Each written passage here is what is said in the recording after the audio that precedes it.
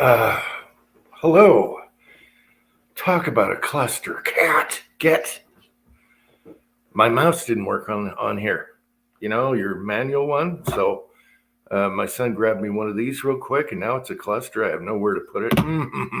Anyway, that's why we're not late. Okay. How's everyone doing? Does it look like I have nap hair? Yes. I just woke up, and then the mouse cropped out. I did. Forget it. Anyway, yeah, it's 6 o'clock, so that's good, and we're on. All right. So let's see. Andy is here. PC Bullet Empire, very good to see you. Vanessa Kitty's here. Hey, Vanessa. James Pullard is here. Why do I always say is here for every person? Trees are blowing. Fuzz Fork is here. Did it again. Michael Hurtnick. Michael Hurtnick is here. All right. Do we have sound? Someone give me a thumbs up. Tin Man is here. Uncle John is here. Tactical Foot is here. James Bullard. I said that, didn't I? Hippa is here. All right. Do we have sound? No one's here, so. Do we have sound? Yeah, we have sound. Oh, we have some guests on here. I got to use this thing on top of a little laptop. We have Andy and we have PC Bullet Empire. What? Hey, guys. How's it going, guys? Going pretty good. Turn my volume up. Let's see. Warsaw Patriot. Warsaw Patriot is here. Good to see you guys. We skipped one or two. Yeah. Barely made this one. But we're here. Yep. And that's what counts. Floyd Hicks is here. Kyle Lusk is here. So, Andy, how are you? Sound check. Andy. Sound check. I'm doing okay. Busy reloading, casting up the storm of zinc bullets. Andy's got the robe on, and he's showing a little cleavage tonight, if you ask me. But that's. I'm nice and comfy, man. This is a new coat. Oh man, I'm an Eskimo. All right. So Tim, long time no see. Yep. But good to see you. I'm good to be here. I'm glad to be here. All right. Yeah, it's been a while, Tim. Yeah, raising these grandsons is not. One turned 13 and here in a couple of months, the other one's going to turn 18. And man. Oh, yeah. Yeah. You got the terrible 12 and 13. So yeah, and they're rebels anyway. Yeah, then you get to the 18s and it starts all over again. Trouble, yes. Yeah. He says he ain't going to stick around. We'll see.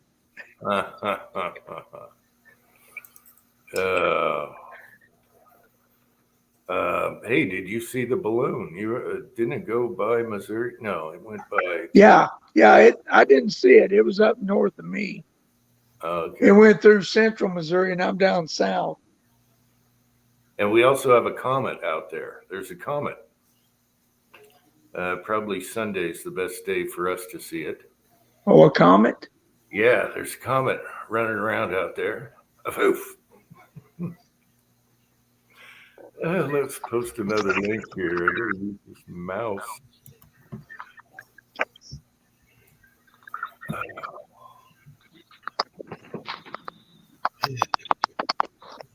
All right. Oops, someone's got this set up. Testing. All right. Let's see. Garage Guy's here. Broke Loader is here. I would say is here. Habits never die. Ms. Mel's here. Hey, Jim, you do know they shut the comet or the balloon down, didn't you? Oh yeah, once they got all their information and got across the Well, country. yeah, all the way across the Yeah, United States. yeah. Once they got everything, Biden's like, okay, that's the deal. Yeah, Yeah, wink, wink, nudge, nudge. I done my part. Yeah, There's a balloon. yeah. Forgot to blow. I didn't have time to blow up a balloon.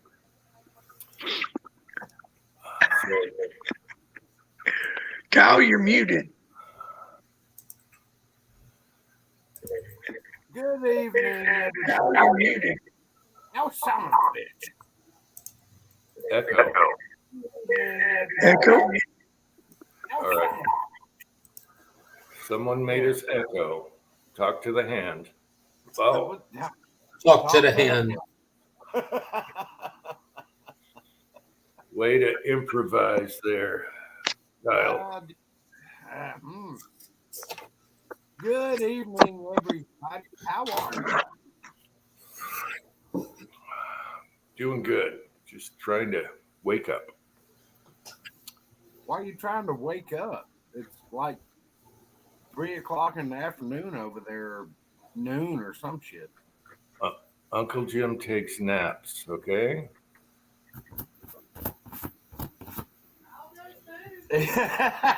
Angel said Kyle does too. Oh, well, how many people here take a nap? All of us. I don't take a nap. Oh, wow. Andy, you don't take a nap? Only at work. If they're not paying me, I ain't doing it. I got too much to do to take a nap. I just go to sleep early. That's all. I turn this right here into this right here. That's what I do. That's my job. They wrote a song about it. Of course, it was 25 years before I was born. But, yep. What's up, everybody? I missed y'all last weekend. Yeah. Yeah, yeah. If I didn't do one tonight, boys, someone's gonna hang me. Yeah. Yeah. Just sometimes you got things, life gets in the way. You gotta get things done. Yeah, yeah. But I miss it. I miss all the people here on the side, and they come on, and it's fun, and we just have a good time. Talk about anything we want. No rules. Oh, Midway has a sale on the Frankfurt and Telly drop of $179.99. Anybody's looking for one. Now I have two of them. Oh, now I have to. Plus my old reliable Hornady that everybody can't make work except me and Kyle.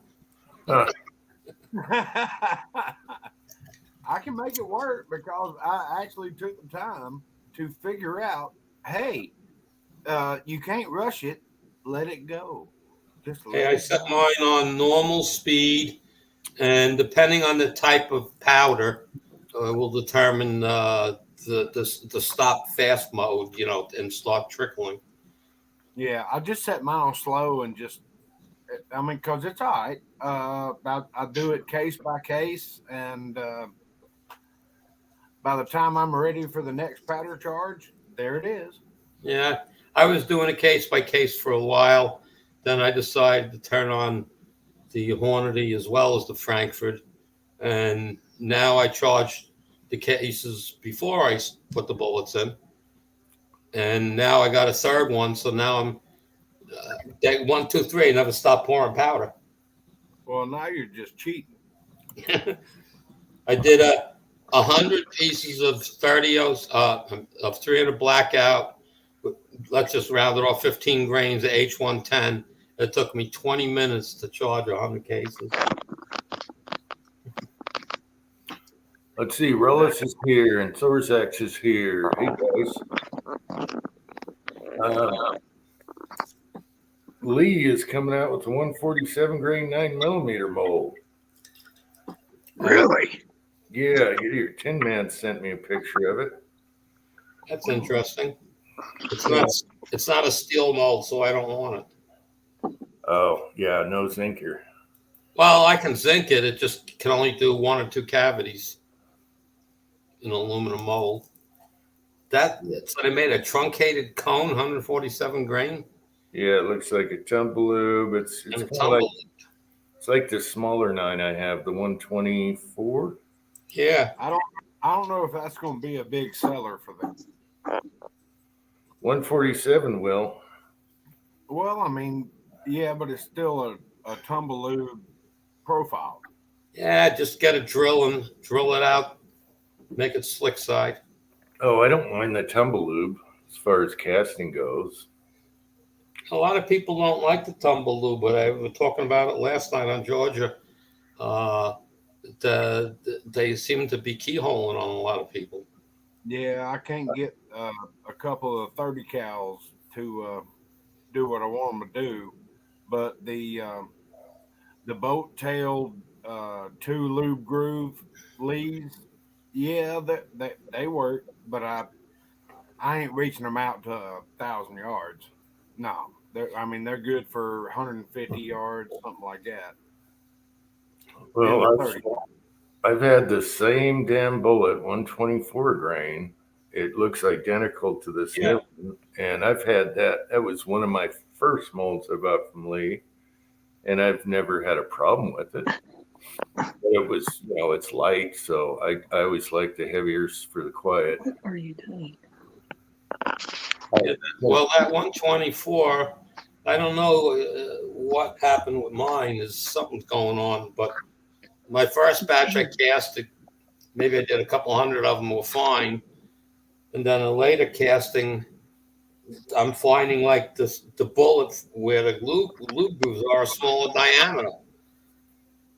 And I'm just wondering if I was playing around with just using straight 6337 solder, which makes it a little lighter, but a lot of tin. And I wonder if that was my problem. I haven't cast anymore. I throw them all back in the bucket to melt them down. Because I think it might be that the tin might have shrunk the center a little too much. They're coming in at 354 in the center, and then at the base and above the lube groove, it's 356. So I don't know. Well, I'll have to go measure a few, but I would have noticed that before powder coating and after. And well, when I go to size, I would have noticed. So nothing rose a flag. I just haven't. Well, you got to measure it before you powder coat, because the powder coat's going to add diameter to it. Yeah, I do. Whenever I get a new mold, I'm very curious right away. So as soon as some are cooling on the table, I measure them because I got to know right now. Is it worth your time or yeah? And that would have come up. I've never had a tumblelube Lee tumble on me though, except for that Elvis's what is that? The missile. 230 grain. Yeah, the missile has tumbled on me when we did I don't have the mold, but when we did the thing. And it didn't happen all the time. Once I stoked it with 1680, it grouped. Nice. Yeah, I don't know. Yeah. I shot quite a few of those in my 30-06. Mostly only at 50 yards, and I really didn't have any issues with it. But when I decided to go with the zinc and chose the 180 grain Lee round nose. Oh, no, not round nose, pointed nose. Sorry. And that bullet is working so good for me from the Lyman mold in zinc that I melted all my lead bullets that I loaded up for 30 cal back down. I won't shoot anything but the zinc.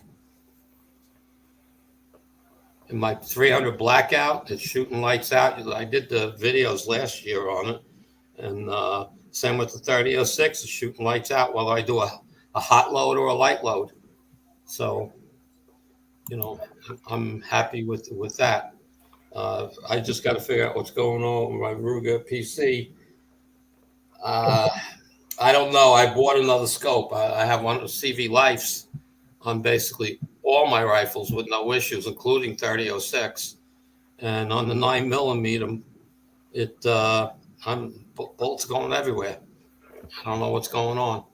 So I have tore down. You remember I told you I tore down all those bullets and found that there was maybe lube in the cases because the powder was like caked together and stuff and whatnot. And I went and tested again after checking, making sure the stock was screws were tightened down properly, which one was pretty loose, and went out, still had the same problem. So I'm hoping it may just be the scope. I can't find anything else wrong.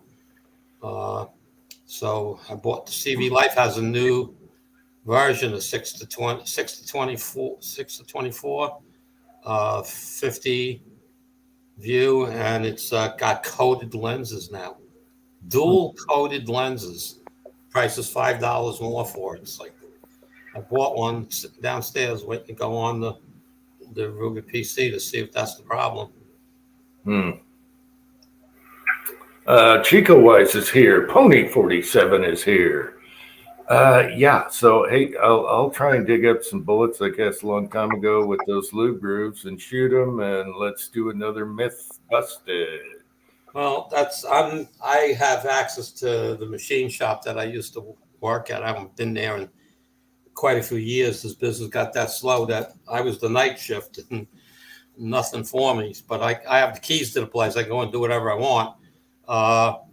I'm going to start that Lee mold. I have a 2-cavity and a 6-cavity, so I'm going to try casting in a 2-cavity and see what the hell it is, and then casting in the 6-cavity and see what the measurements are, just for comparison. Maybe it's the 6-cavity mold, which that was the one that came later, might have a problem. But I took a couple of molds already, and in 223 molds with a reamer and fixed the problems. And now they're slick slide.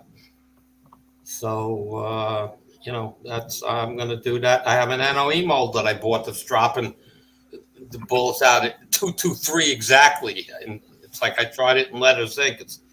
But neither way, it's dropping 223. It's like I powder coated some of the zinc ones and sized them and waiting to test to see if they shoot. Otherwise, they're got to melt the batch of them down. And I'm going to drill that mold out. I've got the reamer. So, and I thought it was going to be a problem. The first one that I did, I forget which one it was. I think it was a 30 caliber mold that I was working on. And I had a 310 reamer. And I went in there and I hit it, and it just went down like it was butter. I mean, that's a carbon-based steel, I believe, that they use in the mold, and that really, it was smooth. I mean, I didn't have to polish nothing. I just kept going down a little bit more in depth, till I got to the point I wanted. Then once I had that one set, I went to the next cavity, backed it off a little bit, and then went down and down and down until I got to where I wanted it. They both cast beautiful, no lines. James, I haven't done the NOE mold yet, but yes, I have a 225 reamer. Cool. Hobbies and Hobos here. Oh, one guy is here, and Rune is here. Hey, Rune. Rune, good to All see the you. way over there. Yeah. You got any balloons, Rune? Nothing happened to Jerry per se. He's just all caught up in his new house and new girlfriend and the weather and everything else. Oh, did someone ask about Jerry 1911? Yeah, Rune. Oh, okay. He can't reply to my videos. No, he can't do YouTube right now. His password thing, he's working on it. Yeah, well, he's had that problem for a while. A year. Yeah, well, his wife set everything up, and nothing was written down. And it was all the passwords. Yeah. Yeah. And YouTube won't do nothing for them because, hey, security, sorry, man, you don't know the secret questions or anything. It's like, okay. Yeah. He could do Jerry too, though.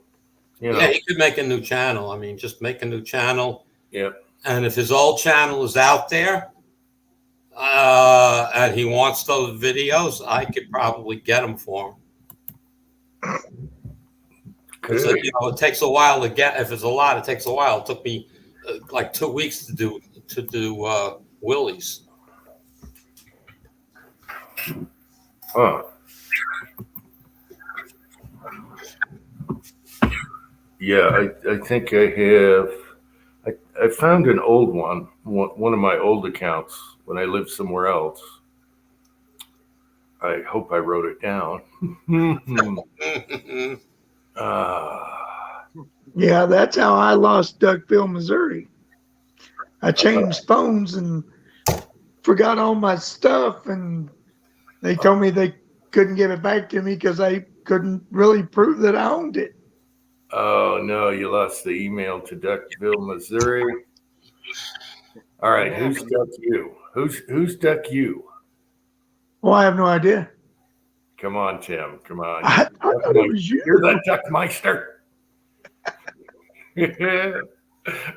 Duck You is a mystery forever. Oh, I got to go in the garage and have a smoke. Now I got to carry this thing with me. All right. I mean, guys, there are extensions for Chrome, if you're using Windows or whatever, that you can add to YouTube, which will download videos for you. Add to YouTube. Oh, you can add it to Chrome, and it'll automatically put a button on under the video saying, download. What does that have to do with Duck You? Every time Tim touches his device, it goes wacko. Reloader 762 is here. Oh, plugged in. I was tripping. Almost broke a hip. What the hell? I'm avoiding the bobsled run, and I trip on a live chat and break my hip. No, it's not happening. Not today. We need a bobsled run.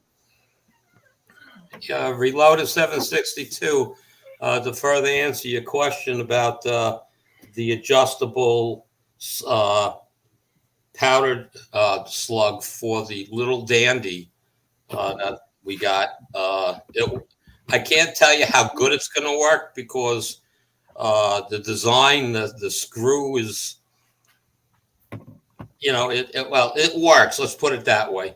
But you're dropping the powder into the, whatever you want to call it, the rotor, okay? And the screw is a big Allen key, and that faces that the powder is going to drop into that. So I don't know how accurate it's going to be, but supposedly there are, it's supposed to be accurate, but the powder I want any powder dropper to work with, which won't, is my Winchester Super Handicap. It won't meter on anything, so I have to electric drop it. So until I start working with a different powder, I want to have a test for you. Hey, Tim, do you have any Tumbleweed bullets? You have to. Do you have any Tumbleweed bullets? Me? Yeah. Yeah. Don't you remember I did that shoot off for the smooth side and the tumble lube and the regular groove lube? And the tumble lube was more accurate. See, here's the thing. If everyone's saying they don't work, I know I have a couple. That was the 124 grain 9mm. That's the one I have. Yeah. It was more accurate. All of them were truncated cones, and that was the most accurate one. I have their round nose version of that, and that's been great too. but that drops again. We're talking about mine is, I think it might be the 6 cavity mold that maybe is off, but the round nose measure 356 plus in the centers. So the 124 that I was measuring, like I said, I have them mixed. So I'll pull 10 of them and they'll be small diameter. And then there's one that's perfect. And it's powder coated a different color. So it's obviously I did it at a different time. So I don't, it's probably a different mold, or like I said, it didn't like the straight 6337 lead. Duck U is here. Yeah. So for society. yeah, I I haven't shot the 124 truncated coat a lot lately because I'm into the heavier stuff, and I love that 140 MP.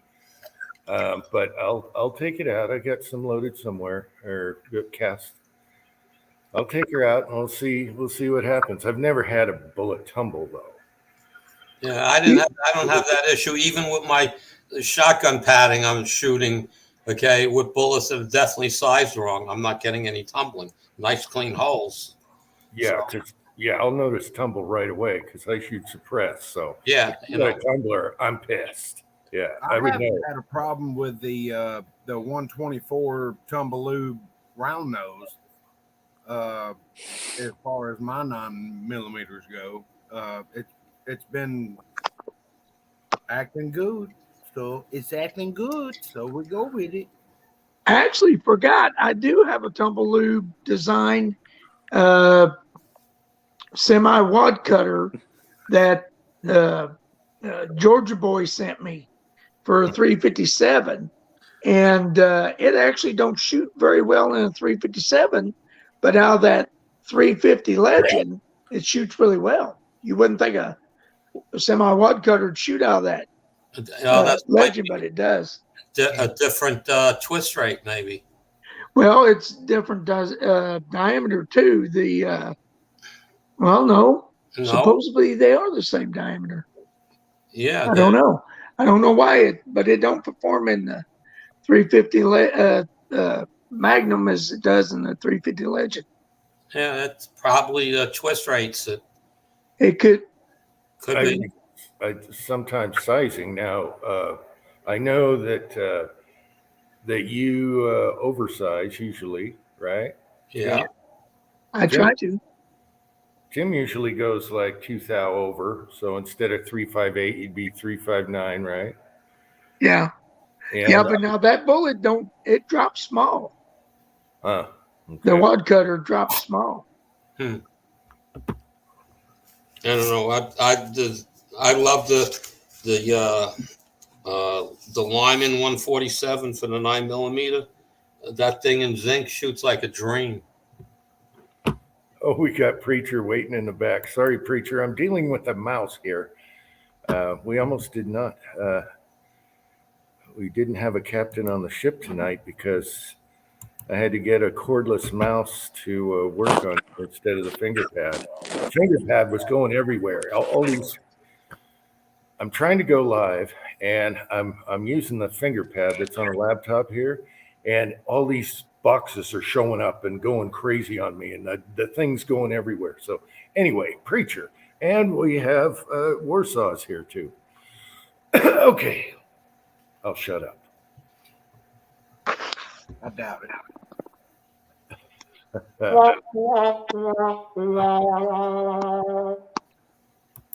I can't read. Happy Valentine's Day.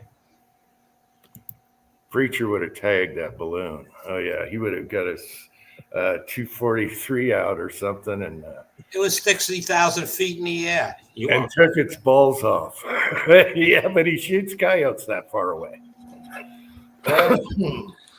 You know what they say? 2023, no clown shows complete without balloons. I still can't believe that thing was flying over our country. I can't believe they let it happen. Yeah, I can't believe they let it happen all the way from West Coast to the East Coast. Even the Canadians were even alert on that shit. Yeah, they had plenty of time before it even hit the land. So are you kidding me? They knew that balloon They knew that balloon was on its way 2 hours before it got here. Oh, yeah, many hours. Yeah. It was up in Alaska and all that.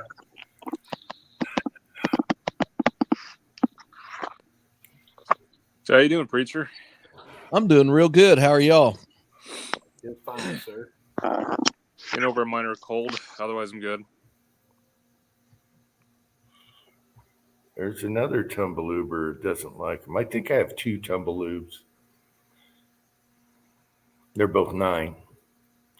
3, 5, 6, 5 is what I usually size them. And like I said, I have 2 different molds of that bullet, the 2 cavity and a 6 cavity. And I have a feeling it's the 6 cavity that is not right. Because I started with the 2 cavity, I had no issues. Let me go back in here. No, I figured before I buy a 6 cavity mold, let me get the 2 cavity and find out if it's working on my gun or not. Oh, shoot. What did I just do? I don't know, Jim, you're still there, but the no video. We just got your picture. Yeah, I have 2 windows up because of this mouse. I put it in my He went full Warsaw on us. He just put his picture up. Where's Mr. Lusky? I'm right here. No, Mr. Lusky. Where? Who's on first? Who? Tin Man was here before. I don't know if he's still out there. Tin Man's wife said he couldn't come on. So I pick up the mold and throw it to who? Okay. Nobody picked up on that. Who gets it? That's correct. Who? Now I got to figure out these windows. Okay. All right, we're good. So I pick up the ball and throw it to who? That's what I said. Who is on first? I'm asking you. Let's not go there. Hey, Lusk. Where? What happens when you put I and E at the end of your last name?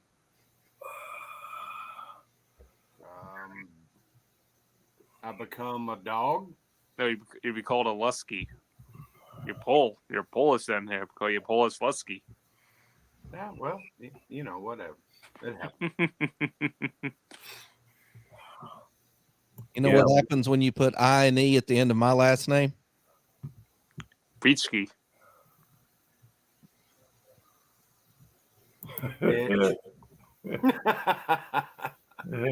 But last time I checked, a lot of Poles are Catholic.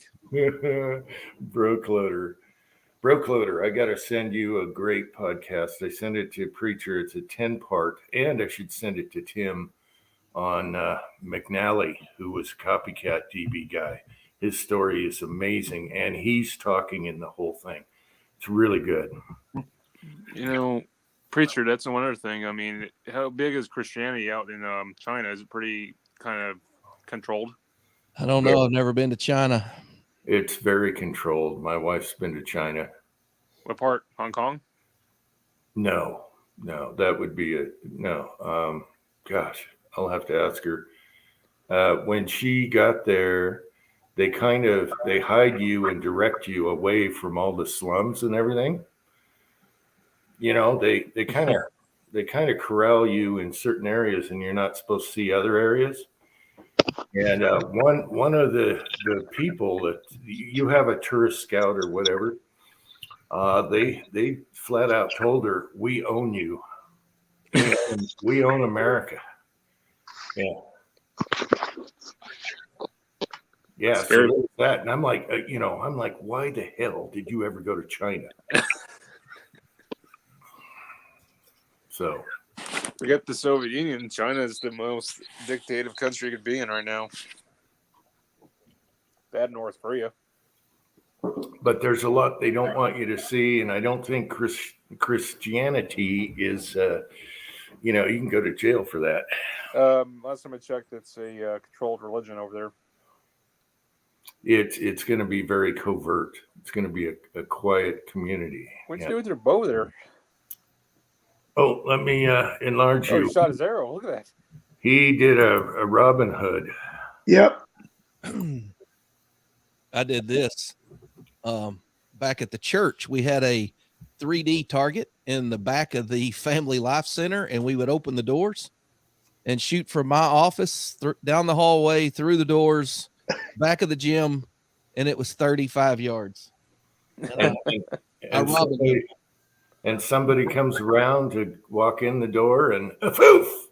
Yeah.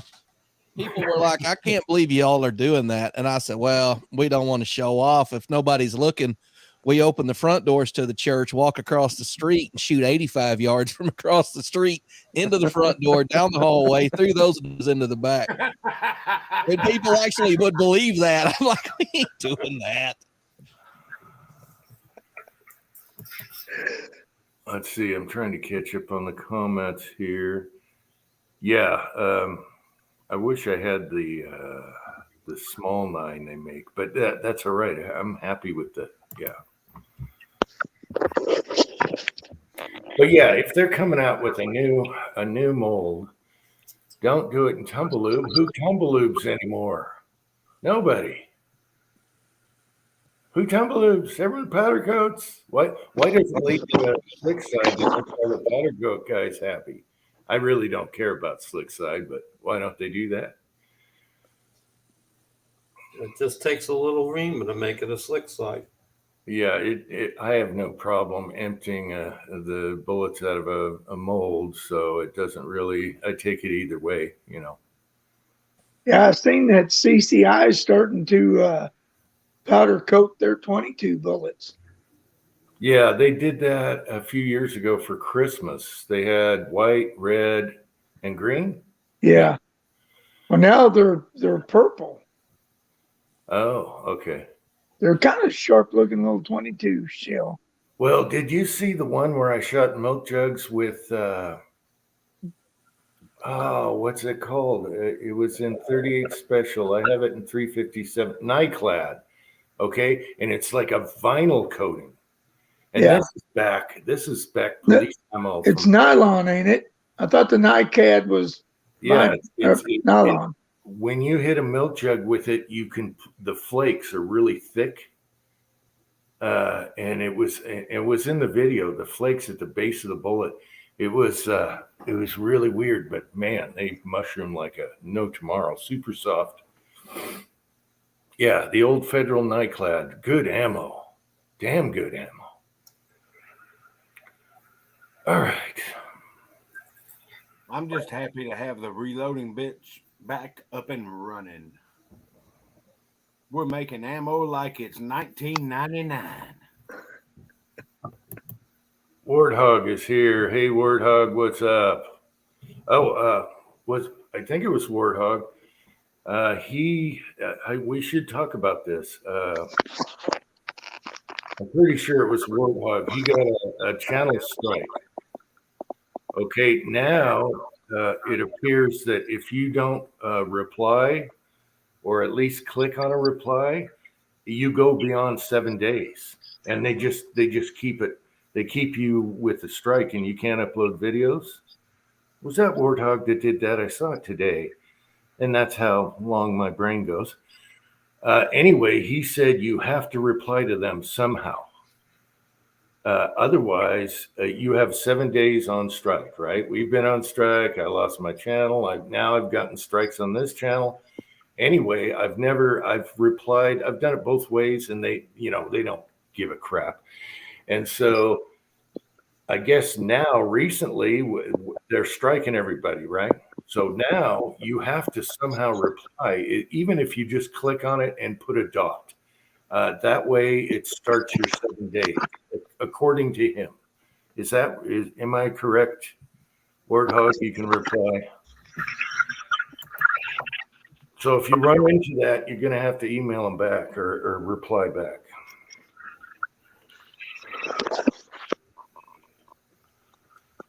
Yeah, I'm waiting to find for them to find something on my channel they don't like, and I can't see anything they wouldn't like anymore. But it just stinks. I'm downstairs. I would love to put a video up of me running 3 powder droppers and charging my cases, you know, but I can't put that up. You can't. You gotta be careful. I saw a video, I think, of yours where you actually put the magazine in the gun when you were out doing the backyard. So they don't want that either. Oh, I was screwing on a suppressor. I was doing a Yeah. trigger. I was doing a trigger. You know, yeah. I'm screwed. Stay tuned for Uncle Jim 3, people. Yeah, well, yeah, but if you still have the video, take it down, or do a quick. If you still have the video, do a quick edit and steer everybody to Rumble. Yeah, well, the videos are saved. They automatically go to Odyssey. So Okay, you got it on Odyssey. Okay. yeah, but only a few people know about Uncle Jim 3. So I have to start over yet again, and I lose all of you guys. I can't find you, and you can't find me. So yeah, go to Uncle Jim 3 and subscribe. And I'm not asking for subs. I'm just saying if you're interested in still seeing Uncle Jim, because as soon as they hit me once, there's so many videos they can get me for.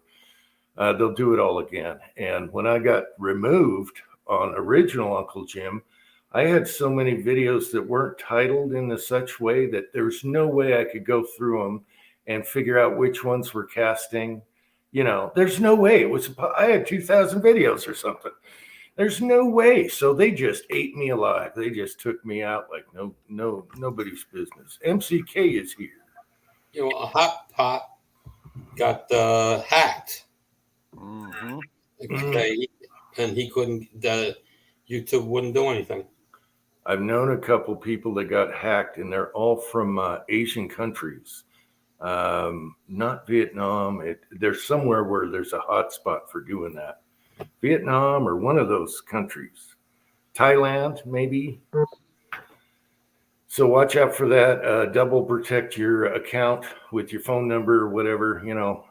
Don't answer an email that way and do it. You have to go, you know, make sure it's not a spam and do it yourself. Protect yourself. Protect yourself. Right, Richard? That's right. So, Have we got an echo?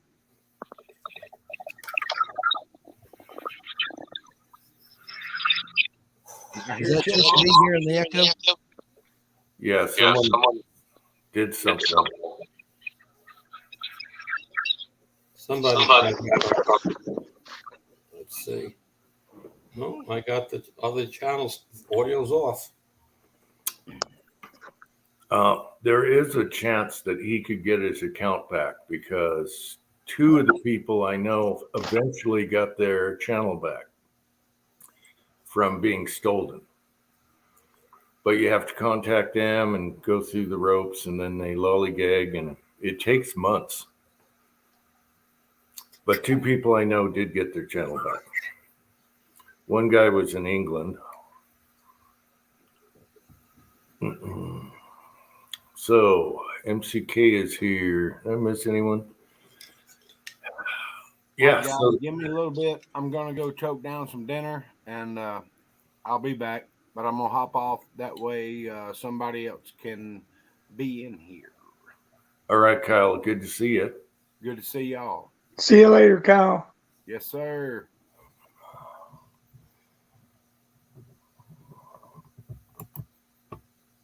Here's a link to Hot Pot. You forgot the link, Trees. Trees. Oh, Trees, I wanted to tell you on your new route. Can't post a link. Well, what's the channel name? All you got to do is add a 2. It's easy for people to remember. Add the 2. Like Broke Loader and me. See, we're veterans. Broke Loader 2, Uncle Jim 2. Yeah. Trees, you can't post a link. You don't have don't have a blue, you don't have a wrench. So we don't see it. You might see it, but we don't. Yeah, we don't see it, Trees. Okay, Tree, on your Ruger, when you go out, I wanted to tell you to lube the top front rails on the frame. You'll see where it leaves a little mark there. Lube it right up there. I should send you a picture. All right.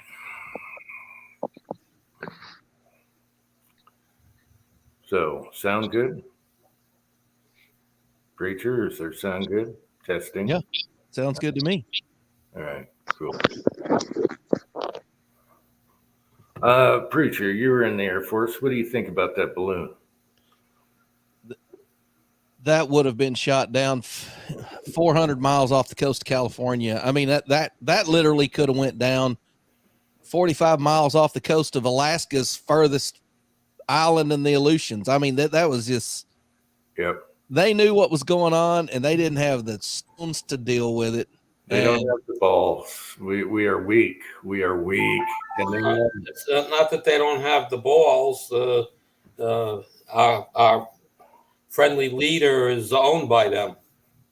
Well, there was another guy started with Trump and ends with ump, and that guy would have shot that thing down before it ever even got close. He wouldn't have played games. That's right. They wouldn't have done it in the first place. He took care of Rocket Boy. Come on. Yeah. Papa's place is here. Yeah, my first thought was this would never happen with Trump. We're just getting run over, people. We're weak.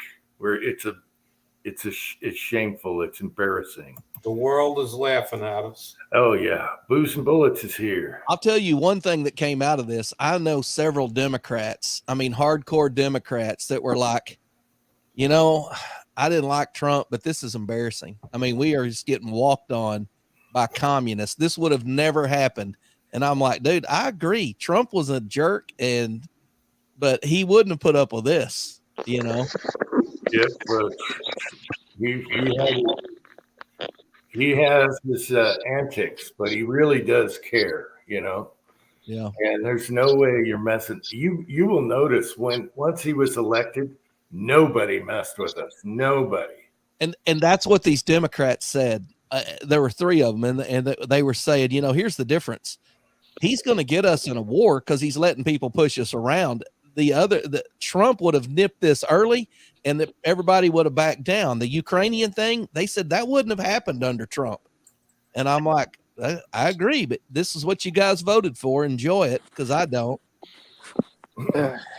Okay, Liberty or Death is here. Booze and Bullets is here. Hey, Booze and Bullets and Liberty or Death. Good to see you guys. You were mentioning the Ukraine conflict? Well, there's another thing. So that's been going on since the Obama administration, since 2014. Well, someone's making a lot of money. Nobody invaded it before then. Regardless, the Ukrainians, let them fight it out with the Russians. We got to get ourselves out of it. What I'm saying is it wouldn't have happened. Yeah, that wouldn't have happened either. Yeah. Guess what? What's the other guy we could have had before Obama? John McCain. Would that make any difference? Who? John McCain. No. No, I'm saying they wouldn't have done that under Trump because they knew Trump wouldn't play games. It's happening now because Biden has ties to the Ukrainian people, especially their oil, especially his son. So they knew they could push buttons and get away with it. You couldn't push those buttons under the previous administration. Well, okay. The funny thing is all the Democrats were thinking Trump is going to start a war. He is just a maverick. You can't control the guy. And what happened? Zero war, brought people back. All right.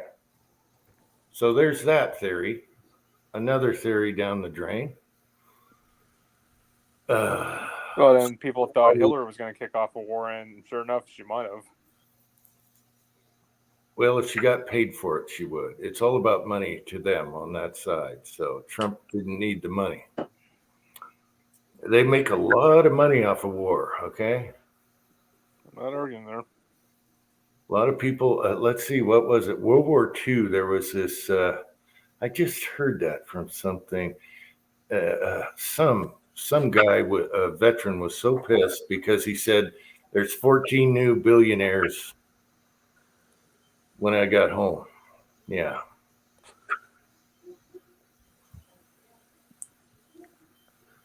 That's actually a good saying. And he was right. Anyway, what else you want to talk about? How about Ron DeSantis? We can talk about him. I like him. Me too. You think he'd be better for running for office over Trump? Yes. Right now, they're testing him on. Well, okay, he's not going to piss as many people off. All right, there's a lot of woke people that cannot stand the looks of Trump and the way he talks, and he brags about himself and all this maverick stuff he does. DeSantis, though, he has to be tested on gun rights. So they're testing that right now in Florida. Constitutional carry. They're testing that right now in Florida. West Covina Dodge is here. Yep.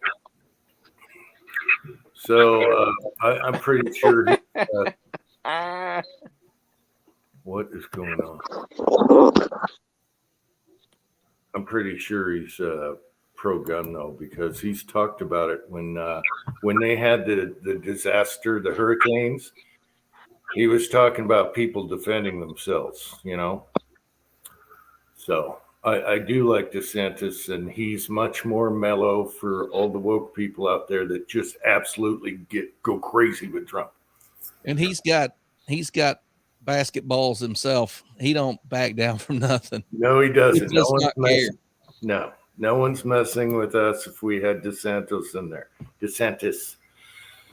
I always call him Os. I don't know. Is that what's his name origin anyway? I don't know. He's American. Descent toast. I'd tell you what, though, better than Kathy Hochul of New York, that little rat-faced woman. Oh, please. I'm in New York. What a nightmare. Hey, you separate New York from the governor of yours. New York's a great shining star at one point. I just can't believe that the people voted her in. And it wasn't that far off, man. Hey, Zeldin's a good man for you, man. Yep. I know him, so we were doing things out here. We were trying to get a racetrack, for our cars. And he was the Germans have a spy balloon. Ooh, that looks good. Oh man, I could be drinking that sucker.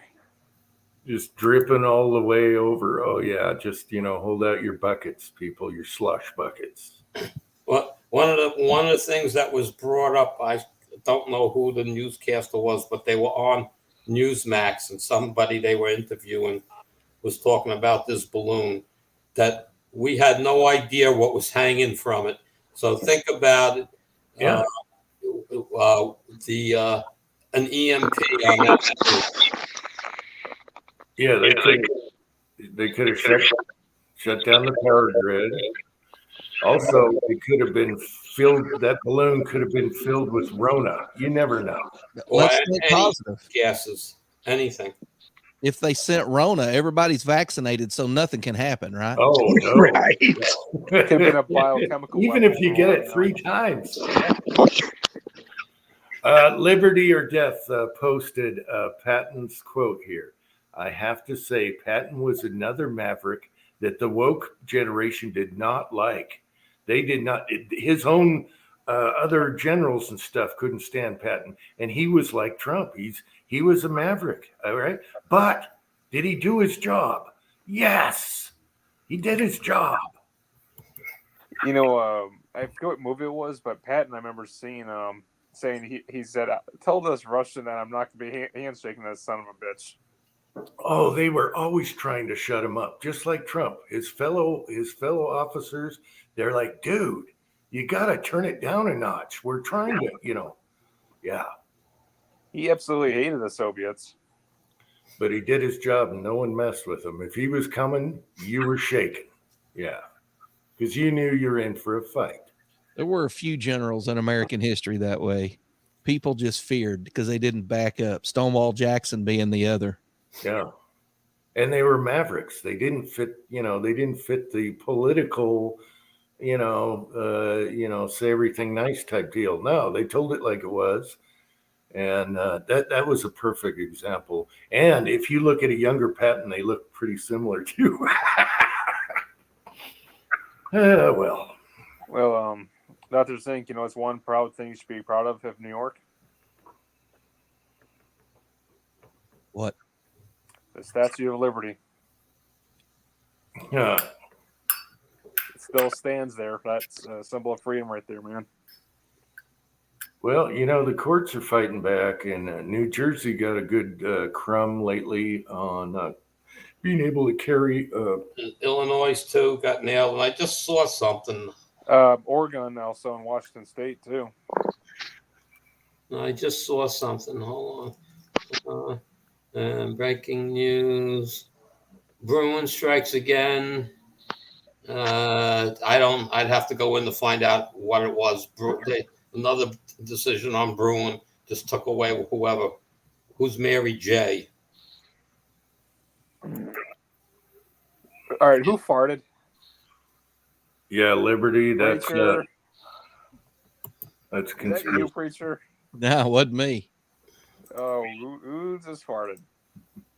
I think Tim was moving his microphone a little bit. That's what you heard. Could have been, or I think I scraped my shoe against the I'm sitting on. I like fat bastard. Sorry, I fucked. It's good to see Tim again, though, isn't it? It is. Yeah, I felt bad. Tin Man sent me a comment today and said, "We miss you." And I thought, you know what? I think I'll just try and show up tonight. Way to go, Tin Man. Yeah, it's Tin Man's fault. I mean, even if you do 20 minutes, Tim, hey, no big deal,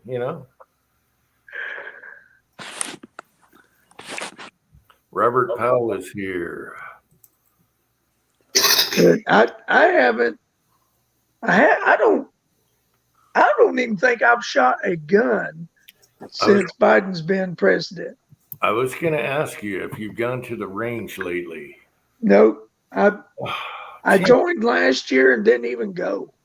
Not once. I mean, Preacher's taken half of his favorite things to do off of. Okay, Preacher, you're on doing a live. And Yes. I get the violins. And I'm like, oh, Preacher, come on now. It's not that bad. I'm no more hunting videos. Well, that's because people are poaching right across your property there. They're tracking you. Yeah. Yeah. I still go to the range and shoot. I mean, I put up a 22 video just the other day. Yeah. And did you ever answer the question? I didn't know you had a 22 can. I don't have a 22 can. I thought I texted you that. It may not have went through. That's my 30 cal can with a reducer on there. Oh, okay. It's a Odin Works Moab 7.62. Okay. It's a one size fits all. It's 30 cal. I put it on my 6 arc. I put it on my 223. And now I thought, hey, I got a threaded 22. Screw it on there. And it quiets it right down. I mean, I'm sure 22 does a much better job, but yeah. The only thing you got to worry about is you can't clean it. And 22 will dirty your can like no tomorrow. Yeah, that's true. And when I shoot lead through my 30 cal can, eventually I'm going to have to give it the dip, because it just fouls it up. You could break it up with some hot stuff like a 243 will break all the inside and blast it out of there. But you get to a point where it gets built up. So easy on the 22 on that one. I thought you had a 22 can. I didn't notice. Damn it. Nope. All right. I just wanted to see how well it did. And I tried a bunch of ammo, even some high end stuff. Yeah. And with a good ammo, I was shooting 1/3 of an inch groups at 50 yards with that little 16.5-inch barrel. Yeah. I like 16 to 18 on 22s. That's my favorite length. I wanted the 20-inch just so I could get the velocity up because I didn't really care about putting a can on it. And but yeah, that's a Tika T1X, and man, I absolutely love it. Now I have a question. Who here owns a 1022 Ruger? Everyone? I don't Not know. me. I have 6 or 7 or 8. I don't know. And now, here with an unlimited supply of misinformation is Mr. Know-It-All. What? Was that preacher with his gadget? Was that called for, really? That's Rocky off Rocky Bullwinkle. Oh God! Idaho Rogers is here.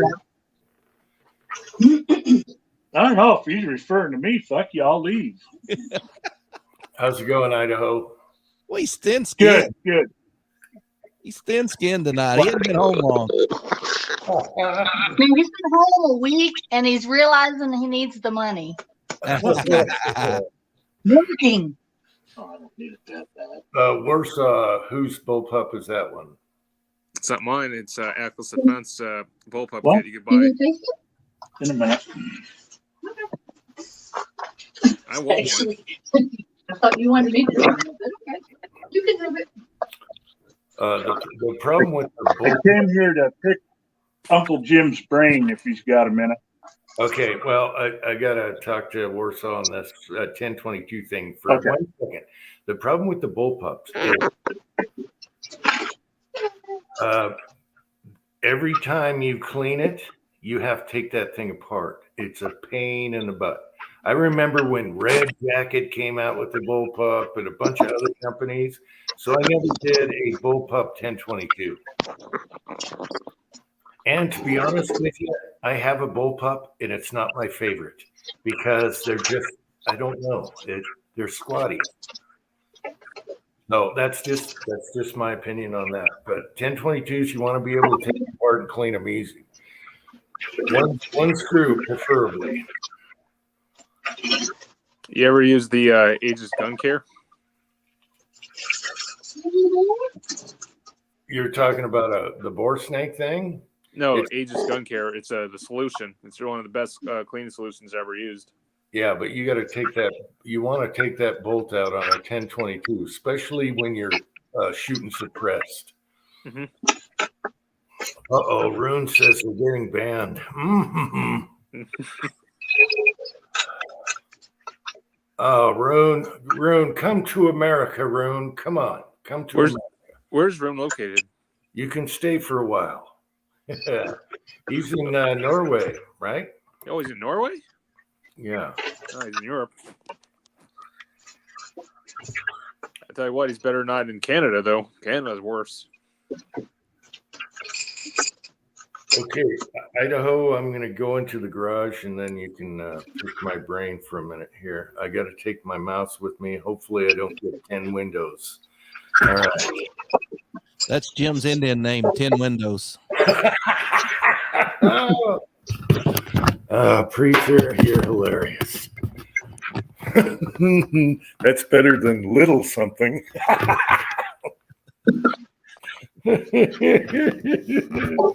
Man.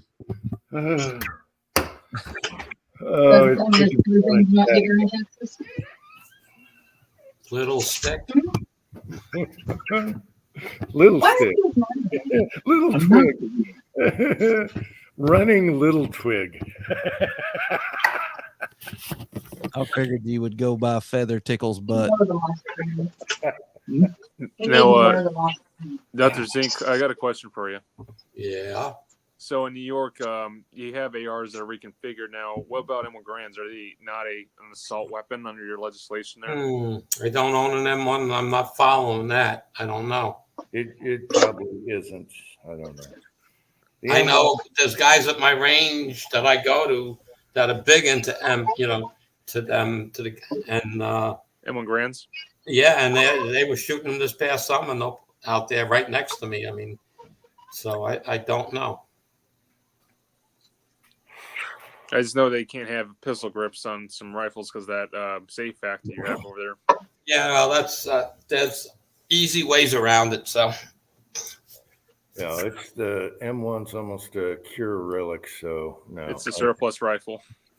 Yeah, I don't think it's a yeah, problem. I don't. I mean, like I said, there's 2 or 3 guys that come to the range and shoot. Most of them like the first couple of spots, like me. So when they come, they wait for a first, second, or third point to open, and they sit there and they shoot them away all day long.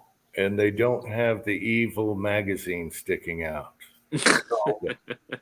Well, it's all about looks. I don't care about the big magazines on an AR because we got to shoot from the bench, so they're in the way. Yeah. You know, and as far as I have two ARs, and one I switch up is on. One of my ARs is home built, and I have every possible creature feature on it you can imagine, except I have what's called a Cali bolt in it, which makes it a single shot. Okay, and all you do is change the bolt, and you're back to semi-automatic. So good luck with that. Simple. My other one was made by Belton, and they were supplying New York with a little different different bolt release that kept the bolt open after you fired the gun, and you would have to push the bolt release for the plug. Take it down. So you put that what do you call that that piece you put on it that comes onto the other side of the trigger. All right, you just hook that up to the bolt release and you just push it with your finger. So I could shoot that. You're talking about mag lever. Yeah, bad lever from Magpul. Bad lever, yeah. Okay, so it's right there. So you go bang, click, bang, click, bang, click. I mean, I can shoot it that fast. So what am I worried about? Okay, so and they're both full feature ARs. Okay, and like I said, one I have the Cali bolt in, and makes it a single shot. And all you have to do is you have to release the bolt again. That's all. What about like other states where you can have a pre-banned Colt? Yeah, I don't know if New Jersey would allow stuff like that. You ain't even got any brass up, man. I know. Some states could have the pre-banned Colts, you know. What's legal in Warsaw? Here we can own anything. Who's that tapping? Well, Where are you at? the lawsuits are slowly hitting, and every one of them so far, you know, the state had to do away with the law. So they're tying up the court system. That's exactly what they're doing. You're talking as far as the Bruin decision? Yep. They're all everyone that's made it to a real judge, okay, has been knocked down. If it's a paid for Democratic judge, then what happens is it just gets pushed back again and it goes back up to the Supreme Court, and then the Supreme Court tells the judge, you better follow the rules. Huh? I mean, that SAFE Act has been in place since 2013. Okay. Yeah, I don't know the date. Yeah, 2013. Looks like we lost. Did you use a funnel or what? But Yeah, I've got one. they're already attacking Hochul. They're all over her with the the concealed carry. They're all over her. She's losing it left and right. Well, you had Hochul, but you also had the Cuomo's. Cuomo was better than she was in that department. They're affiliated with the mafia, weren't they? Yeah. And Well, Warsaw, where are you? Indiana or someplace? Midwest. Oh, it's not specific. Oh, Can't say what state you're in. that's I'm bad. in Indiana. That's bad. Could be worse. Say Where am I? California. Man, if I was in Indiana, I wouldn't even show my face. Why? What's wrong with Indiana? I know a guy from Indiana. Me too, and he don't show his face. He always puts his emoji up there. You know what's funny? He's on my gun forum, and yeah, he never does pictures. I give him crap all the time, and he won't do videos. He won't even watch long videos. I mean, he's all text, the old forum style. We're all old guys over there. So yeah, he's not into YouTube and crap. And I'm like, post a picture of your gun. And he's like, no. So, yeah, okay. What the heck is that? That's Tin Man. That's not you. That's Tin Man. Yeah, see, that was that time Tin Man played paintball over in Missouri. No, it's Moscow in Russia. No, that's Tin Man when he was playing paintball. No, you show your face and you just say you got it. All you got to say is you got a warrant. Tear it out. Yeah. Yeah, I know. Oh, I saw that picture in Soldier of Fortune magazine. That's not you. Yeah. Let's call Shipley. Let's call Don Shipley on that, on Stolen Valor. Yes. Fair. Shipley when you need him. Oh, that guy is a crack in the. You remember what your and his wife is so. 5 grand, right? 5 max. All right, let me go inside, and then we'll go inside, and then we'll talk to Idaho here for a minute. Let me get back inside here. Okay, then I'm having a hot flash. I think they heard that. And we lost Tim about 5 minutes ago. Tell her I'm having a hot flash too. She's in good company. Jesus Christ. Woman, will you send Brian again? What? I've been through menopause for 6 years. We don't need to know this. Oh, yes, we do. Oh, yes, we do. What's wrong with it? It's in the name. Men on pause. Menopause. And that's why I'm past it. So men aren't on pause. I'm not even. It's good to have Pam back. Yes. You go, girl. Yep. All right, Jim. Are you ready to me to pick your brain? Yeah, hang on a second. Let me get on. Yeah, you're gonna have to get someplace where you got all the information that I need. Oh, probably not me. Because I tried to call you this week, but you weren't having any. Really? I didn't get any call. Well, apparently not, because we didn't talk. Well, you should try the CB radio again. That was fun. Yeah, that'll work. Hey, Tin Man. Tin Man is here. Hey, Okay. Idaho's been patiently waiting for an answer I cannot answer. So what do you got there? Okay. I have recently acquired a 300 Blackout. I'm going down that rabbit hole, kicking and screaming. No, you're not. You're enjoying everything. Will you hush? She's telling the truth. Amen. Yeah, you go, Pam. All right. All right. And the only bullets that I got that I want to run through this are 225 grain ELD match. I know that's an expensive bullet to be running through it. Okay. But right now, that's all I got to load. Yeah, I ran. Yep. Okay. Go ahead. Well, I was doing Match Kings, and they're expensive nowadays too, and Lapuas. Yeah. Oh, yeah. Okay. So I'm trying to do subsonic. Yeah, 1680 powder. You got any? Nope. This is all I got. CFE black? Yep. Okay, that'll work. And the only reason I got it is at my local gun store. No, It doesn't matter. They sell guns there too. $32 a pound, and I bought 6.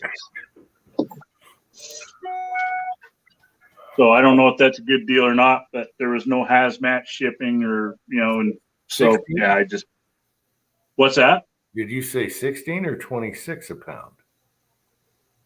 Or 30? $32 a pound. Okay, yeah, that's going. Yeah, that's fine. That's fine. But I bought 6 pounds. Okay. Okay, I'm pulling the load data straight off of the Hornady book. Okay. The only thing I'm questioning is, this bullet is literally longer than the case. I just got a battery warning. Hang on. This thing better be plugged in. Those toilets better be freaking clean. Oh my God. I undid the thing between the box. Oh my gosh. Oh, jeez. All right. Sorry. Is that charging? All right. Because if you look at it, the bullet is literally longer than the case. Yes, it is. Same with the Sierra. Same with the 245 grains I shoot. Yeah, which to me just seems totally unnatural. No, you're going to love it. It's going to work. That's why Blackout rocks. You can go tiny little bullet or big, long bullet. Well, that's what we're doing because I'm trying to keep these subsonic.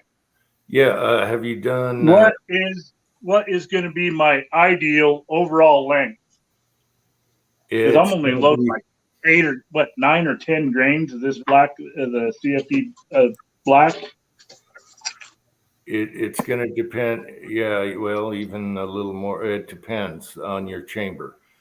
So do it as long as you can without it hitting the lands. Okay. Okay. And CFE black, it's one of those powders where you can stuff it, and as long as you're not compressing the hell out of it, you can't go wrong. So put that bullet. You're probably going to go below the shoulder a hair. Play with one and look at it. Mm-hmm. And that might seem odd to you, but it's a 300 blackout. It just loves that. Yeah. It's only showing literally like 7 grains of powder. Yeah, take it and measure the bullet and the shell together and see where the base of the bullet is. And it's probably going to be below the shoulder. It depends on your chamber. Okay.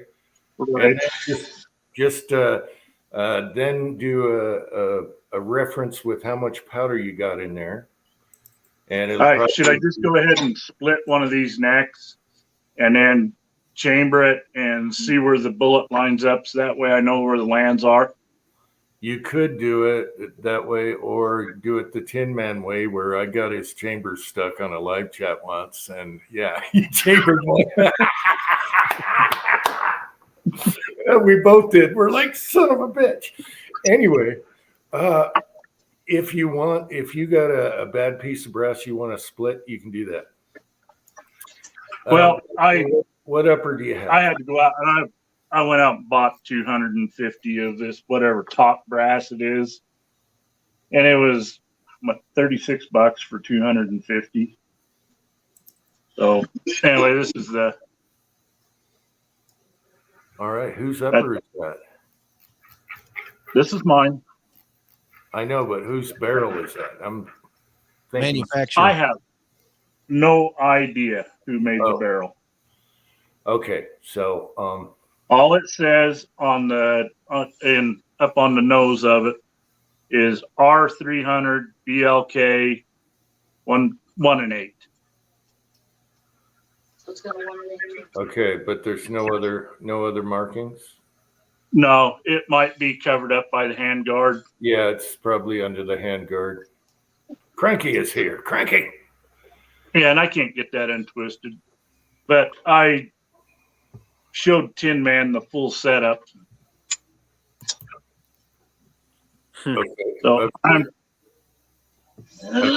I'm anxious to get out and see what the big deal about 300 blackout is because I've never shot one. Well, yeah, if you got a can, it's a huge deal. Yeah, it's a big deal. I don't have a can. You just you have a mag light. I have a mag light.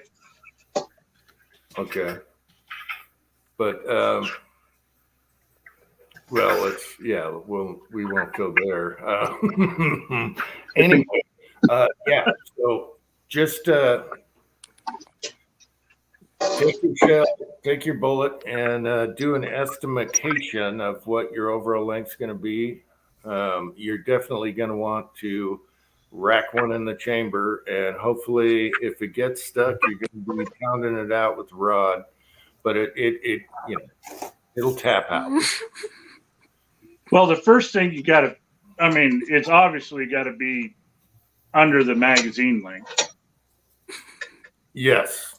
Oh, definitely. I'm at with my big ones. I'm at two. I can go look, but with my big long daddy bullets, I'm like at two. Will you stop the cartoons? I'm at two. I don't know. Anyway, I'm at two something. Okay, with the big long bullets, Right.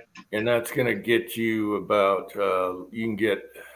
I've got like 1680. I can get 12 grains, 11 something, 11.5 in there. CFE black similar.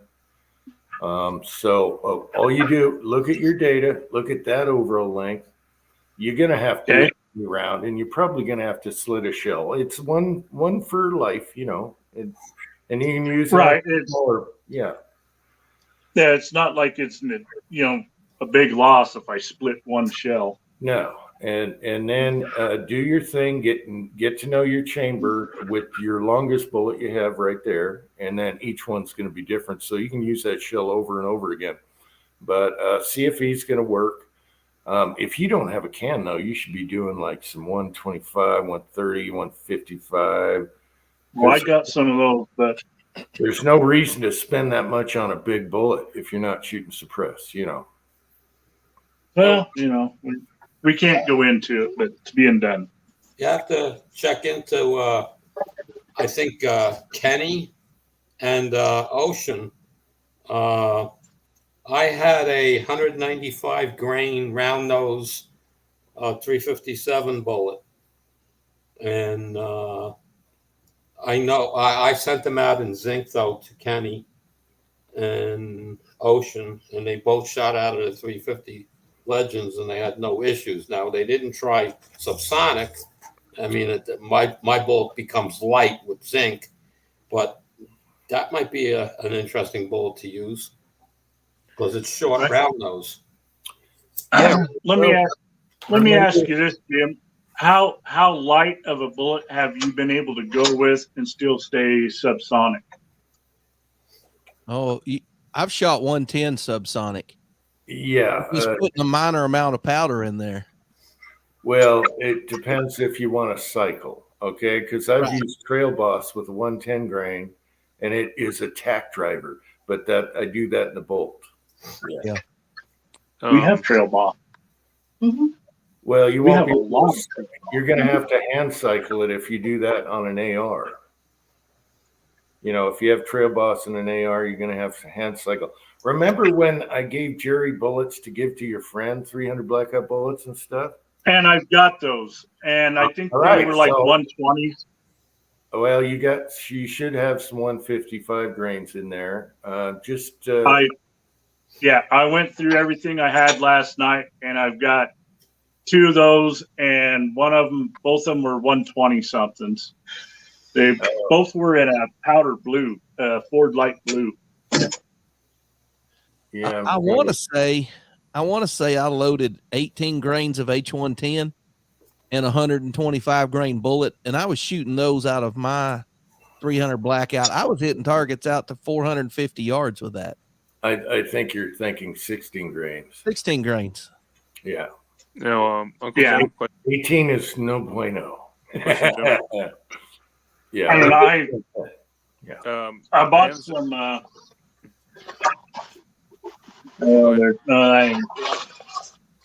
Acura was running a deal on their platinum bullets. They're actually silver, so I should be hunting werewolves or something.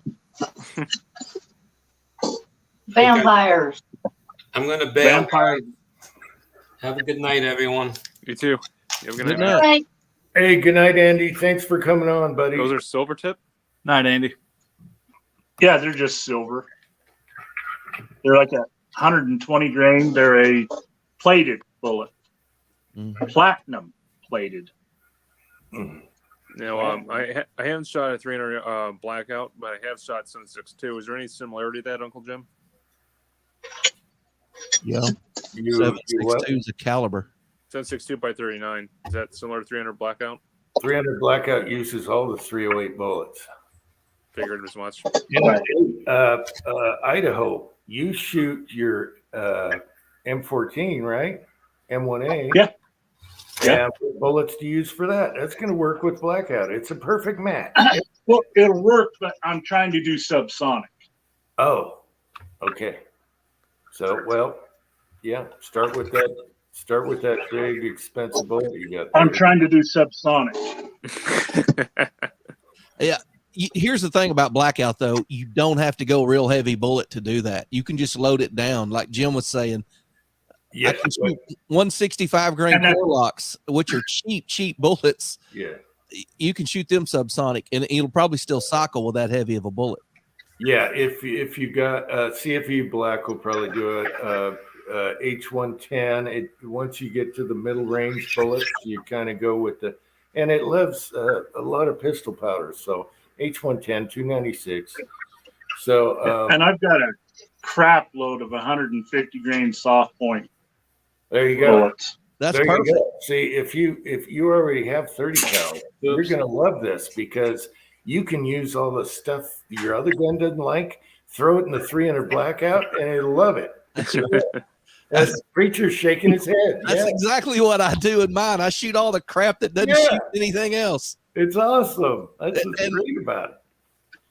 Ozark taught me one thing is that you can make cheap loads for 300 blackout and they all kill turtles just the same. Yeah. So I got a little bit of a horror story. So my friend actually was shooting his 5.56 AR. Well, he was loading up and not paying attention when he was loading his magazines, and sure enough, he loaded up the rifle and shot a few rounds. Guess what happened next? I give up what? The upper exploded. And I was like, what the fuck? What did you do? And sure enough, I got a hammer and a flathead, and I dig it out. That's a 300 blackout. He just put a 300 blackout through his 5.56 barrel. Yeah, that you got to That be careful. seems to be happening a lot. Well, it's always good to look at what you're loading, and also to make it easy, have magazines just for your blackout. Okay. What's It's wrong like, with that? dude, you're glad that thing didn't kill you, dude. Eating his moves. 4.2. Let's quit pointing. Lead I bullet, don't. lead bullet junkies here. Hey, lead bullet junkie. No, they don't make 300 black Maybe out of it's how suitcase, you're do they? settled. So what do I need to do? Where's the bid for it? Is that correct, Jim? Okay, I'm shooting out of the. Steel case, 300 blackout. They don't make. You're gonna have to cycle it and hold your handle up. What is she doing? What is that sound? That's Oh. Tin Man cleaning. Shit, I thought I was muted. Sorry. Oh my God! It was Tin Man. I thought it was. Oh, Jumping in traffic. Now I I'm was like, shoving and cleaning. I'm shoving a cleaning rod through my 223 back and forth. I thought that was Pam because Idaho was looking at her and it was making the noise. All right. Sorry. William Ainley is here. How's it going? I'm a good girl. I behave. Yeah, but you talk to. Oh, behave. Hi. This is great. I love watching preachers. I'm like, please don't talk. Pam's giving us valuable information. All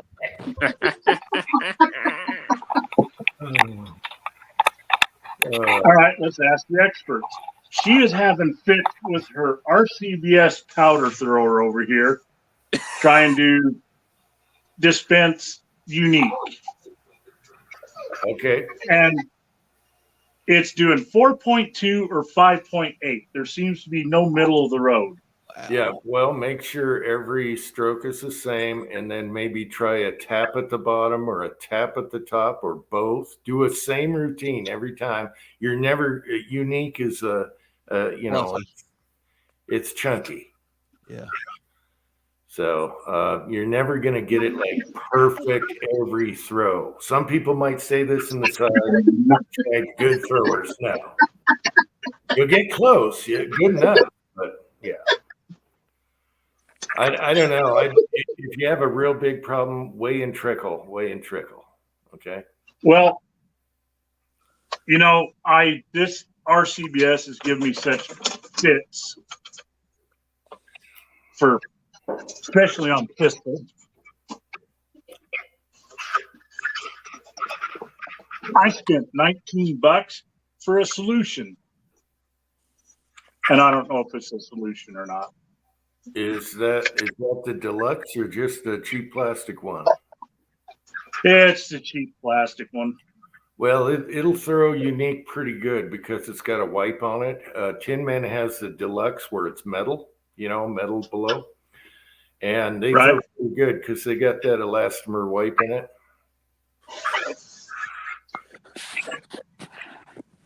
And I really love the Lyman Brassmith powder measure, and that thing used to be 35. It's probably 50 now. I don't.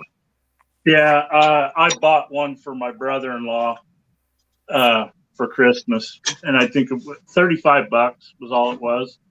Yeah, and that's what I hear. Everybody says that Brassmith is probably the best powder thrower on the market for the price. But the leaves work. Hey, Tin Man, can we corral your camera a little differently? Tin Man, airsoft. Tin Man, airsoft. What do you mean? It's just a stock. Uncle Jim 3. Uncle Jim 3. Sorry, I forgot about that. So I figured you guys wanted to know what the noise was, so. Yeah. All right. That's all good. Just tilt your camera up a little bit. Oh, come on, couldn't do that. Okay, Idaho, on the when you go to use the Lee, if you have super fine powder, it's probably going to leak. So cut a little groove and put a paper plate under it. But on the unique and stuff, it's not going to leak. 231, it won't leak. Other powders, it's just the fine, grainy, gritty little powder. So mine, how will it work on all powder? Mine doesn't leak with any powder, but I have the brass one, not the plastic one. Yeah, he's got the plastic. I have the plastic one. 67 Rebel SST is here. AMC is here. Whoa. Yeah, but stop. I see where you're from. But anyway, Unique and Trail Boss, if you want.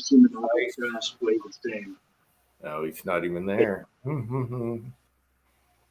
He's there. He can hear you. Okay, so with Unique or Trail Boss, something like that, sometimes it's better to weigh a hair lower and trickle up when you need to. Yeah. If you want a precise load every time. Yeah. Should I redo these? Yes, you should dump those out, and we found out the problem. Good night, Warsaw. Have a good one. We discovered the problem over there. Okay. She zeroed the scale on one piece of brass and was filling each piece of brass from the powder thrower and then weighing it.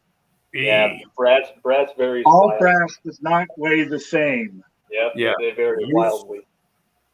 Yeah, I use dummy. Doing this when you're home, and I don't like doing it by myself. All right, dump Yeah, them I all get out. Dump them all out. It's all right.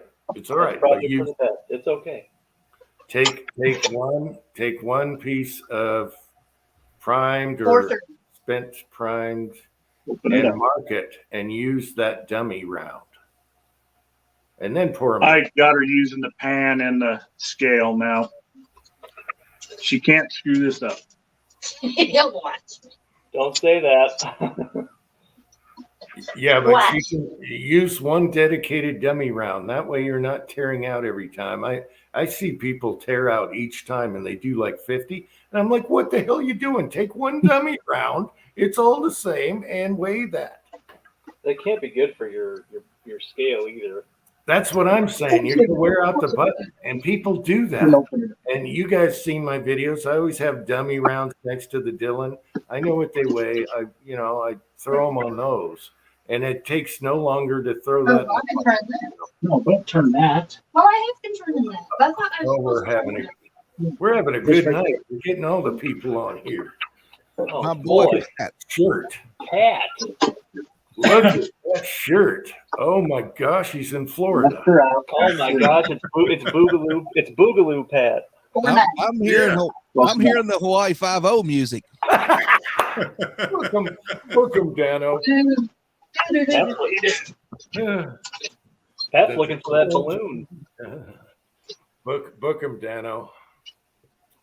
Yeah, I don't know if anybody wants to shoot these when she's done because she did have a shot of fireball earlier.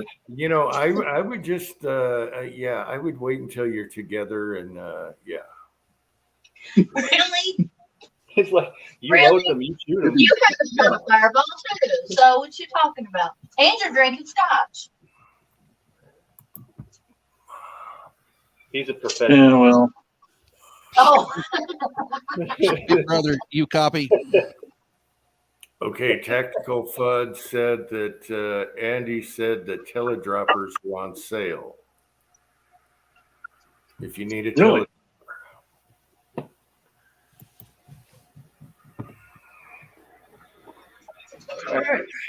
That's the Frankfurt Arsenal and teledropper. Okay, you cannot give a definition using. Okay, it's like my this Charge Master over here, Thank you. except It's cheaper. enclosed. Except cheaper. Okay, it's enclosed. Yeah. Made from the same company in China. It's just a different color. The same company that makes hot air balloons. Because I mean, I want stuff made by that company because they make some pretty good shit. Like, apparently, you can't shoot those down. Montana's trying. Yeah. Well, wasn't that thing like 60,000 feet up in the air? I mean, No, it was actually pretty good.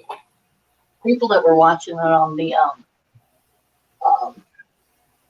FlightAware Mm-hmm. were watching other reconnaissance planes, U.S. reconnaissance planes, and they were all at 20,000. 20,000 feet. Yeah. That's Wow. fair. I mean, hell, I could be on top of one of Montana's mountains and get it from that. That's all the higher it is. That's within 9mm range in Utah. Yeah. Jim could just go up and sit on top of his, that hill out back of his house and hit it with his Tommy Hawk. That's all he needs to do. Engine blood. I would like to get in a biplane and have flown up beside it and just shot out the window. The open top biplane just shot as I go by, like a few pad drive-bys on it. Thanks, Thor. Yeah, so Pat, what's going on? Oh, I'm up here in Vegas enjoying the retired life. Oh, baby. Yeah. There you go. So I came up. I got Sylvia here, and I shoot her upstairs before she got to talk to Pam because me and Idaho would probably be in deep trouble. Why would Pam convince Sylvia to do something, or I don't know what you're getting at? Oh, if our women got together in the background and got a little bridge club or something, we'd all be in trouble. Okay. Bridge club. Because I can handle you by yourself. okay? If I let anybody give you any ideas or a co-conspirator, I'm screwed. You mean like me and Denise yesterday? Yeah. The most expensive gun any of us have only costs $280. You're right. That's my story. And actually, $2 yards Oh forever, no. right? Oh boy. Uh-oh, what happened? Oh jeez. Oh, Sylvia's here. Hi, Sylvia. Hi, how are you? Hey, Good, how are do you feel the need for a man to tell you what to do? Oh, please. This is not need gonna- a man. Nope. Sylvia, I live by the man is the head of the house, but the woman is the neck. And I can turn that head any way I want. God damn. Yes. You know what? This Pat's vacation. Preacher, don't you be using that in your sermon this Sunday either. I can see the gears moving there. So much for wife- a happy vacation. My My wife wife's says in the living room. I can talk real tough right now. My wife says I'm the ass of the house. Yeah, that's a good one. That's a good one. You can be one too. Oh, Have I ever told you your cooking is delicious? She's gone. No, now. you haven't. Then why are you still doing it? That makes it easy for me. No breakfast. I'll make myself breakfast. She really is a good cook. oh, awesome. Well, we were having sex tonight. She made some prime rib the other night that was pretty damn good. Ribeyes. Ribeyes. Go ahead, brag about yours too, honey. And then we had barbecue ribs the night before that. I may never want to drive truck again.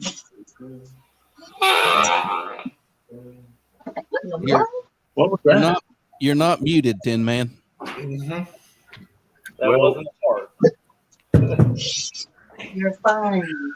We were getting armpit shots for a minute there, but that went away. I'll give you whatever you want. Hold on, let me see if this works. Oops. Device not detected. I think he bumped into something. I love your banjo guy, by the way. Yes. Donnie's one of the best. I keep telling Donnie I need the dueling banjo thing off Deliverance. That's what I really need. Yeah. Jamie just made it in the door. And every banjo player knows how to play that. Yes, they do. That's what they learn on. Or get to, yeah. He's That's, going. that's when they know they're there. Oh. All right, my mouse didn't screw up anything. All right, Tin Man is back. Hang on. Cranky's in the chat. I got to give a huge shout out to Cranky and his Philadelphia Eagles going to the Super Bowl, and they're probably going to win this thing this year. Wow, you're actually admitting that after the Cowboy thing. They are. They're probably, yeah. The Cowboys are the Cowboys. They will never fail to disappoint ever. I hate the guy who like has the well-trimmed hedges and manicured edging and all that. That barrel is too clean, way too clean. That's way too clean. You'll you need to shoot that thing. You'll That's have to shoot that OCD. 5 or 6 times to get it to hit right. OCD. Now he's got to foul it all over again, Tin Man. He probably uses a whole roll of toilet paper every time he craps. What's he using on that thing? Baby wipes? Well, that's what Pat uses. That's a fact. Hey, it works. It's not only for black powder. I'm here to tell you. We had a big old bonfire of baby wipes when Pat was over. It's good for black powder. Yeah. Especially when you have to clean it and swab it every 10 rounds. Hey, you want to make me full screen again so I can actually see what I'm doing? Oh, thanks. Yeah. Uncle Jim 3. Uncle Jim 3. There's some lint in your chamber. Wow, look at all the wear between the.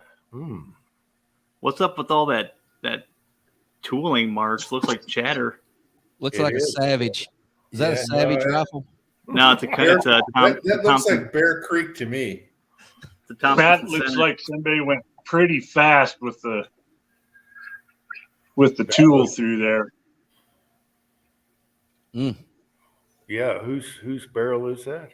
That's what you call a corduroy barrel. Looks like corduroy pants to me. Probably fishes when the bullet goes through them. That's why. That's Thompson Center, baby. Thompson Center. That's what the mountain men shot. That's old technology. They probably cut that flint rock.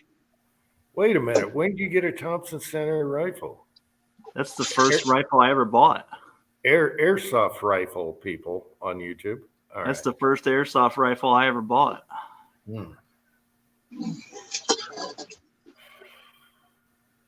I might have to give it another go.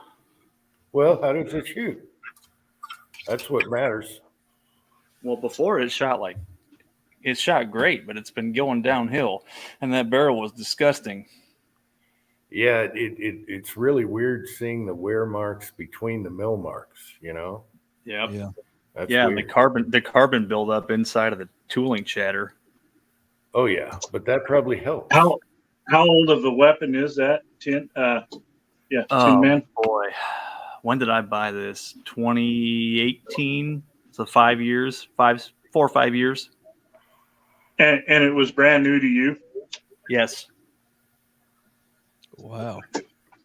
But the tooling chatter, I really don't care about that, because this rifle will shoot a 5-shot group at 3/4 of an inch at 200 yards. I've done it. So let's be honest. It ain't the bullet that wore that rifling out. It's the brass brushes. He's been running through it 87 times after every trip to the range. That's where you're wrong, because I use plastic brushes. Leave that kind of. I use nylon brushes, and this is the first time I've ever brushed it. So it's pretty bad. All right, let's see. Jamie is here and Doug Galt is here. Hey, guys. And Cranky, yes, I think your Eagles are going to do it this time. Yes. Rallis, this is that cheapo Amazon test long bore Bring scope. me the new wall art. Why is it in my cooking area? Because it's actually works tool really bar. good. I can move it in there. How much is that Amazon bore scope? This one was, I think, $99, but I had a $25 gift card, so it was like $80 after taxes. Man, that's cheaper than one colonoscopy. And like I told Tin Man, if I had one of those bore scopes, it would drive me crazy after that. And no, we're not going there. That's the point it's going to get to, because I'm going to do this to all my guns. You're going to go OCD. It'll drive you nuts. It's better not to look. That's my I just want to make sure I got all the crap out of here. Stick that in the chamber, get light shining on it, and look down from the end of the muzzle, and that's your bore scope. Yeah. That's the way George Washington did it. That's the way General Patton did it, and that's the way the preacher does it. It's also good if you're buying a used gun. It's also good to have your flashlight with you and a piece of paper. Yep. I want to see what it looks like without the mirror on it. No, put it back. It looks like Tin Man. Oh,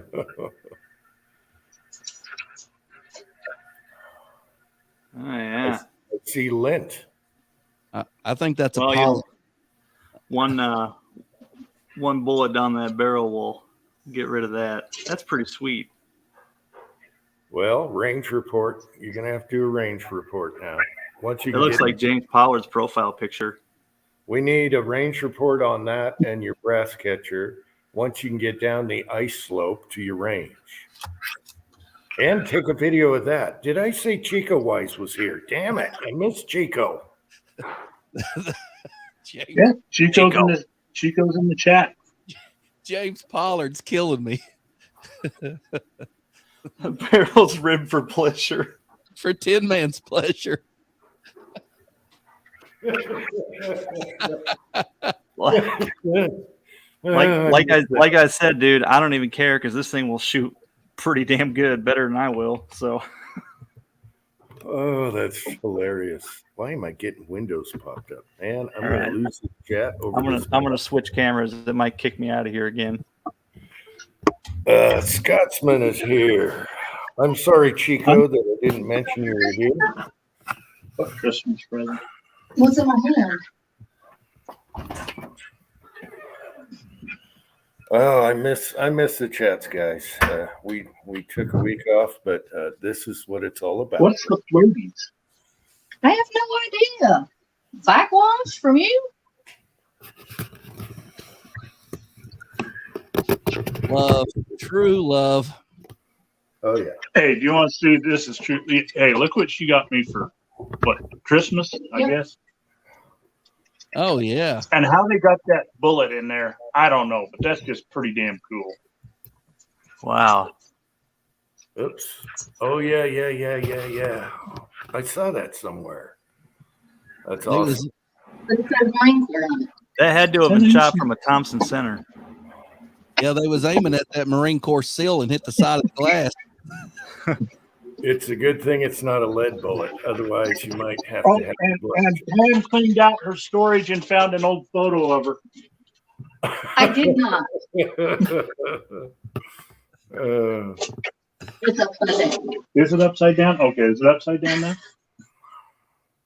Is that That's from my brother and his wife. That's going on the over the top of the bar. No, it's not. Well, Yes, it is. At least that's one thing that's YouTube approved on this chat. Yes. I think that needs to go across the top of your windshield in the truck. Tassels hanging off the bottom. Oh no! Oh, preacher. Nobody is going to believe a woman that good looking is going to be in a truck. Nobody. But they believe that I'd be. I was okay. I don't know.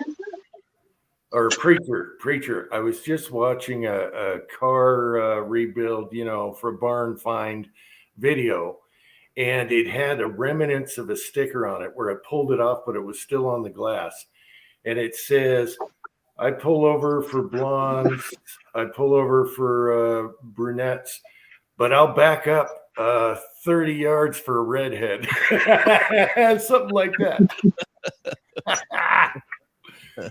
I was watching an old rerun of the TV show Cops right before I got on here, and they pulled these guys over like at 3 o'clock in the morning or something, right? They had dope on them. They had open beer in the car, they had all these drugs, and they had a "What would Jesus" sticker do, "What would Jesus do" sticker right on their back of their and the cop was looking at that, and he goes, he wouldn't be driving around at 3 o'clock in the morning with open beer and dope and all this stuff. And the other one goes, people put those on there to throw us off all the time. Oh, it's hilarious. Well, bumper stickers Or could be a big thing. Yeah. Or the fish on the back of the car. Yeah. Mm-hmm. I've got the Marine Corps license plates. That just screams, pull me over, I'm up to no good. Yeah. I'll be right back, guys. Oh,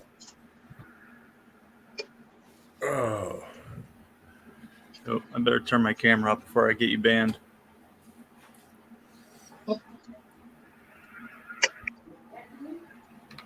What's that here? Oh yeah, every chat's a good chat. What you packing tonight, Pat? We are packing in honor of Sylvia and Pam.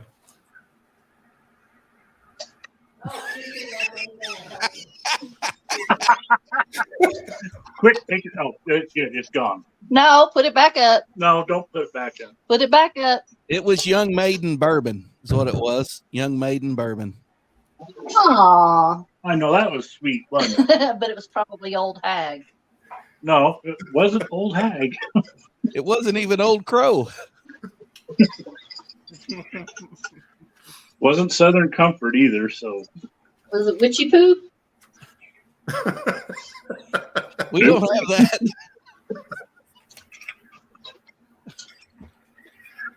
Yeah, What? Preacher, how you doing? It's good to talk to you. I'm doing good, Pat. Doing real good. I was just thinking, where are the neighbors going to go get their fishing lures now that they don't get hints about what dam to stop by? I'll do some fishing videos away from the house, but I'm not doing any more around here because I go back to the pond. I've done a lot of crappie fishing videos in, and there's lures in the trees. And nobody even knew those ponds were there, and now people are in there fishing them. So, yeah, they're not fishing them; they're fixing the lures in the trees. Look who's in the side chat. Josh. Mm-hmm. Everybody, give a shout out to Josh. Hey, Josh, you gonna be good? In the side chat. Potential brother-in-law material. The Arkansas State Police videos are rocking. There's been some epic car chases by the Arkansas State Police. I mean, if you Google those or just get on YouTube and type in Arkansas State Police car chase, there's one guy that runs off the road. His car goes up in the air, does a complete end over end flip, lands. There's another guy that ran off the Interstate 30, and he tries to get out of his car and take off running. And a game warden, no, I take that back. He's in the ditch driving down Interstate 30. They've ran him off the road. This game warden drives up beside him in a game warden truck. He's going about 100 in a truck. Rolls the window down because game wardens don't have to play by the same rules as the state police.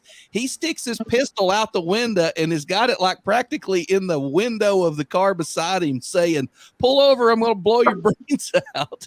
And the guy finally shuts it down. There's all kinds of crazy cop chases in Arkansas. What I don't get about that show, Cops, it's always in a trailer park. The old gal calls the cops on the boyfriend. He whooping on her or something like that, and she meets him out in the driveway, tells him, "I want you to arrest him." So they finally arrest him, and then she goes to bawl and is like, "No, don't take him away. I love him." What is up with that? Yeah. That's stupid. I'm glad you said it. Yeah. Well, there's a term for a husband. Was that Sylvia chiming in? Oh, yeah. Only when it comes to men. Yeah. We all take up a collection and get Idaho and Pat some headphones so that their wives can't hear what's being said. All I have to do is go upstairs and put the chat on the big TV.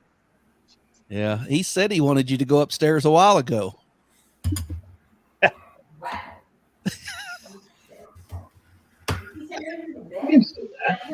It's like, oh, did he?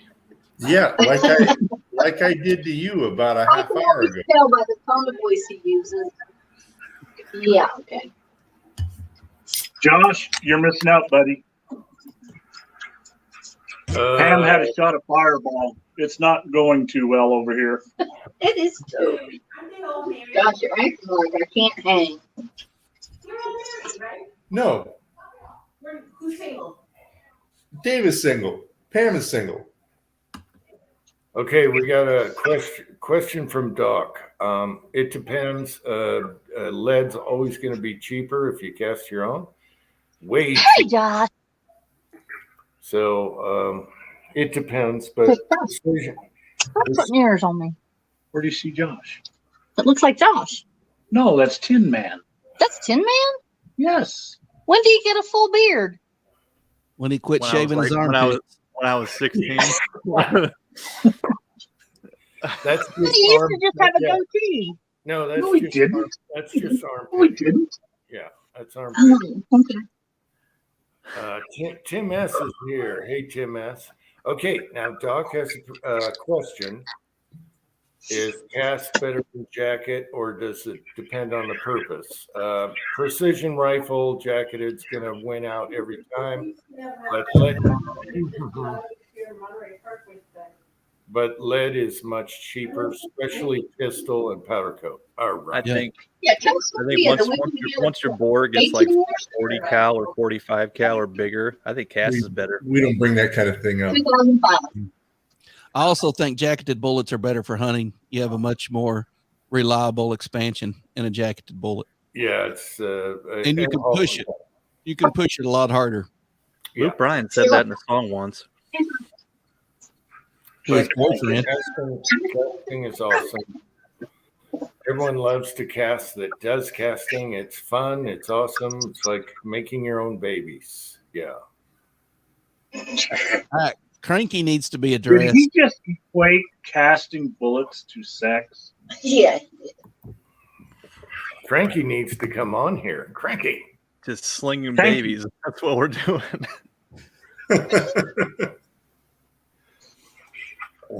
Cranky's been challenged so many times. He hides behind his wife and he says he can't come on, and he's never made a fishing video. And I've invited him to go fishing. I've even invited him to go snipe hunting. He wouldn't take that offer either. All he wants to do is invite me to go watch Luke Bryan with him. So, I mean, didn't you just catch a big bass? Didn't you just catch a big bass recently or something? Because I caught a bunch of crappie, big crappie, and Cranky was jealous. Oh. It's like snipe hunting. You go to the lake, you're watching the submarine races. I've never been to watch submarine races.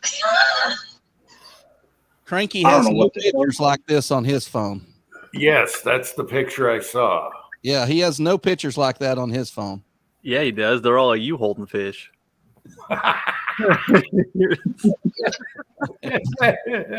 Oops. Hang on. They're all you holding fish. That was good. Cranky's gonna kill Tin Man. Yeah. I'll hold it for him. Doc, if you ever let me get this off the screen. Hang on a second. I got another one for Cranky. Okay. Am I still up there? Right now you are. All right. 30 at 6, 200 wing mag. What? Green more. Oh, they should have used what's her name on that. Remember the hairy chest where they caught what's his name? O'Donnell. Yeah. Oh, that picture with her. With Rosie O'Donnell. Yeah, the one where they caught Gaddafi. Who did they catch? Yeah. I don't know. It was Gaddafi or somebody, and they put it on his. They put her head on his chest. It was hilarious. That old hairy chest. Yeah, he's like got a bathrobe on. That old hairy chest. It was hilarious. That was Saddam Hussein when they drug him out of that wormhole. Yep. Okay. Thanks, Doc. Thanks. Rosie O'Donnell. Appreciate it. Wow, cold-hearted bastard. Put out a good word for you. What Yeah. TV? I'm so pissed off at it right now. I'll do it tomorrow. So, I can't even do Doc, it.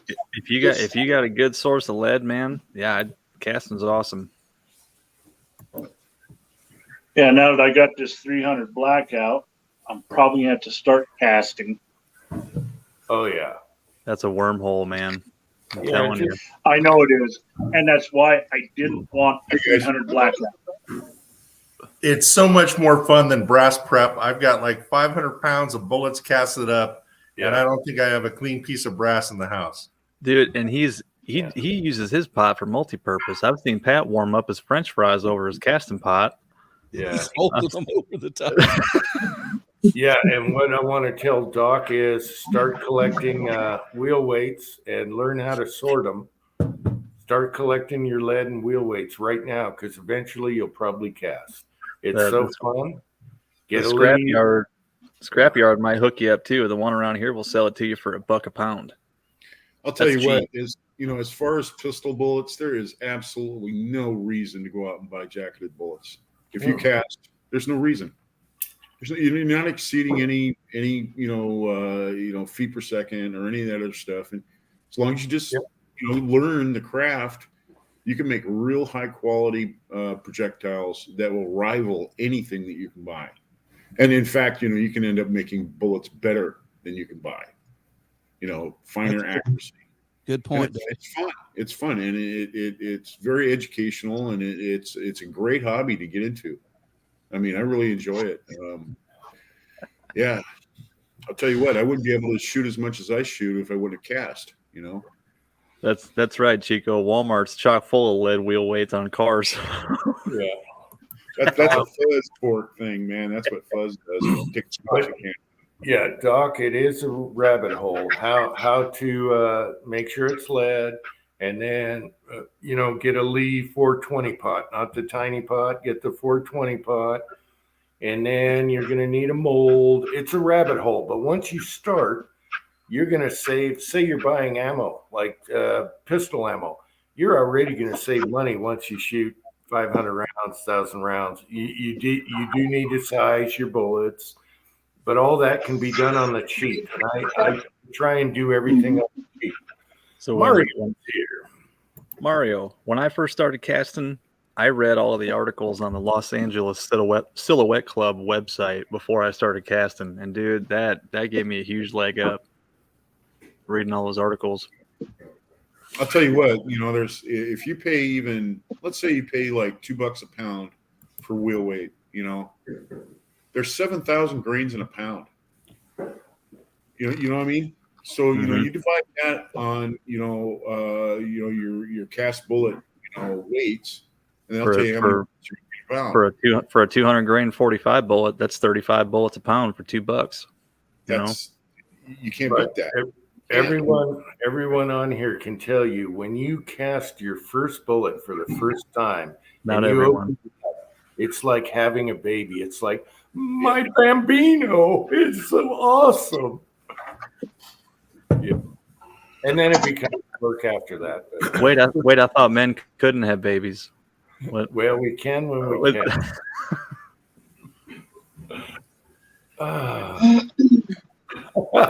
Mario, just don't cast on a glass table. Number one rule. You can't Number one piece of wood over it. Never ever come into the living room with shot in a container that does not have a lid on it. No, never do that. You are running a huge chance, because when you spill shot on the floor, it splatters everywhere, and it'll take you 5 years to get rid of it. Especially on carpet. If I move one jar, I find shot behind it. There's shot everywhere. It rolls. Shot goes everywhere. It rolls and rolls. Yeah, it does. Every once in a while, I'll be walking across the living room here, and I'll hear this little piece of shot rolling across the floor, and it'll go tick tick tick tick tick tick down the stairway. So at least I know where that one went. Yeah, but what's harder to clean up, shot or glitter? Glitter. Yeah, glitter is pretty hard to get rid of. Glitter is impossible. I still be right got back, fellas. Yard. Oh, Chico, I'm jealous. I went to 2, maybe 3 thrift stores today with Sylvia. No pewter, fake pewter like crazy. No pewter. The only thing that they had a pewter goblet behind a glass case, you know, but no $1 pewter down here. I saw reference to that preacher. What was it? Have you seen that before? I saw reference to that on the 5. He was making jokes, and it was something to do with what they weighed. Oh, it was hilarious. Oh, on The View, you know, he was talking about. Oh, it was hilarious. Yeah, the picture you just showed me as a street person. That's all I got to say. All right. Sorry, guys, I interrupted. I got a text from preacher.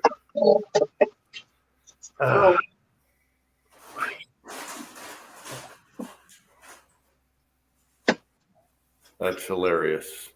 You're not drinking your fufu. Yeah. Yeah, is Doc, as far as casting goes, I learned all mine on YouTube, Elvis Ammo, guys like that.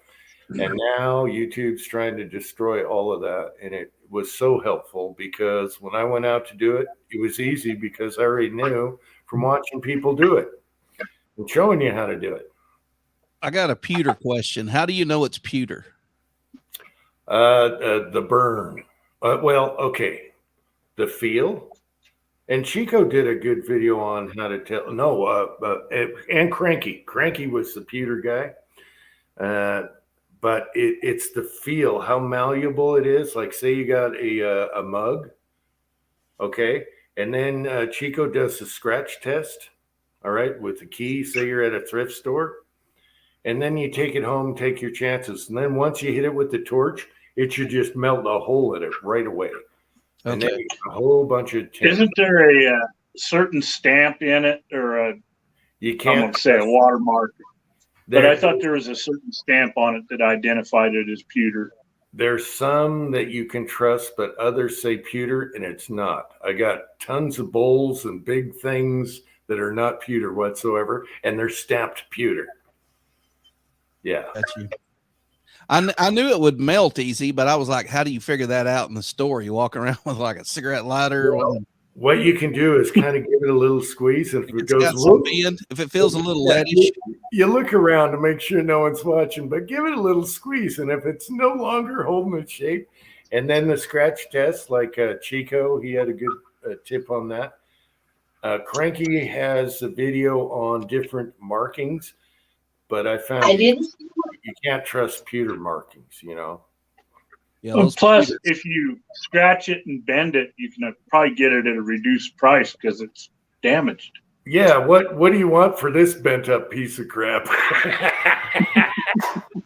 Yeah, and then they walk around the end of the aisle, and you're over there going, trying to fold up a salad plate.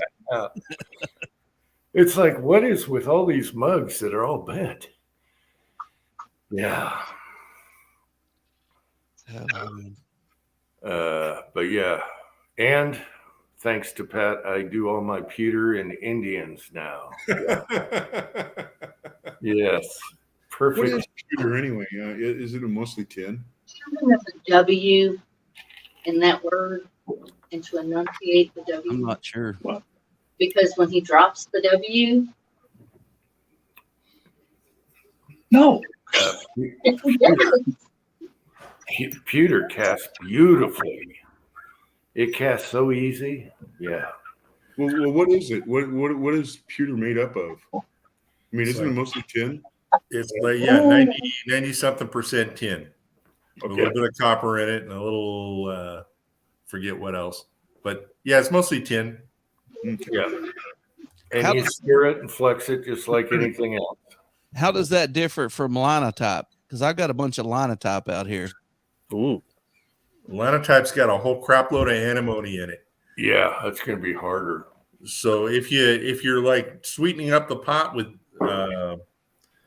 tin, it makes the bullets more malleable, less likely to shatter.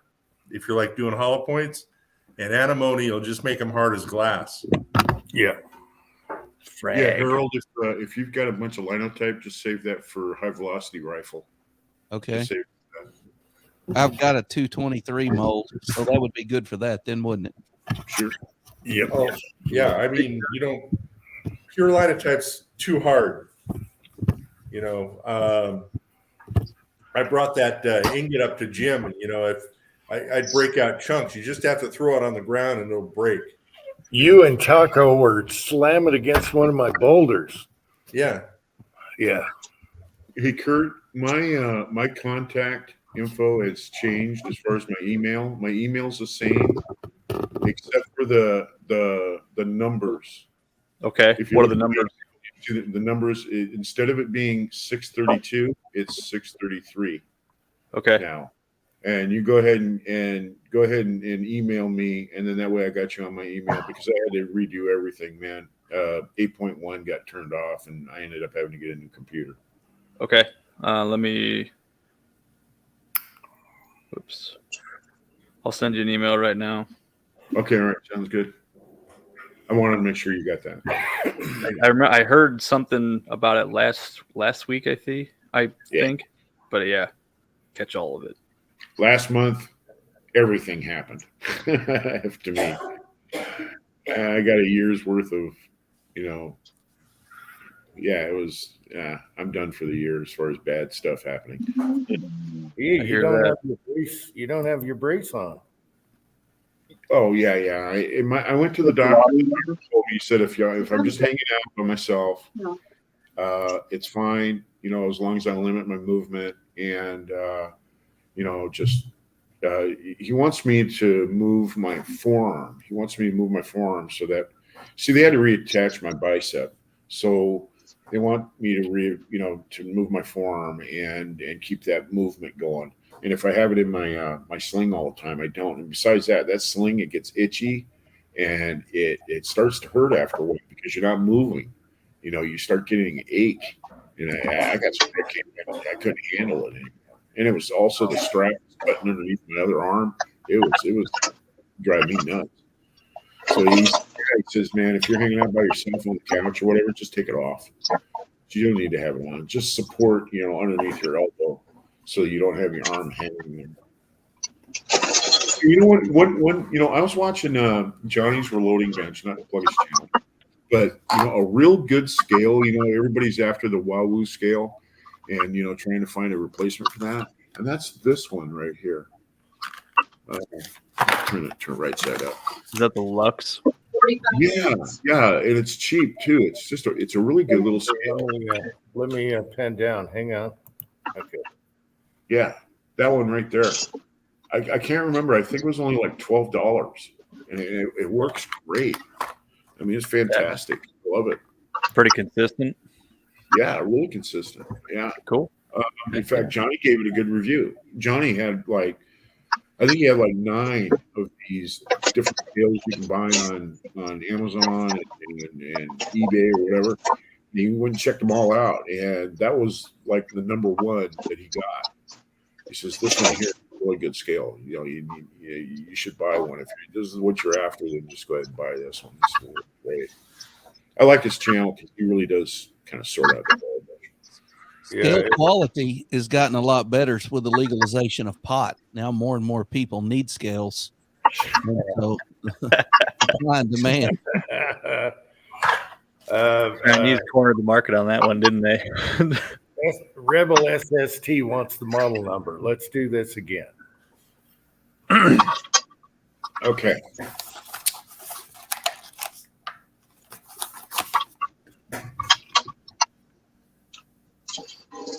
All right, let's see a UPC code or something on that one. Yeah, the side should tell you. TRU way.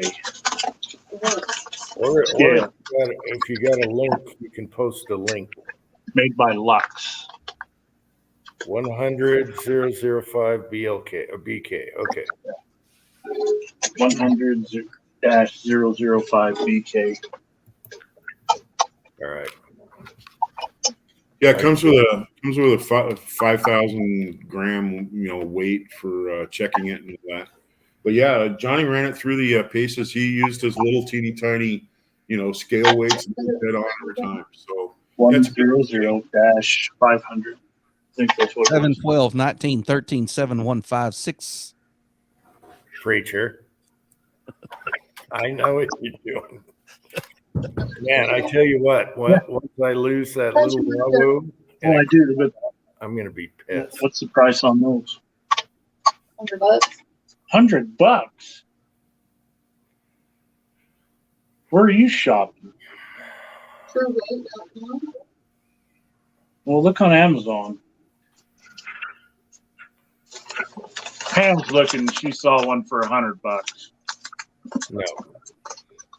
Yeah, I wouldn't pay $100 for this. Like I said, I think I got mine for like $12. Idaho, you ate $100 worth of prime rib the other night. What are you worried about? It's all that money I make driving that truck. Excuse me, I want the ribeyes. All right, Pam bought the ribeyes. It's all that money she makes selling propane and propane accessories. I'm barely. No. Ribeyes, you're killing me. Ribeyes. Oh man, I love a good ribeye. Hey, but those ribs, you did some barbecue ribs. They were pretty dang good. You still got some of those left over too, don't you? $16. 16. Yeah, but I don't know who makes it. True Light. Nothing like a good Zen rib. Oh, that sounds like a knockoff because I think the one he was showing was made by True Lux or True Way.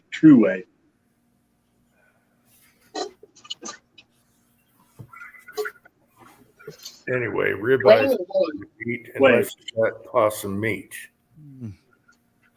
Possum pate. Once you grind it and cook it down. Okay, Reloader 762 All right, said Reloader found one for $32 on Amazon. Harold's like, the secret is don't skim the fat off. You gotta render it.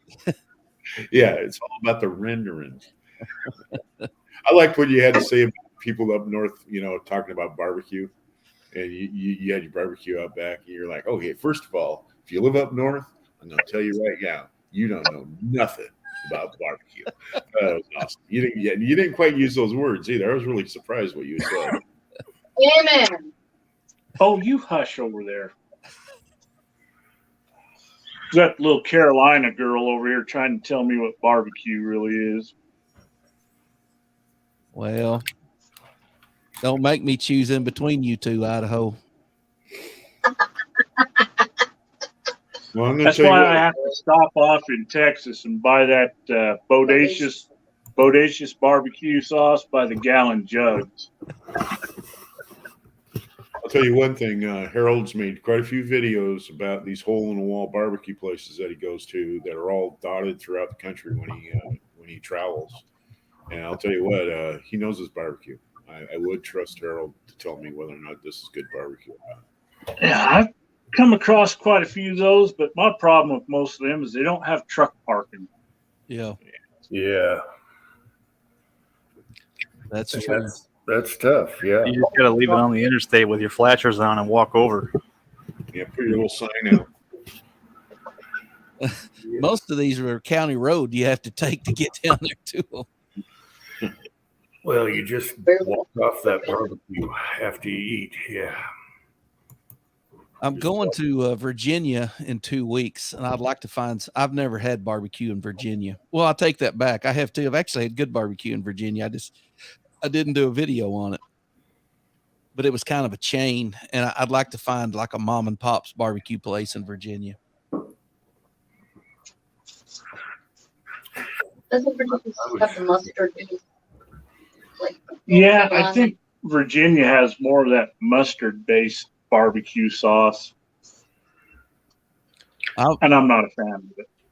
In Roanoke, Virginia, I ate at a place called Mission Barbecue, and it's ran by a group of veterans. They actually had a 2.5 truck sitting out front with a smoker built on the back of it. And I thought that was really neat. That's what caught my attention. I would have stopped, at just a chain barbecue restaurant. So I go in there and I get my my plate and I sit down and I'm fixing to eat it. And this lady comes over the speaker and says, would everyone please stand for the singing of the national anthem? So the whole place stands up every day at noon, which is right in the middle of lunch, and everybody stops.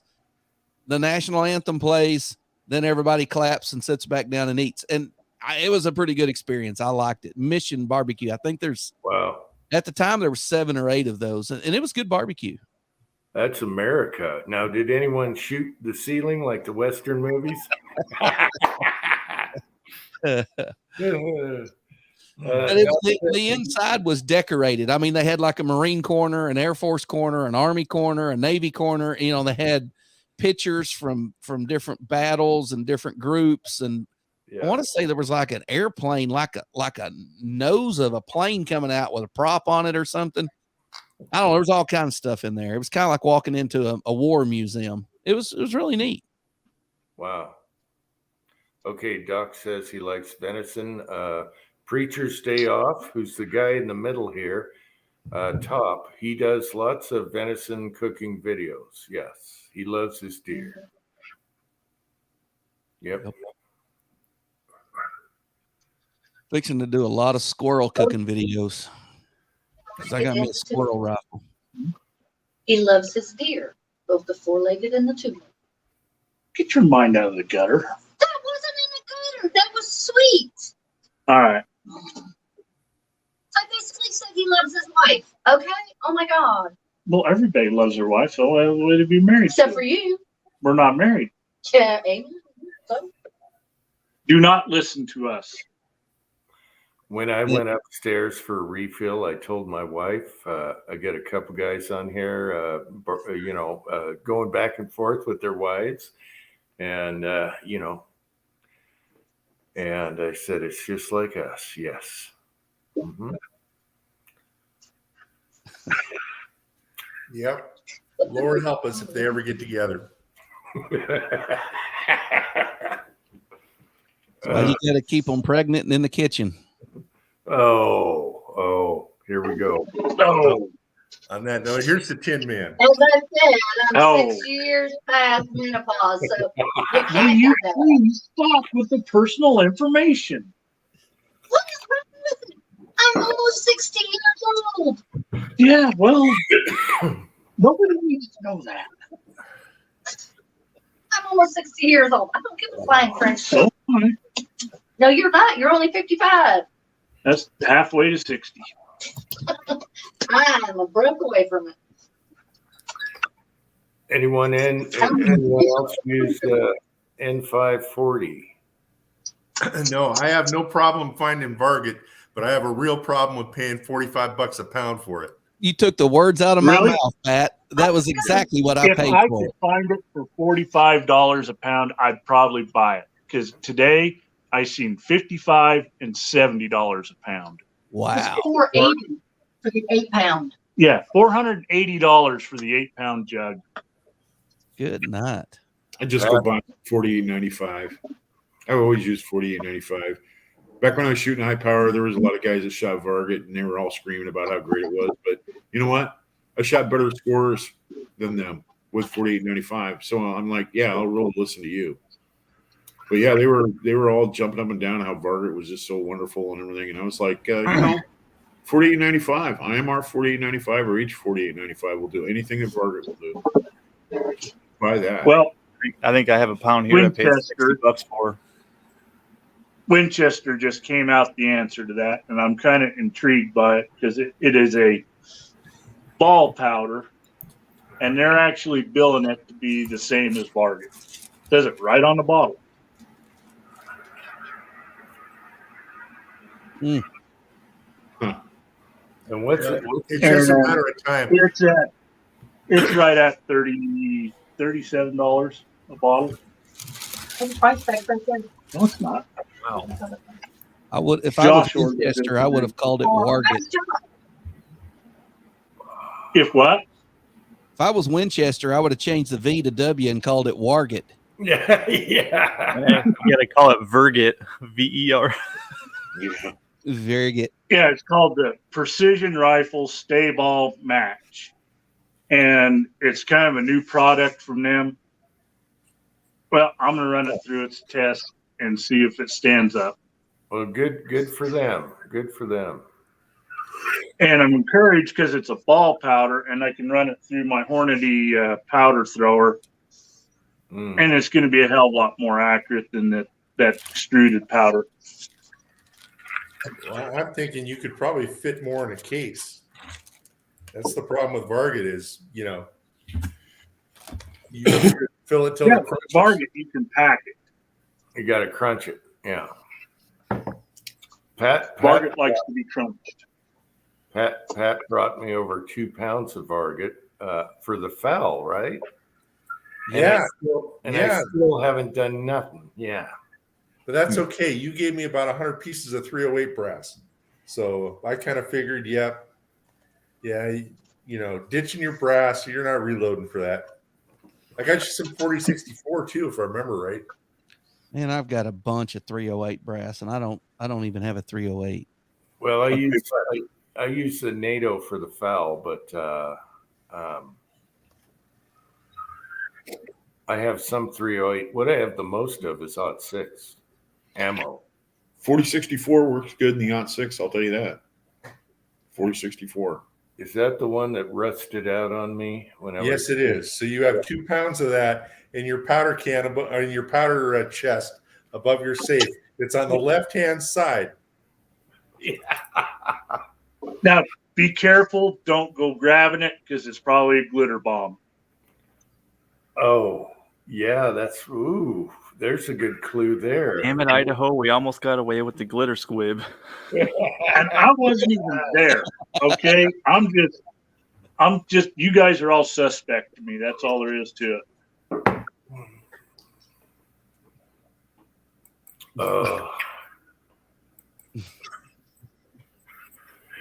Funny stuff, people. Oh, man. Good stuff. Preacher, tonight the beast is fighting. It could be over by now. I don't know. Derek Lewis? Yeah, the Black Beast. Oh, that dude's got power. That guy is funnier than hell. Oh, hilarious. Hilarious. When Joe Rogan's interviewing him that time. He went in for the weigh-in, and he's got the beer gut and everything. And a girl reporter said, "Man, you're looking good." And he goes, "It's all in angles. You're a woman. You should know that. It's all about angles." You gotta love the Black all Beast. about the angle. Joe Rogan was interviewing him one time, and he said, I got to get out of here, man. I got to take these shorts off. And he said, "Why do you have to take your shorts off?" He said, "My balls are hot." That was at the end of a fight, and like the whole crowd's watching. That was his solution. Yeah, and another fight right after a fight, interviewing him right there in the octagon, and he goes, "I got to go take a dump." You gotta love the guy. I'm going to say that to end my conversations from now on. Hey, I got to go. My nuts are sweating. That's what he said. He said, "I got to get these shorts off." Joe Rogan goes, "What's the matter with your shorts?" He goes, "My balls is hot." And he did that in front of thousands of people. Thousands of people. Yeah. And they all just went nuts. Yeah. It was hilarious. Oh, man. That You guy. gotta love the Black Beast. He's awesome. Just don't let him fight in Texas where he lives, because he always loses. Loses every time in his hometown. Mm-hmm. He fought for the title in his hometown and lost. Yeah, I know. Don't fight in your own hometown. Yeah. The guy's hilarious. Every interview. Refresh. What bottle are we on tonight? He doesn't The gold get label. either. Yeah. I'll switch to the cheap stuff. I'm beyond caring right now. Who's Karen? I'm beyond caring what it tastes like. Just fill my glass, please, and thank you. He just wants it filled to the bullet. All right. There we go. No, Easy when on the you ass. put the dice in, it goes to the top. 3 Easy on fingers the and a eyes. half a 30-06, please. I think it's a 308. Well, 30 it's the same damn thing. What the hell am I thinking? Yeah. Well, Jim, I think I'm going to bounce out, man. My pain medication is like kicking my ass right now. I'm having a hard time even concentrating on what's going on. It's good to see you, Dave. All right. It's good seeing you too, Harold. Keep me in All your right. prayers, man. Glad you got the brace off of there and looking good. All right. Harold, pray for my shoulder, man. I'll do that. All right. Thank you. All right. Thank you. All right. Take care, Dave. Take her easy, buddy. Yeah. All right. Have a good one. Here, let me post another link if someone else wants to come on here. It's good to have a chat, you know. Preacher, that just reminded me of your text message earlier. I about lost it. Yeah, what happened last week, Jim? Just wasn't feeling in the chat mood? Yeah, it wasn't chat mood, and you know, I feel bad because some people like listening or whatever they do, driving, whatever, and I feel bad. So yeah. Hey, I got home. I'm gonna make you feel bad. I got home Saturday, and I drove like hell just to get here to be part of the chat, and there was no chat. Yeah, I'm sorry. You know, that's all right. I had to dance with Pam in the kitchen, so that's on you. All right, I'm sorry. He's just sitting there in his mullet wig, just waiting. And you bummed him out. And the broad buster, he's just waiting. He's like slapping that buster. Hey, we got plans down here. Y'all gonna have to come to Idaho for a visit. We're turning the rest of this basement into a bar. Pool table. We got the naked girl picture for over the bar, but it's gonna happen. Optional stripper pole. You need at least one neon light. Yes.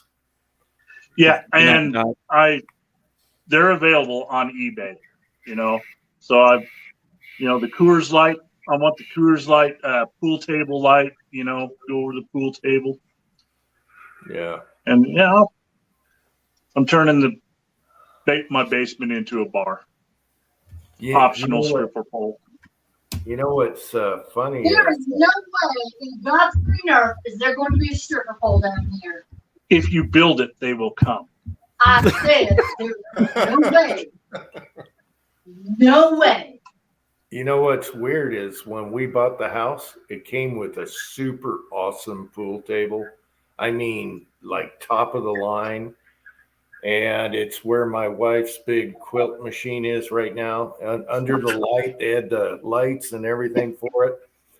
And it came with the house. And I get contacted by the guy that the people passed away, and it's the son. And he's an officer of some kind, police officer.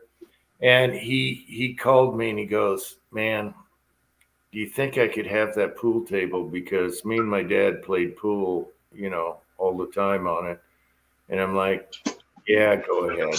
So he picked up the pool table before we moved in. He had something. They needed a crew to get it out of there. It was a big ass, beautiful. And I had to take the little racks down off the wall and everything. But yeah, I could have. I could have been somebody. No, man. I'd have said, nope. Sorry, man. I'm going to be the next Minnesota fan. Take care. No, it had the picture. It had the picture and everything on the sale of the house. Yeah, but I thought, you know what? Sentimental. Yeah, go for it. Take it. Every time I hear that old country song, I'm going to hire a wino. I'm going to think about Idaho in his basement. You remember that song? I'm going to hire a wino to decorate our home. Yep. The old Ham's beer clock. You remember the Ham's bear had wherever his hands was pointing, it said it's time for Hams. Oh, I would love to find one of those. Jim, you should have told that guy, "Are you sure?" Me and the wife already broke it in. Are you sure you want it back? Yeah. Yeah, when you get a new house, you got to break in all the areas. Yeah. Right. Hey, y'all want to see the look on Pam's face when she takes a shot of Fireball? It's hilarious. Cheers to you, love. Oh, yeah. I miss playing pool. I used to play pool all the time. And I'm Me like, too. son of a bitch. But now that I think about it, with my wife's thing and everything, there's no room for it now. But man, that would have been. You got a pretty big I garage. love to play pool. That's Yeah. always been my dream to have a bar and a pool table in my basement. But you're taking away the quilting area. Your quilting area can move. Well, tell Pam that now it's a quilting area. Yes. I got the quilting bench there instead. Whose side are you guys on? You want to come and visit a bar with a pool table or a quilting area? You know, if it's got a stripper pole, I'll come. But You're on, Pat. I tell you what, I haven't played pool for so long, I'd probably rip the felt right off the middle the first shot. No, You know, no, dude, you'd be surprised. It's just like riding a bike. No. they're amazingly available and cheap on Facebook Marketplace. They're everywhere. You could buy a pool table for a couple $100. About 5 years ago, I was going to show my kids how to break on 8-ball. I was like, dude, I want to rack them up. I'm breaking them. I reared back to hit the cue ball so hard. I hit this side swapped it. It went skidding over here on the side. I had to reach up and grab it. Watch this, kids. Yeah, I was like, let me show you how to break that 8-ball. I reared back and I was like, I was just gonna slam it. I hadn't hit it. Oh man, I was a complete idiot. Take notes. Yeah. Your old daddy used to run the table, kids. Watch this. It's like, There's a lot of screwed up pool tables and bars for a reason. Yes. Oh yeah. Ugh. Dude, I grew up playing pool at my grandparents' house it was just me and my grandparents. You know, my grandma would be upstairs messing around in the kitchen, and dad and grandpa would be out, you know, farming, whatever. I'd just be in the basement by myself, playing pool against myself. And for years I did that. Yeah. It's pretty cool. Yeah, I had a friend that's all we did was he had VHS videos of like Minnesota Fats, Willie Moscone. We would just watch them make trick shots, and we would sit over there and try to make trick shots. We would just watch hours of VHS videos. And then we discovered the local library had a whole set of videos on playing pool. We'd go down to the library and rent videos on playing pool and watch them. Well, that was a living. Heck yeah. Cranky. Where is why doesn't Cranky come on here? He wants Dude, he to needs to come on. in the side, but Cranky. we can't get it back. Yes. Cranky. See, Cranky's a big fan of the stripper pole. oh, I won't give a thumbs up to a video unless there's a stripper pole in the background. Oh, well. No wonder you don't reply to my videos. All right, stripper pole coming up. You want to see Uncle Jim man boob in a stripper pole? No. We've seen enough of you in your come underwear on, already. man. That in itself is worse than a stripper pole. That would be the next Uncle Jim with a black eye and a ripped up nose video right there. Oh, on a stripper pole doing the dance. Come on, guys. I got to. I remember that video. Dude, you did like 4 videos on that mini bike and how you were restoring it. Then all of a sudden, the next video you did, your face is all busted up and you said you tripped over the cat. I'm like, no, he didn't. He wrecked that mini bike so hard. Yeah, we haven't seen a mini bike video since. You notice that? That's right. He ate it.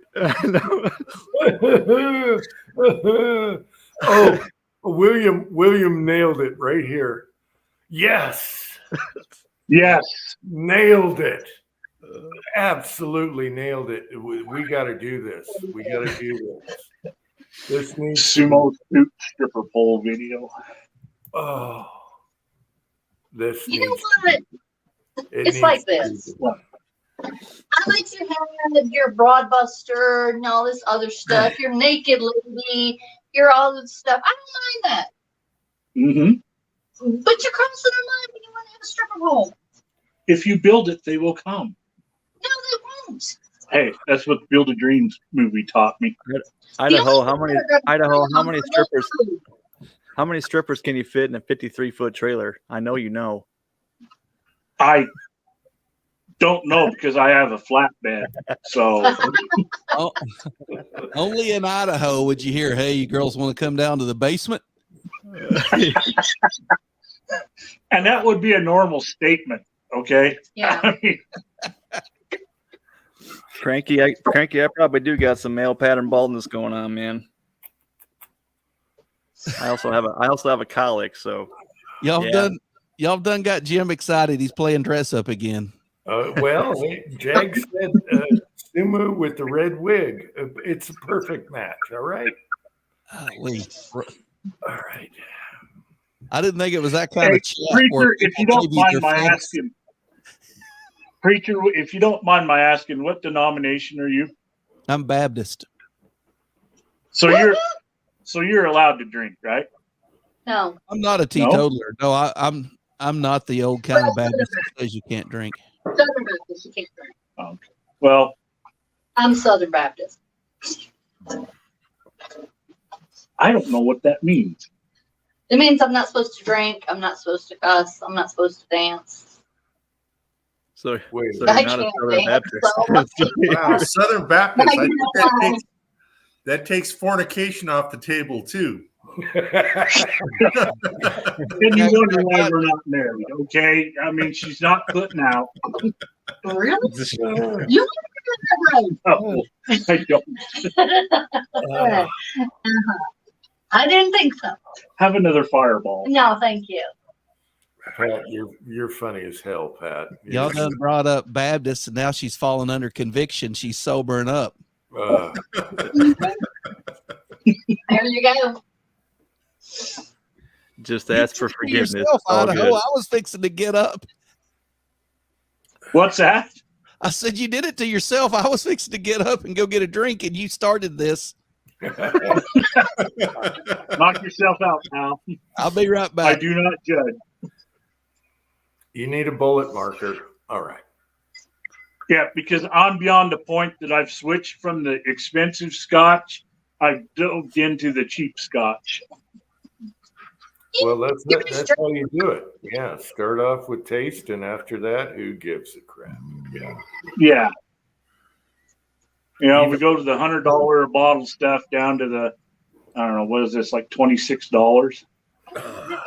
Is that the And I AK-47 still owe bottle? Cranky. I owe Cranky a fifth of whiskey because I admittedly, his Eagles beat my Cowboys, and I owe him. I know you guys had a rivalry. Yeah, I saw that game. Yeah. Just send it USPS. It'll be fine. As long as they don't open it. Christmas presents of Jameson. You sent Jameson through the mail? Yeah. Well, UPS. Allegedly. Oh my gosh. Pat. Chicken Floyd. Oh, look at this. Look at Covina's bar. Look at Covina's bar. Look at it. You got some catching up to do, Pam. No, I don't. If I get the stuff out of storage, it would probably rival that. But then you sit there and tell me I'm an alcoholic. No. Yeah, but all your stuff is tutti fruity stuff. It's not. Yes, it is. Hey, Pat. I thought that was an old record player. Pat, what is the dark bottle next to the Bacardi on the left? That one? Yeah.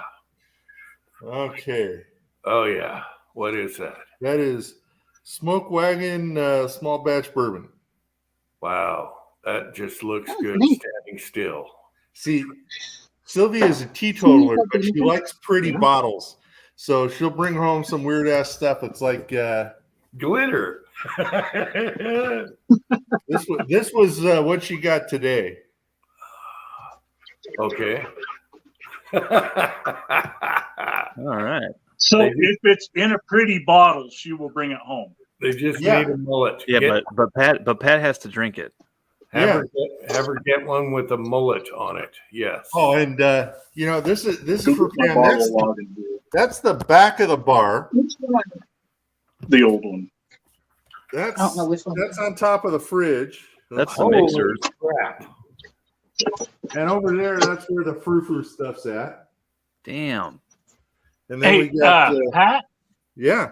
didn't you invite me to stay at your Las Vegas home once? Yes, I did. And like I tell everybody, should I bring any liquor or anything? It's like, nah, just open bar. I Pat, don't think anybody could drink me out of house and home. is that a Rudolph the Red-Nosed Reindeer picture on the wall above that? What is that? I saw the elf on it.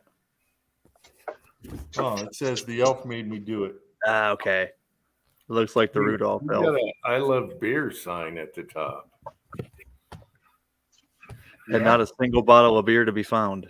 Oh no, that's That's the cases of beer down there. Yeah. okay.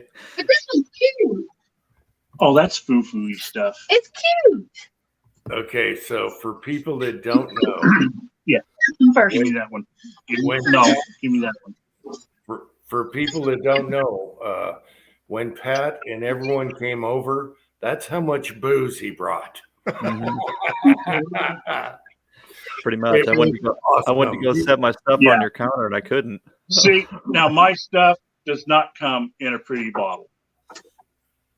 I can't blow that up. I can't read that. Let's find him right there. Okay. Oh boy, that peaty god awful Scotch stuff. Lagavulin? Is that what it says? A Google Allen. Where's the Scotsman? He was here earlier. He could chime in on this. The Guggenheimer. If I can't pronounce it on the first shot, I don't know. After that, who cares? Yeah, you don't have to be able to pronounce it to get sloshed. But you guys remember, Pat brought over a gigantic bar's worth of booze, and me and Cranky are taking shots on our. We found a favorite tequila, and me and Cranky are just hitting on the bitch all day. I forget what the name of that stuff was, but I think Chico's the one that found it. Yeah, Chico found it again. Yeah. Yep. George Strait tequila. What? George Strait makes a tequila. George Strait makes a tequila? Yes. That don't even sound good. Oh, Jim, when you come down, this is waiting for you. Oh. Damn. Awesome. Oh, bottle. Look at all the writing on that bottle. Yeah. Someone made a mold. Oh my gosh. All in Spanish. I can't when read it comes in a wooden box, Yeah. That's a hell of a glass mold, though. That's the screenplay from Silence of the Lambs imprinted on that bottle. Codigo. Holy shit. Was that Lingenfelter or something like that? The what? Billy That Grosso one Ripples. stuff, Lingenfelter? All right, Pat. Yeah. Codigo. There. I think we fixed the wiring problem on the van. I'll see you in a few hours. This is Pam's favorite. No, that's not my favorite. My favorite's Bailey's.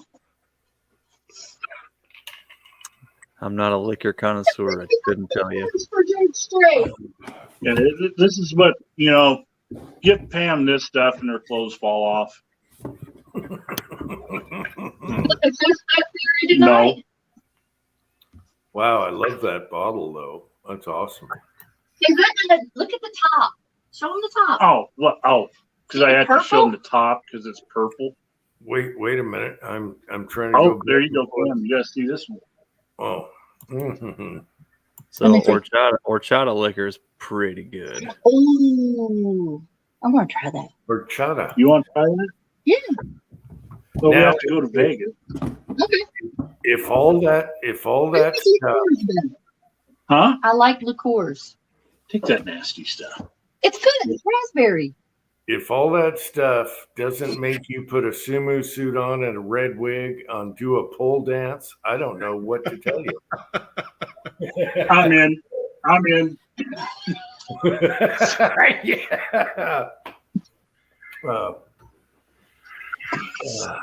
Oh, that would just never mind. See that. Never mind. You in a sumo suit and a pole dance. I'd be the best damn pole dancer you ever saw in your life. I've seen the Chippendales. I doubt it. Oh. Cranky, we got a spot. You got to jump on here, buddy. Yeah, Cranky is chickening out tonight. He just wants to side chat. Cranky, turn on the cannabis bucket and get on here. Yeah.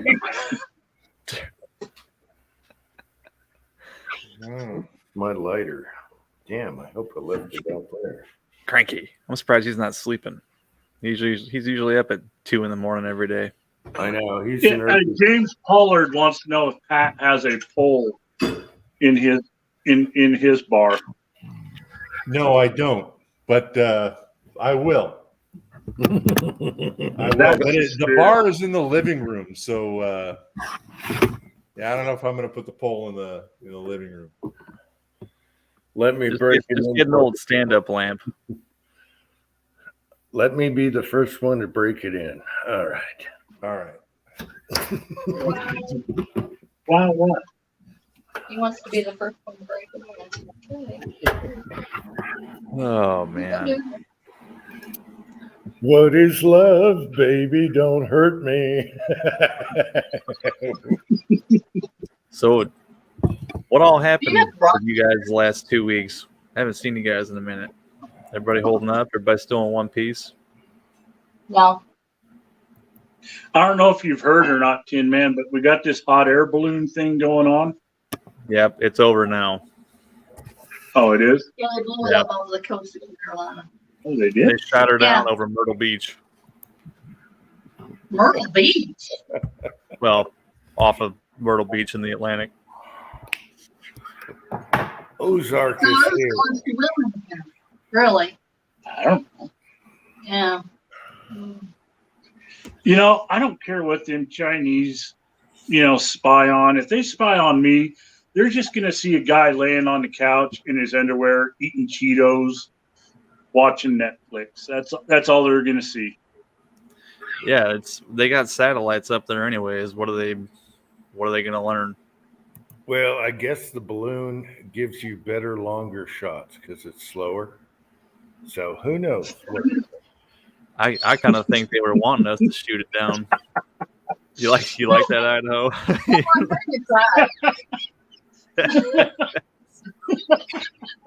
That was good. That was good. Montana tried, but they didn't have the reach.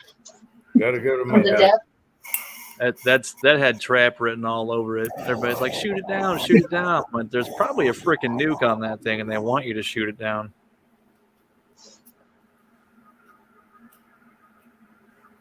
You do shoot it down. I never took into consideration that. That's a good possibility. Dude, you got to think it's those Chinese play the long game. Man. Yeah, that's a valid possibility. That's very valid. Never thought of that. That's probably why the Pentagon said no. Wait until it's over the Atlantic, in case it is a nuke. We can just go in the water and whatever. Yeah, well, we don't need them fuckers in South Carolina anyway. Excuse me, Green. Nothing wrong with that. What the hell do you think you're talking about? South Carolina. Oh, did I strike a nerve? Yes. Oh, you did. I like how your Southern accent gets strong when you talk about that. Then you pissed me off. I think it's the fireball. She needs another shot.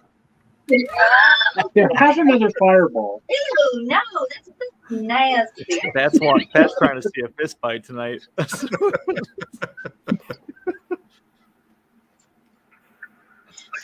Ew. Ozark's hunting tomorrow. Heck yeah. Oh man. What is it? I want to see what a 22-250 does to a coyote. Oh. I saw what a 243 did to a coyote from Preacher. That was awesome. Same thing a 2.2 Valkyrie does to a coyote.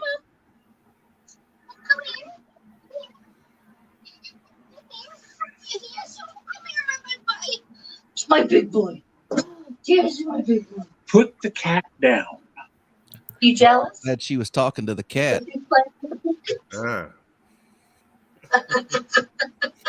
I hate this cat. I really, really hate this cat. I love this. This is the most used. This cat is afraid of mice. That's how bad this cat is. Oh, that's bad. That's bad. I can tell you what it does to an And the armadillo. dog is afraid of the cat.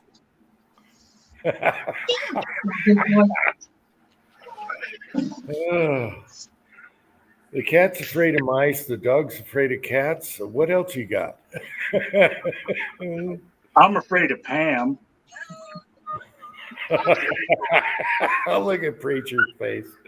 Because you won't marry me. You know I want to get married. That's what I'm afraid of. So, I don't know about you guys, but Alliant powder, you can't find it anywhere around here, like ever. Any Alliant powders are pretty scarce. I ran across this today, It's the same and I thing. jumped all over it. I found some unique today, and I paid through the nose for it. And it wasn't for me; it was for Josh. See, Shields wanted $48 for this bottle of powder, and it's like a 50-year-old powder that they've been making since 1964. Wow, which is ridiculous, but yeah, I paid for it because I wanted it. Well, your GG I'd like to find some Reloader 16, but it's give it up. I bought a 1,000 Magnum large rifle primers off my brother. He paid $70 for them. That's what I gave him for them. And he was like, "What are you going to do with them?" I said, "Well, I got a 7 mag." He goes, "You'll never shoot that 1,000 times." I said, "Dude, I don't plan on shooting it 1,000 times." Well, this guy called me. He goes, "Hey, you got any Magnum large rifle?" Well, yeah. He goes, "What do you want for it?" I said, "I want regular large rifle that aren't Magnum." And so he's like, "What are you going to get rid of?" I said, "I'll give you 500. So we swapped 500 for 500. So I called my brother up and I said, "Hey, looky here." And he goes, "What'd you get? How much you get for those?" I said, $35. He said, "For 500? I said, "Yeah, I traded half of that 1,000 Magnums you gave me." And he goes, "You suck." I said, "Bro, I was trying to buy 500 off of you and you wouldn't break the cake." And I'm like, "You got to learn how this stuff works." And I've been trying to find large Magnum primers for a long time. They had small rifle. Yeah, I haven't seen a large Magnum primer for a long time, and I'm down to like 1,000. Dude, in the beginning when all this crap went down, that's all you could find was large rifle and large rifle Magnum. You couldn't find any small pistol or small rifle, nothing. Now it's the opposite. Ever since the military switched over to that new fancy cartridge, does that take a large rifle, I'm guessing? Is that why? I don't know. The 277 whatever. Yeah, I can't remember what the NATO designation is, but yeah, that one. Yeah, supposed to have like 80,000 PSI or something. Oh yeah, steel case head.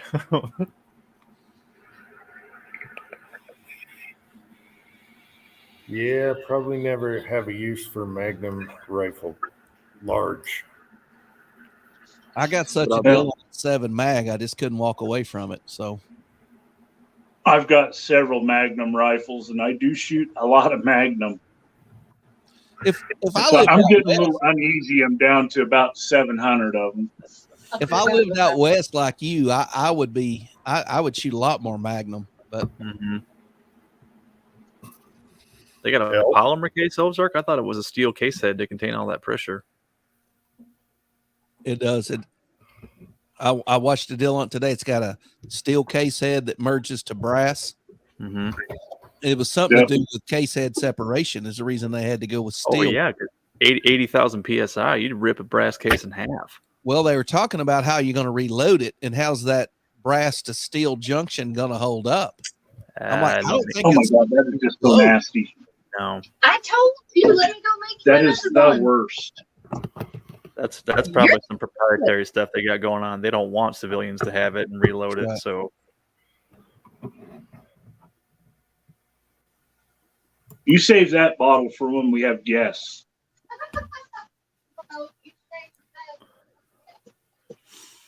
Paul, I've seen those stainless 9mm cases before. I think Loads of Bacon had some he reloaded. They're a 2-piece case. Kind of weird. What do you think of them? I couldn't get a primer, dude.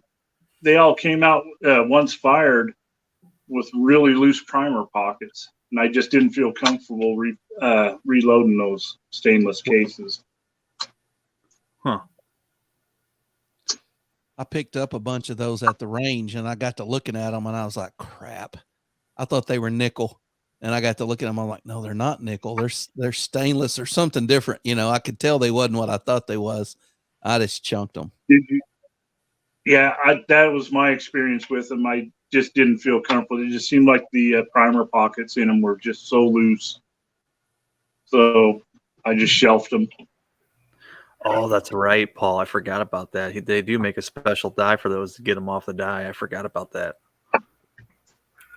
Let me quote. You need to remember one thing. What? In the West, you might say the worst for the guest, but in the South, best and guest rhyme for a reason. Because you always say the guest. Wait. Okay. Listen to you trying to teach me etiquette. Spring. Yeah. Oh, boy. What kind of stainless are they where you can pick them up with a magnet roller? Stainless ain't magnetic unless it's 4 series. That would be awesome if they put just a little metal in all brass so you could do that. Oh, yeah. Mm-hmm. It'd be awesome. Get them That all would mixed be in nice. steel cases. In the military, we used the magnet to pick up the links of a 60 belt. Yeah. When that was shot, you ran a magnet over there and got all your links off, and they went in a separate can. And then if we were shooting a bunch, I'd lay a poncho down to catch all the brass, and then we'd run the magnet over it, and then we'd pick up that poncho, and all your brass would fall out where the hood on it is. We'd hold that hood over a barrel and dump all of our brass in it. Nice. Wait, you actually fired firearms in the Air Force? I was a firearms instructor in the Air Force. Oh, okay. That's why you can shoot. All right. I taught the Air Force how to shoot. What are you talking about, Tin Man? Not in the Air Force, I was in the security forces squadron, and so we did all Air firearms Force training. is one step above the Coast Guard, and what a major step I it was is. actually a 60 gunner and a saw gunner. I shot law rockets. I shot 80 millimeter mortars. I shot Mach 19s, which are belt-fed grenade launchers. I did all sorts of stuff like that. I guess I shot every small arms there was. Getting hard, just never mind. Good thing the balloon didn't go over your area. Yes. Yeah, the funnest thing I ever did, I got to call in artillery fire at a live range. And so we would do our math, we would locate ourselves on the map. Then we would get our angle from where we were. We would estimate range. We would get a grid coordinates. We would call that in. They would fire. Then we would adjust from where they hit. And then we would call fire for effect, and they would dump the full load in there.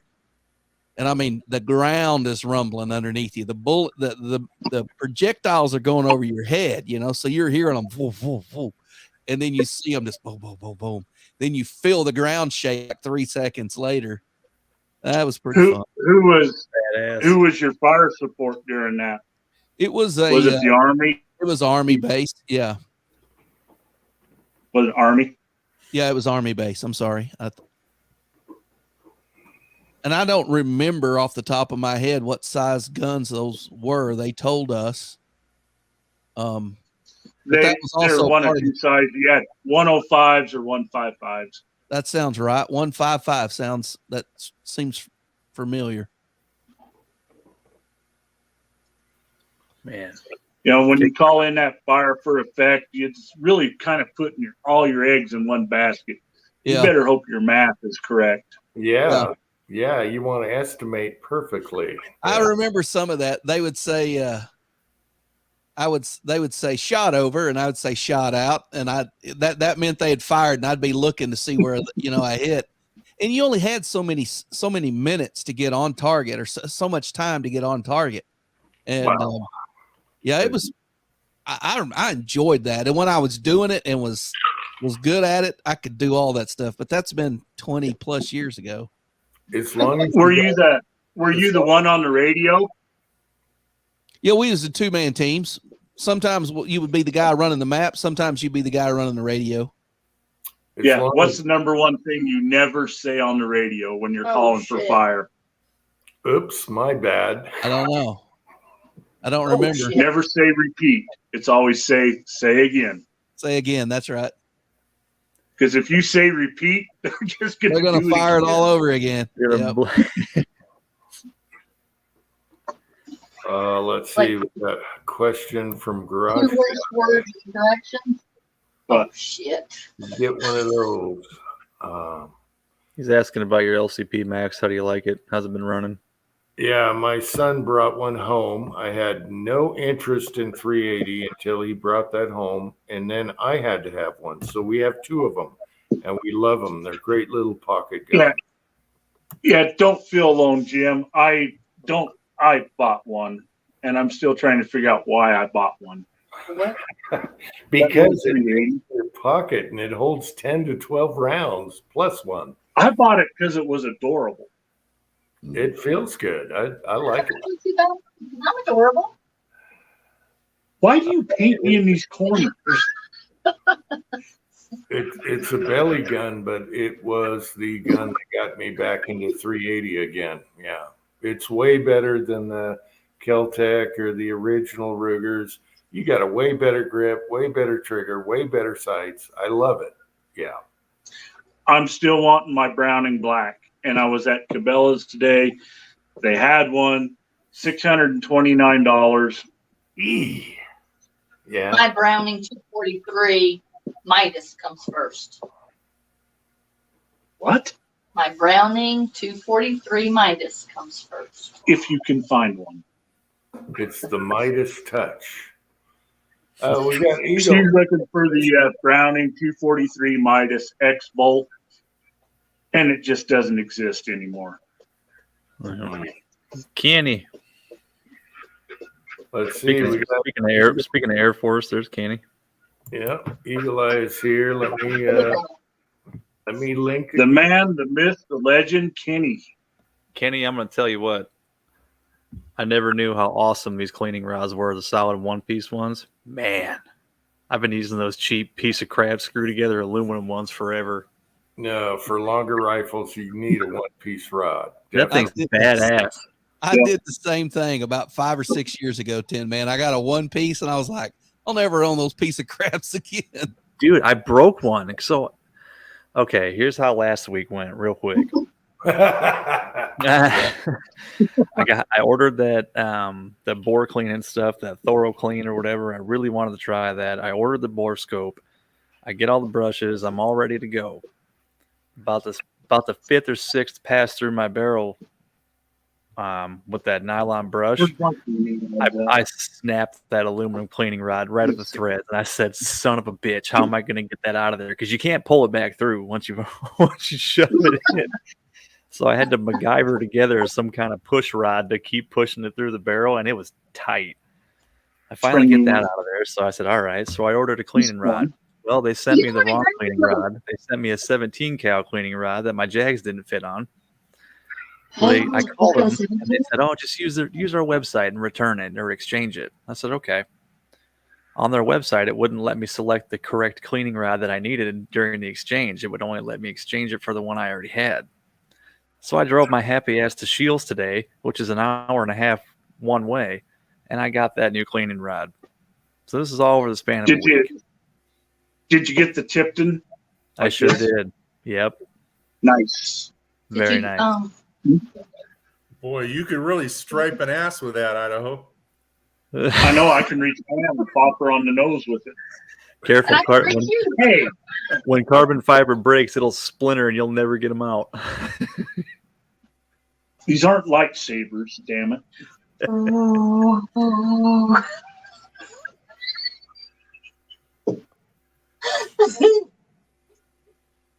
When it comes to Star Trek or Wars, don't mess with me. Yeah, well, Star Trek is better than Star Wars. They're both the same. No, they're not. Are. No, they're not. Oh, wow. Thank you, Tin Man. You know what? No.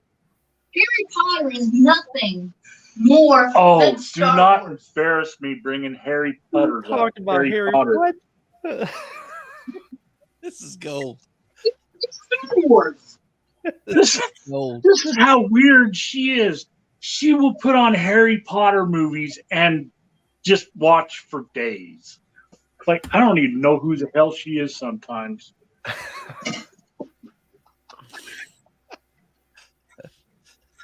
Hey, man, you don't need a stripper pole for entertainment. We just sit around and listen to you two talk. Be great. She loves me. Spare the rod, spoil the pan. You know, that's what Jim told me when I was whining in the group chat about my experience this past week. He texted me back and said, spare the rod, spoil the child. I do have one weapon to use against you. What? Oh, stop. Oh, I almost forgot I threw my back out last week, and I had a root canal on Wednesday, so that just added to it. Oh, man. Yeah. Hey, where's my violin emojis? Where's my violin? I'm not bitching, dude. I'm sitting here having a good time. I'm not bitching. How did you throw your back out? Cleaning his barrel. Breaking my cleaning rod, tweaked it wrong. And he is coming again? Floyd Hicks is here. Hey, Floyd. And honestly, I don't know. Yeah, see, Cranky says stripper poles make Harry Potter better. Where is Cranky? I tell you what, I'll make a deal with you. What? We get married, and you can have a stripper pole and a pool table down here. Can I have the stripper too? Don't do it. Don't do it. She's bluffing. She's bluffing. She's. I say get him a sumo suit. I'm waiting for Preacher to chime in on this. I know, and if I ever get married, there's no man I would rather have do it than Preacher. All right, then. We have to fly his happy ass to Idaho. And take him elk hunting. And no, Elvis, Elvis, get married. You should get married right now. You should get married. No, Elvis. No, you got to do the Elvis wedding in Vegas with Preacher dressed as. No, I'm not. I'm not going to Vegas. I already said elk hunting. Everything else is off the table. No, you got to have Preacher dressed as Elvis with the ham hocks. No. Yeah, I got married in Reno the last time, and that did not end well. Yeah. I was at a rodeo in Reno. I woke up next to a girl, and she said, "We ought to get married." And I said, "Okay," and that did not end well. So we're probably talking September. October. That'd be perfect. I'd still rather see Preacher. The old Elvis with the ham hock. No, I want 31. The mutton chops. Hell yeah. Oh yeah. You want what? Elvis with the big glasses. Oh yeah. It's 12:31. 1, 2, 3. 1, 2, 3. That would be the best date to get married. But I can't take Preacher elk hunting on the honeymoon. Yeah. You have only honeymoon? Well, that sounds like the perfect honeymoon to me. All right. Go elk hunting. I want to go listen to Elvis. Agree? Does Preacher agree with this? I need to be out there in October, Pam. You don't want me. I don't fly. You don't want me driving in and New Year's Eve. True. Yeah, because it's winter time kind of hangs around out here. That it does. What's up, Kenny? Good to see you. We get free in October. Kenny, good to see you. Can you guys hear me? Yes, it was. Okay. I will I get got a with different you. microphone set up. You're a little quiet, but yeah, we can hear you. You got a mic on your chest or what? Yeah, it's a little microphone thing. I could turn it up if you guys can't hear me it's good. not bad. It's not bad. Like I said, just a little bit low, but yeah, it sounds good. Just if we get past them trying to get me married, we can hear you. Do you not want me? Eventually. I don't know. I don't know why, like a Vegas wedding. I never got married there, but Jim, I've been to Vegas 3 or 4 times. I've never been elk hunting, so knock off the Vegas talk. talking elk hunting in Idaho. If I go to Vegas, it'll be to see Pat, not to do an Elvis wedding. Yeah, but if you go elk hunting with Idaho, the grizzly's going to get the elk before you do. That's all right. Grizzlies don't. I don't. That's fear all right. those. We can get bear tags just the same as elk tags. Cranky says good night. The twins are calling. All right. Good night, Cranky. Do I ask? His wife is a twin. Yeah. Are they both calling you? I thought you was talking about the twin. Hold on a second. What do you call that? Menage a twin? Okay, whatever. Menage a trois? Menage a twin. Josh, I hope you're not watching anymore. Your sister has gone off the rails.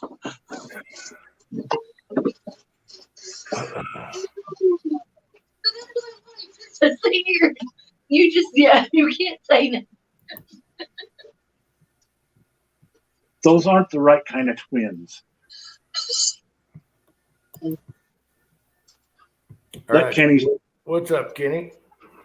He's on the phone. 20 years in correction.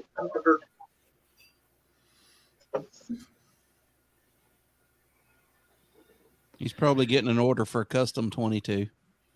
Or setting up a wedding in Vegas, Elvis style. Yes. Somebody mute Jim. Oh. Unfortunately, he's the one wearing the crown, so he has the heavy head. Preacher, trust me, it will not be in Vegas. Good. Mm-hmm. I've got an official word. It might be in Idaho in front of a wall tent. That's fine. That don't matter to me. But As you long know, as there's elk behind it.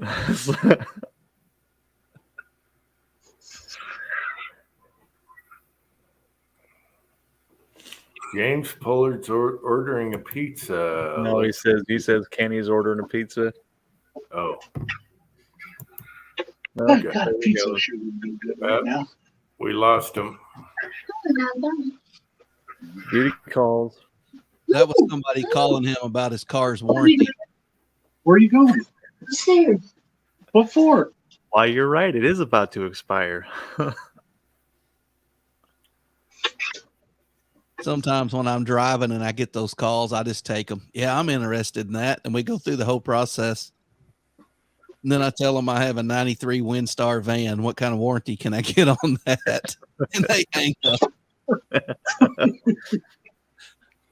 You know what? I got to look at Pat's shirt again. Hang on. I got to check out that shirt. Look at that. America. American palm trees. Is that so awesome? What is that? Hawaii? You get that. You can go out of that same shirt at the gift shop of the Pearl Harbor Museum. I need one of those shirts. I've got to have one. The back of that shirt says, "I dare that balloon to fly over me." Yeah. Better than this shirt. Oh, you can read it. Did you die? What? But did you die?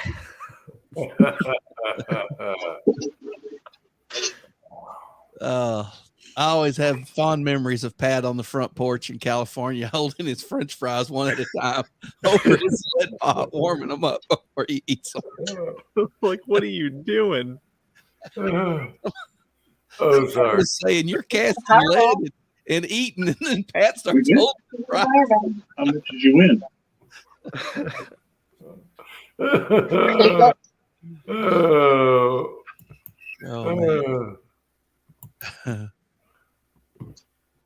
I love it.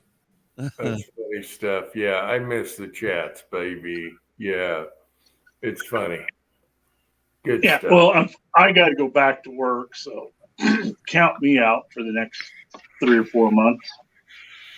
Wow, 3 or 4 months. It ain't gonna be that long.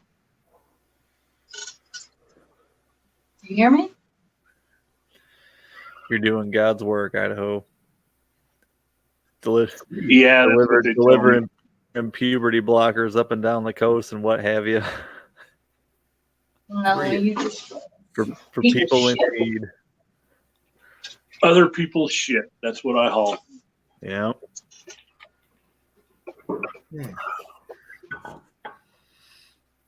Well, I'll tell you this, Idaho. One of the DB Cooper suspects was a truck driver. Oh shit! Here we go. There you go. I was going to say DB Cooper right as I left. That was my plan tonight. When I got ready to leave, I was going to say good night, guys. DB Cooper, and I was going to McNally, and I was going to hang up. That was my plan. Preacher, you're going to Jim, love. I'm going to make you proud, Jim. I'm going to make you proud because a friend of mine, and I don't know if any of you have Instagram, but I've been working on my 1951. Army Jeep. We're going to do the DB Cooper conspiracy hiding a Jeep in a tree. And I told him I will sit in the front seat while we winch that up into a tree. Oh, hell no, you won't. Yes, I will. No, you will Yes, not. I will. Not till after we're married. It's going to be a Harbor Freight winch and Harbor Freight cable. Not till you're married. Harbor Freight. Harbor Freight winch. Oh my God. Sounds like I'll be coming up to do a spring wedding. Awesome. Yeah, but Hey, Pam we're was both like, going to ride it while we winch that up a tree because that's going to be the best video ever. Jeep in a tree. And Pam is saying, not till we're married, you're not. I see where your priorities are. Oh, hilarious.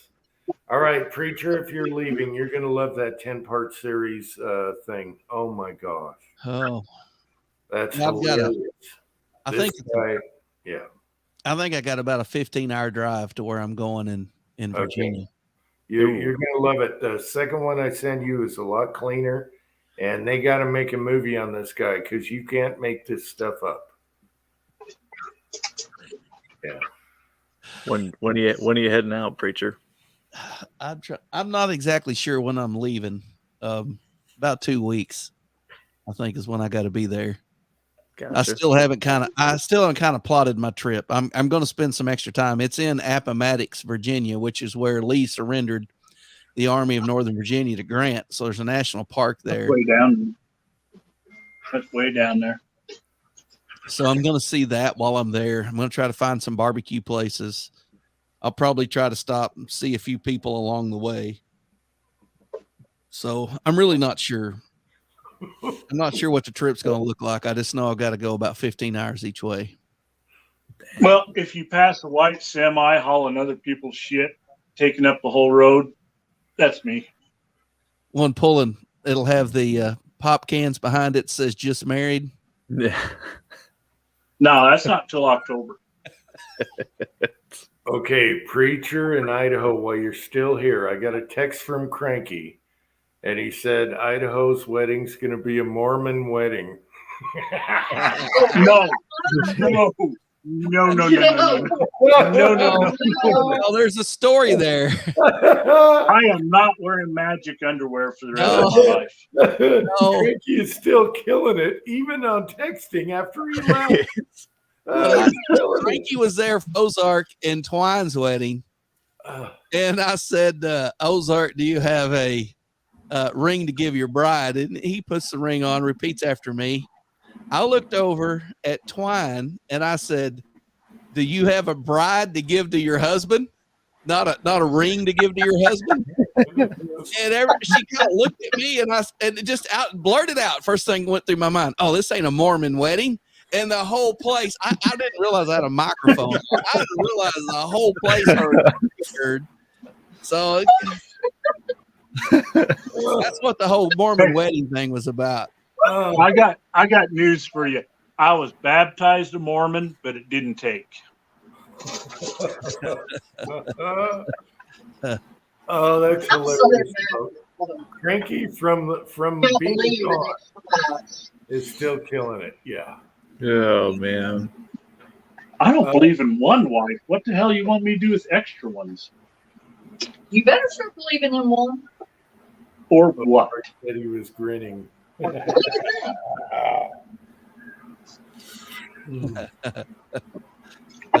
funny. That is funny. Real life is better than fiction, people. I'll never forget the look on Christy's face when I said, "Do you have a bride to give your husband?" She was like, "What?" And I was like, what are you looking at me like that for? I mean, it was kind of like I said it. Everybody kind of was like, "What did he say?" And then I just blurted out, "Yeah, this ain't a Mormon wedding." And everybody heard it from all the way back of the building. See, I've always envisioned a real shotgun wedding. I got to find somebody that will actually hold the shotgun on me while I get married. Oh, yeah. Josh, the challenge has been issued. Pam, you got no your sister problem. or not? Hobo slugs, baby. Yeah. What you think of that? Ozark said he'll hold the shotgun. Woohoo, there we go. I think you're going to have to delay the marriage until you find a shotgun holder. This might take a year or two. No, because I've got my brothers right here. Oh, it's not on your side. Really? I don't know. You want to test that theory? He's going to give you away. Somebody else has got to hold the shotgun. You want to test that theory? I'll No, give I don't. myself away. You want to test that theory? You give yourself away? I give myself I could so comment right now, but common sense tells me to shut the hell up. Yeah, good. Get her another shot of We'll fire. wait and see tomorrow. You're right, preacher. What's This that? is gold. I said Fireball's a volume control. It turns them on. It'll turn them down eventually. Yep. Have another fireball. Thank you. The consensus is you need another fireball. Then why did you drink 2 of them? Because you dared me. Do you do everything I dare you to do? 9 times out of 10, unfortunately, yes. Oh. So Ozark, I heard from a little, and I have it on good authority that you have your reloading room up and going. We haven't seen a reloading vid yet. Come on. I've seen snippets of it on Instagram, and it looks pretty Yep. dang good. I've seen some little videos and some pictures in the group chat. It's like, let's see a YouTube vid, man. You work your ass off on that. Yeah, he's been doing progress pictures. Yes. Mm-hmm. It must What be- happened to Kenny? He had a phone call. He got a phone call. Oh, Yeah, You Kenny couldn't got handle it. He's like, you two are great. Could have been his wife But- calling to the house because but- he's married. But Christy got the bigger half of the shop. What's up with that? What the heck? She gets a bigger look at the shop, and I get kicked out of mine. but does the shop have a stripper pole?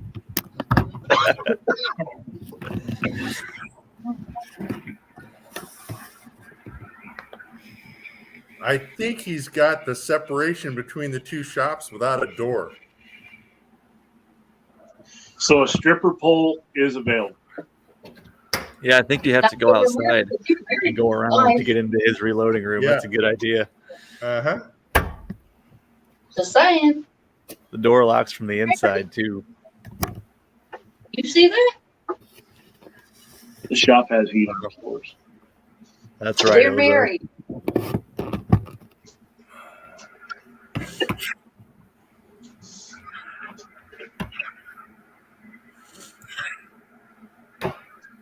Yeah, that beats the hell out of my my she shed out back. That's my casting barn. she shed. My bitch barn. If I put in a heated stripper pole, would that make any difference? Till you put this ring on my finger during a ceremony, ain't no stripper pole going in. That's not a heated stripper pole. It's a dehumidifier rod. Yeah. Ain't nothing going in until then. It's a fire escape pole for the basement. Ain't nothing going in until. You can't. All get a right, good I'm time, back. Kenny. You came. Yeah, at a good I guess time. I'm a mobile mobile gun tech at nighttime. I had 3 people call me, but they're at a range. I guess I'm not the only one that shoots at nighttime. Wow. I'm like, really? See, I charge $2.99 a minute after 7 p.m. I pretty much told them that. I says, hey, dude, this is my free time. Don't be calling me after hours unless I Right. know you. And then it was a guy that I do know. It was one of my Ray's good friends. I was like, okay, well, that solidifies it. So I ended up having to help him. We got 6-shooter Texan is here. My What's son going on, just got screwed at a thrift store with the air pistol. We'll talk about that later. Uh-oh. Yeah, they sold it even though he bought it. Yeah. Ooh. Oh. Ouch. Yep. Cranky, the cutoff cavern. Cranky, you got to jump on here, man. What? Oh, we got a full house. You can't. He said he's in bed with the twin. I can number? go out. I can back out. Yes. I No, need the 300 you PRC. because then the chat goes away. No, no, no. You built the 300 PRC, Kenny? Yep. I'll get to go see what that does this weekend. I know nothing about it. All I know is it's a bench rest cartridge. Yeah, it's like a 300 Win Mag. Yeah. I think that. What the hell do the bench guys hit my range shoot? 6 millimeter? 7 PRC, which is about like a 7 mag. 6 mm. 6 what? 6 mm. I thought you just called it a 6 PPC or something. Yeah, it's basically the same thing. It's a rail gun. And Yeah. I'm We got sorry, some cool rail things. guns I got, are not real shooters. David, Well, stop. my wife's getting into Okay, that you silhouette are shooting a too. better shooter than my ex ever was. I have admitted that many times. Get over yourself. I'm over myself. No, you're not. Rail guns are not real shooters.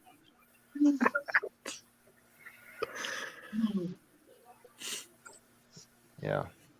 Yeah, my 300 wife's getting winter. the silhouette shooting. I don't know why she wanted to jump on and do silhouette shooting. So we're going down that rabbit hole. High power and silhouette shooting. I think that'd be fun. Open sights. Yeah. Well, I got to build an on-shoot 1712 Macmillan stock. It's those ones you stand and hold like this. So she's getting into that. And I'm doing the high power version of that. And we're getting mentored by John Mullins and Chris Cawthorn. They're like national champion shooters here at Ben Avery. So it's going to be a little bit interesting to kind of document our journey on this. That's awesome. It's an old sport. I don't know if you guys are familiar with silhouette shooting. It's been around for long, like one of the oldest shooting sports out there. Yeah, me and my buddies bought 3 ant shoots. All the firing pins were shot, so we had to order firing pins. It was a good little gun, though. Good gun. Yeah, they seem to dominate the silhouette world, but the CZs are right there. You could definitely do it with a CZ 457 or something.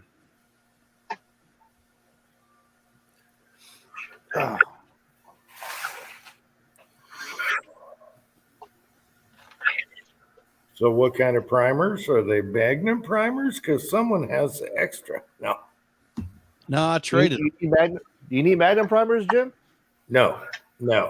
I'll never need Magnum rifle. No. Okay. I don't go that far. No. Yeah, what kind of primer do those take? The 300 PRC is just large rifle. I got them loaded up with Vitavori N568. So I did a no shoot shot at a 1 mile and got a first round impact on the video. Damn. What did you shoot? 6 PPC? No, it was a 285 gram burger doing 2930. Little crazy of a cartridge. Takes a 300 Win Mag and puts it in the dirt for sure. The squirrel hunting round, huh? It's a good squirrel hunting round for sure.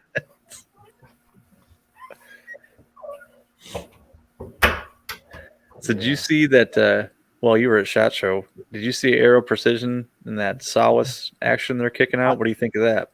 Yeah, I got one. Let me go grab it if you want to take a look at it. Oh, really? Jim.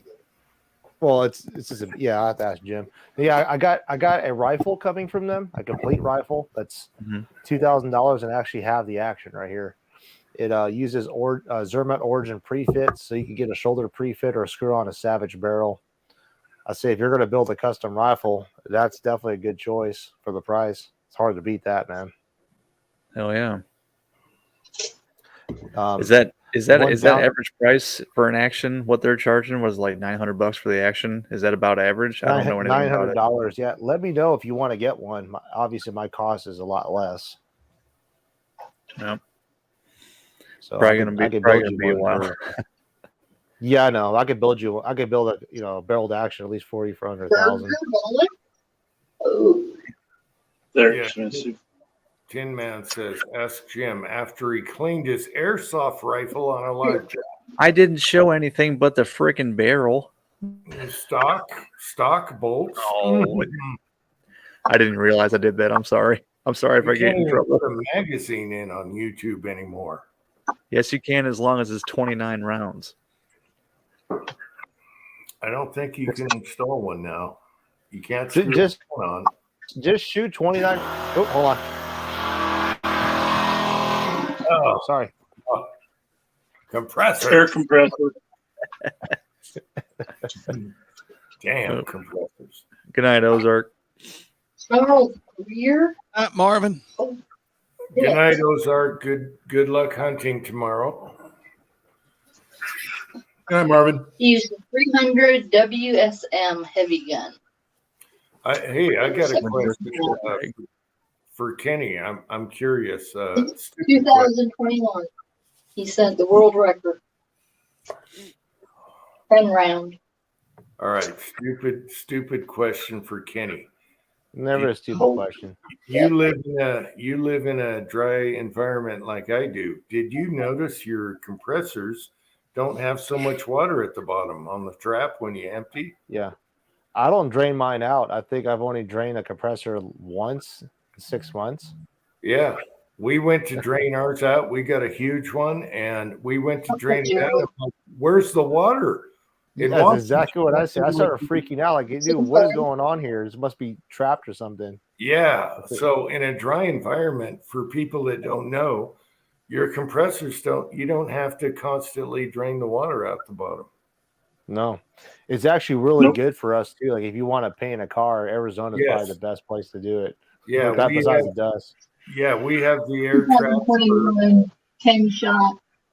Small. I'll be painting some stuff in the future, but we do have a water trap, but you really don't need it. There's no moisture. Oh, okay. Yeah. Yeah, but we don't when we turn off our lights in our house. In Iowa. We don't get shocked when we turn our lights off from the static electricity in our house. But I wanted to ask Kenny about the compressor because we went to drain ours and I'm like, this thing has to have a couple quarts of water in it. And nothing came out. It was dry. Yeah. Yeah. I don't have to. I think this shed that I'm in for now, it's got the central air and everything. So it's constantly dry in this little room in here. Yeah. Oh, we got delayed on our building. The title company had a mistake on the back lot, and he put the back lot like basically wrote it in that they're going to have a lien. So we had to fix it, and they're asking for us to, they actually snail mailed it and everything. So now we're like, man, we had to wait another month in order to break ground. Oh man, that's what I said. So we're a month delayed. And then the contractor obviously had us lined up, so he had to bump up everybody. So I'm going to be probably won't get this thing built till June. No way. How big are you going, Kenny? Oh my God. It's a 70 by 50 building. Nice. Wow. I'd love that. Yeah. Yeah. I Well, can do that my, right my now. mother-in-law, she's taking over like 1,000 square foot of that for a Cerakoting because she went. Actually, she just came back today from Michigan. She went to the Cerakoting class, so she's doing the Cerakoting and starting that business. That way, it's separate, but she'll be able to do that. Man, that'd be nice. We need a huge, we need something like that. Yeah. Is she going to we get don't into have hydro anybody out dipping and all here. that stuff? So somebody's we're got to doing get hydro off dipping. here. Somebody's got to get off here so Cranky can come on. So I'm going to get up in the morning. So you guys have a good evening. It's good to see everybody. Bye, Hey, preacher. Thanks for coming on, preacher. Later, preacher. Love you. See you guys. All right, have a good one, buddy. DB Cooper, God McNally. McNally. McNally. Yes. Oh man. I love crazy guys. Yes. Anyway. Yeah. Yeah, Cranky. Come on. Cranky is still up. Come on. Come on. He said it's cold as hell outside, so that means he's not in bed. You have to be done by now. I don't know how Hi, many Cranky. live chats I could do, Cranky. Yeah.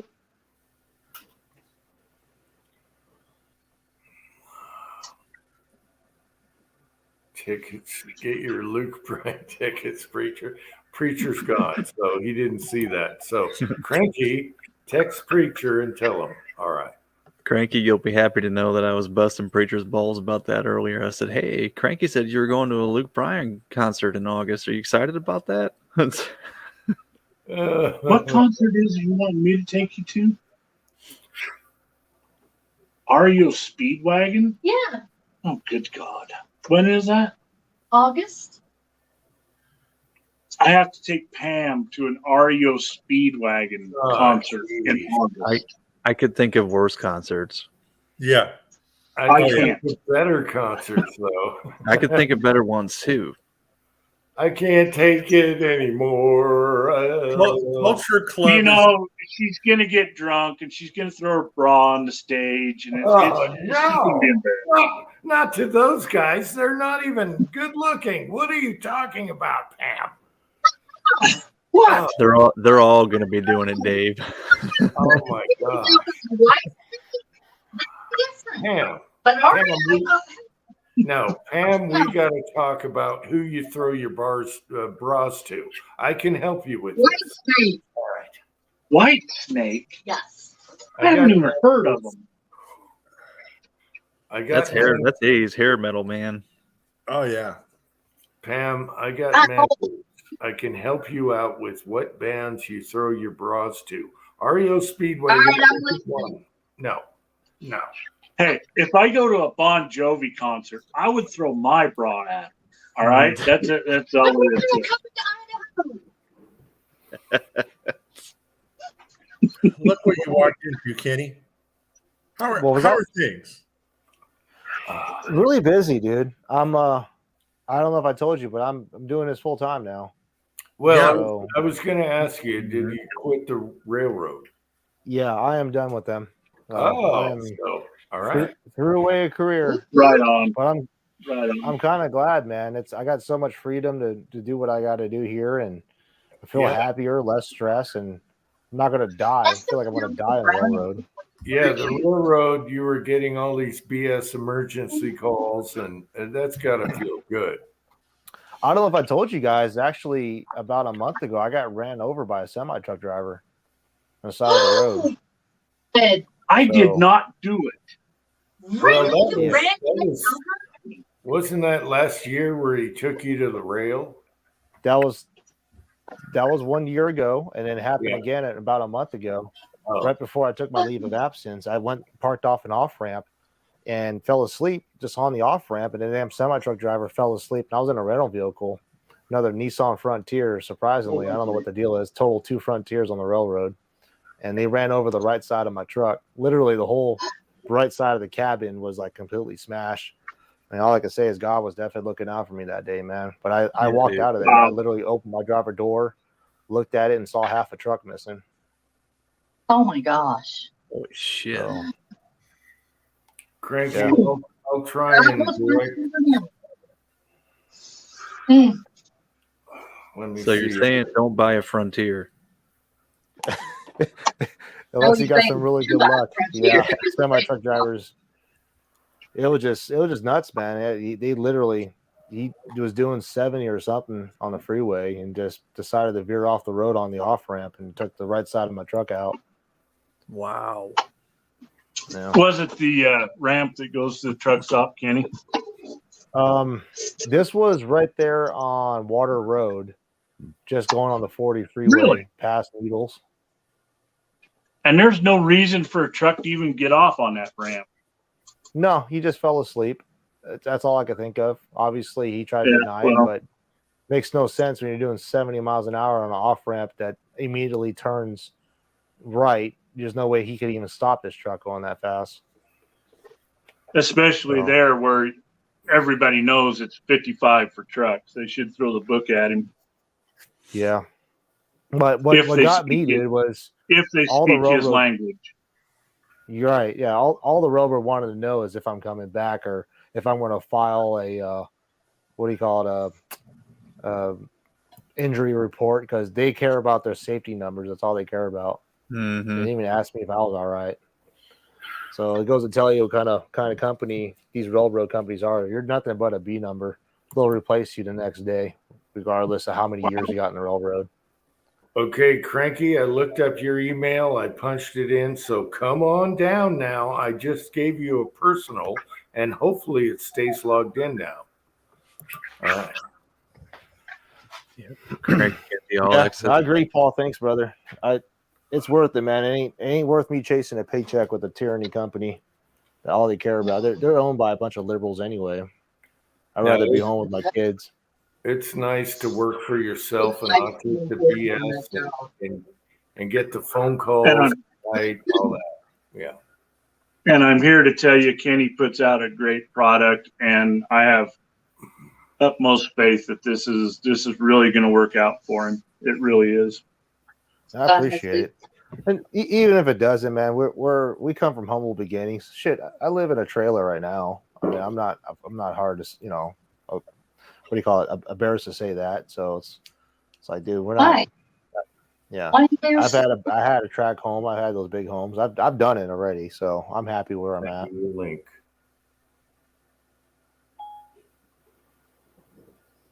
Okay, so Cranky, hopefully your email's logged in now. I lost all of them on the thing. All he's got to do is click on the link. No, I have a troll blocker, so you got to log in, put your password. Oh. And Cranky was saying, I'm not going for that BS. So I countered Cranky and said, here you go. Here's the link. All right. Yeah. You know, it's funny, Jim, that night is one of the nights I debate about jumping on your live chat on the road. That was that Saturday. Which one? When I don't know, it was like a month ago.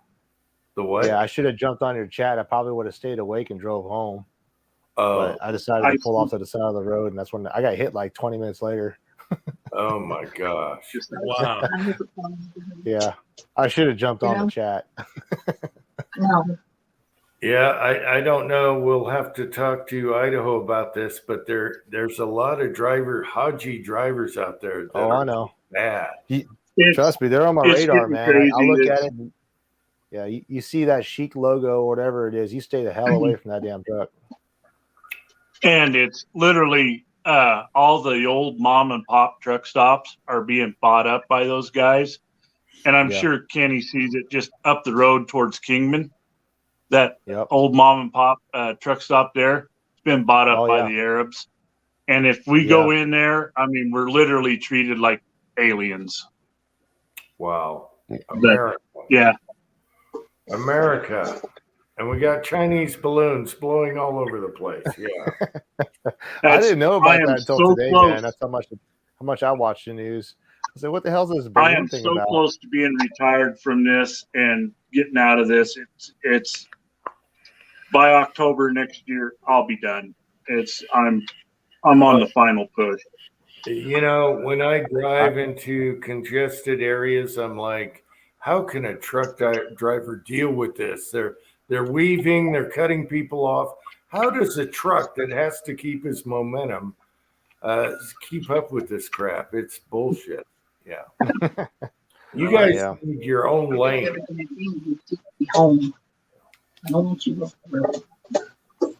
I really think, well, Jim, you don't have to worry about that when I drive through Salt Lake, because I figured out the answer. I set my cruise control on 60 miles an hour, and I make everybody go around me.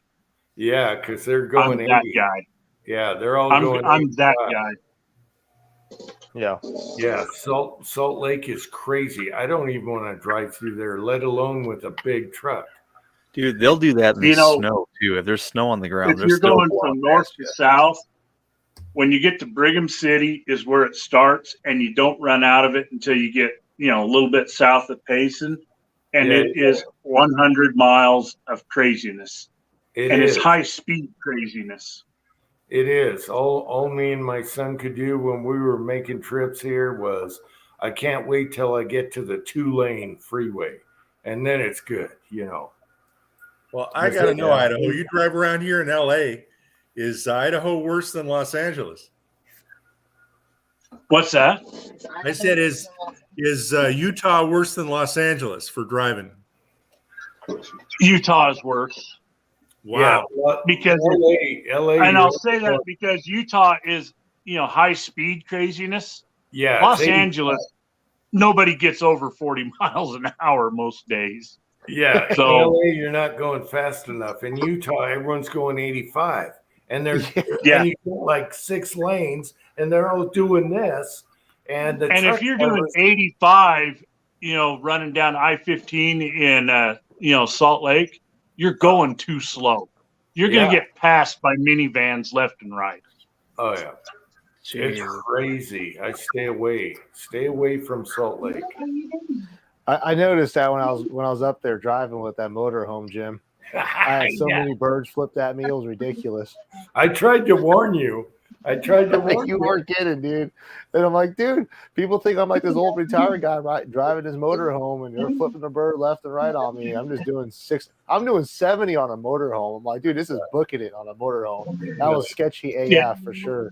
If you look online and those videos and stuff where they talk about the worst drivers in the United States, Utah always ranks number 1.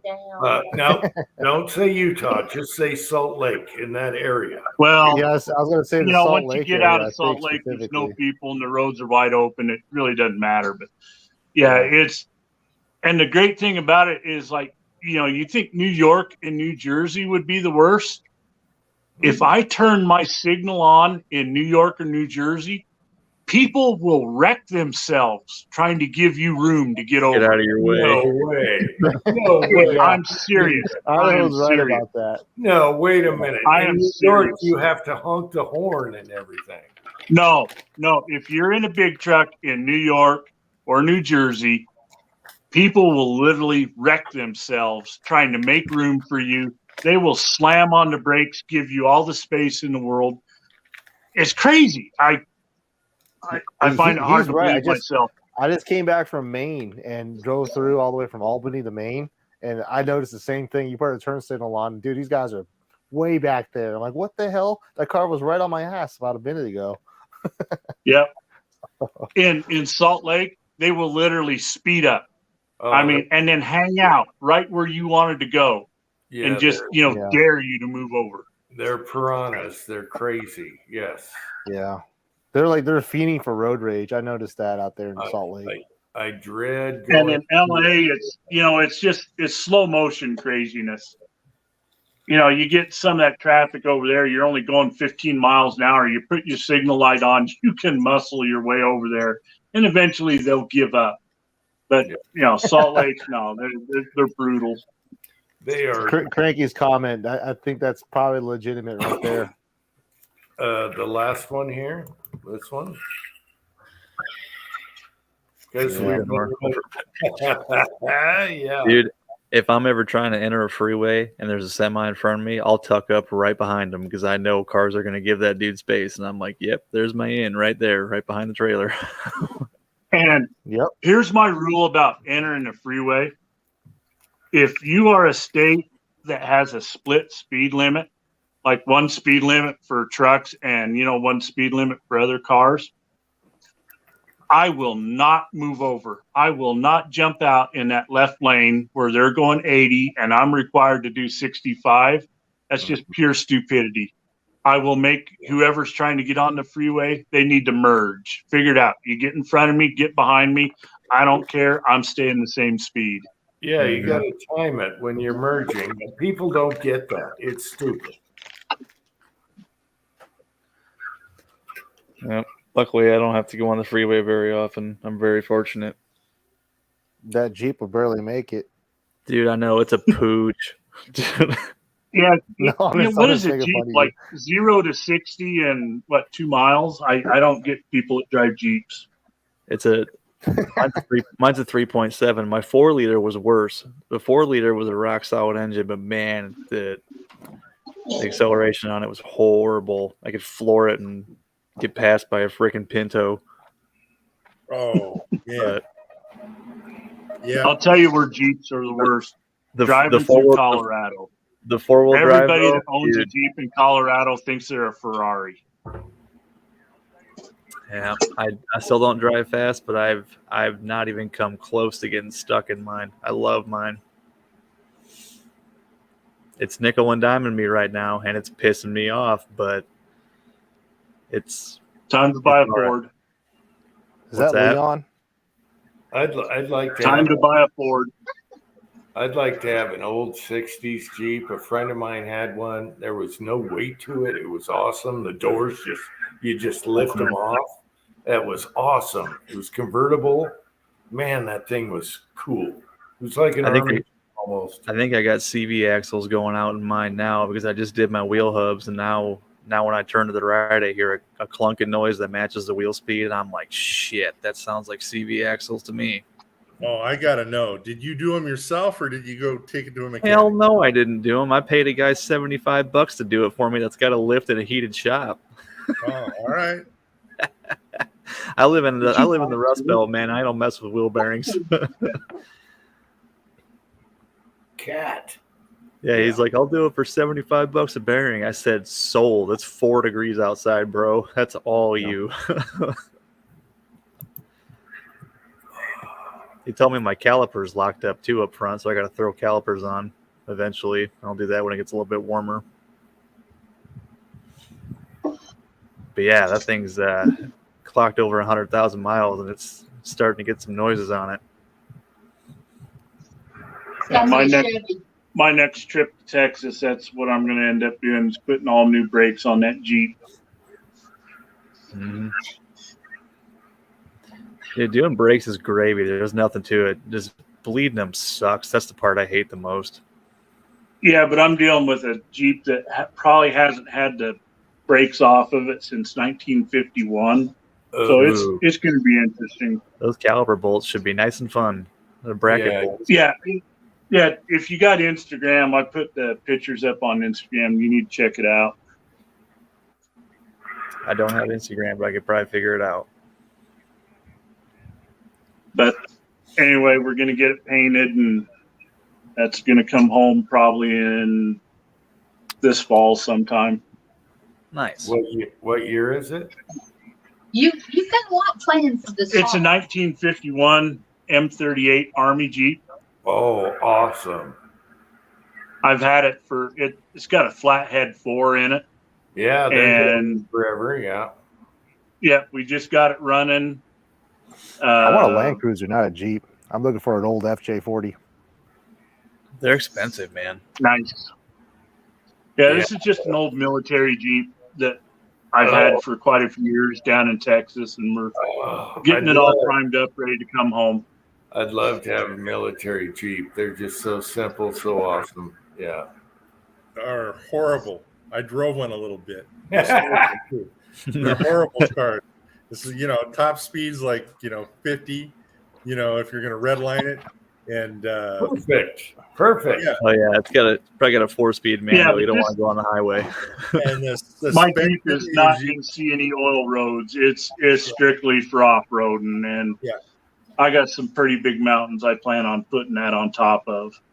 Yeah, the suspension is the fat in your butt. That's all you get. You know? Yeah, but I love them. They look so cool. I just love the square. Everything is so cool and simple. Yeah.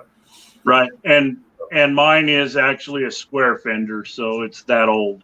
Yeah, nice. Hell Awesome. yeah. I don't Yeah, do I got I a wish- neighbor here. I got a neighbor. I wish I could He's put on his own pictures up of. international right now. See, maybe I can get a picture of it here.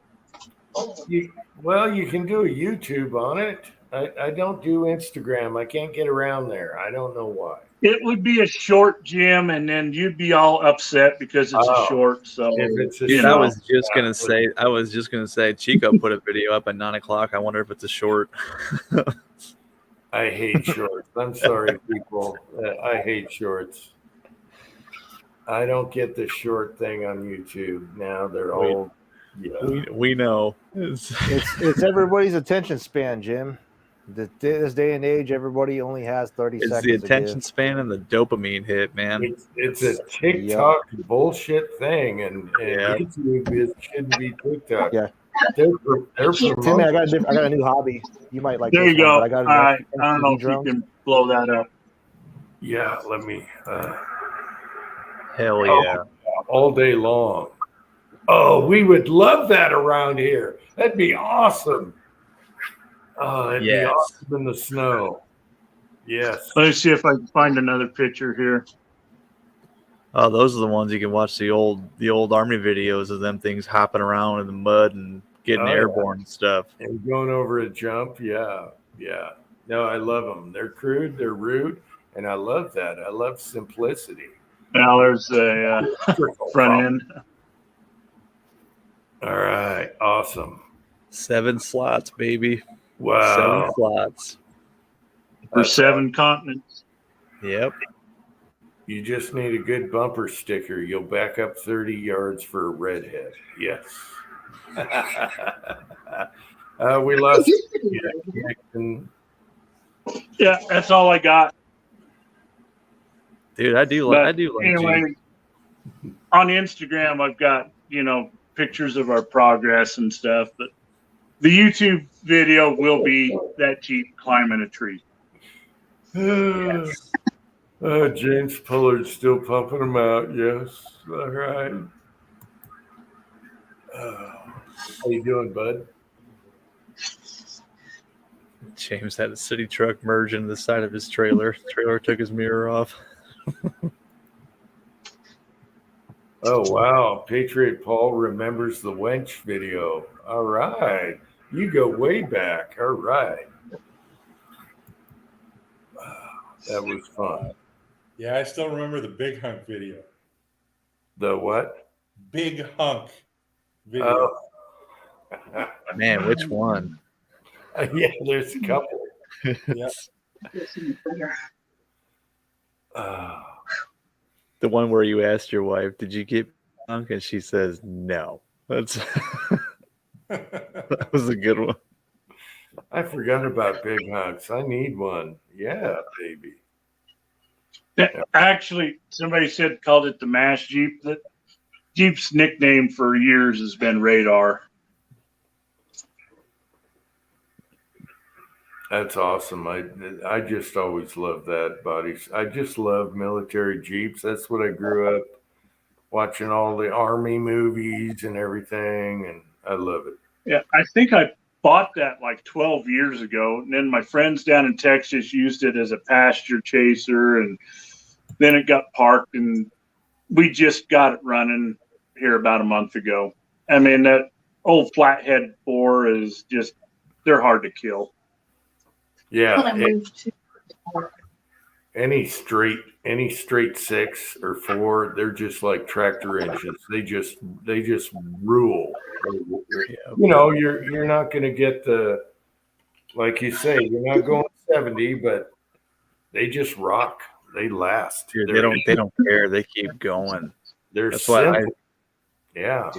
easy to work on. I had a WJ Jeep, which is early 2000s Grand Cherokee before mine, and they had that 4-liter straight six in it. Man, you couldn't kill it. You're right. See them. Yeah, I pulled a straight six out of a Pontiac Le Mans, and I feel so bad now because I should have kept that engine. That thing ran forever. Mm-hmm.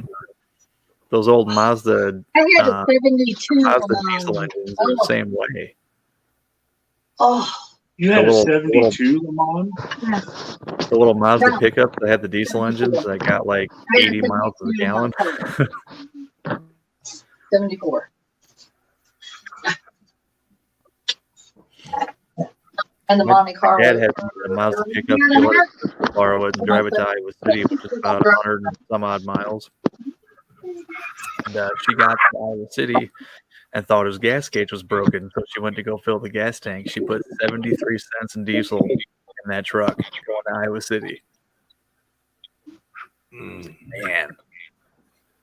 Jim, I'm going to put together a little video and put it on YouTube just for you. It's going to be a short, so don't cuss me out. Yeah, I just can't figure out.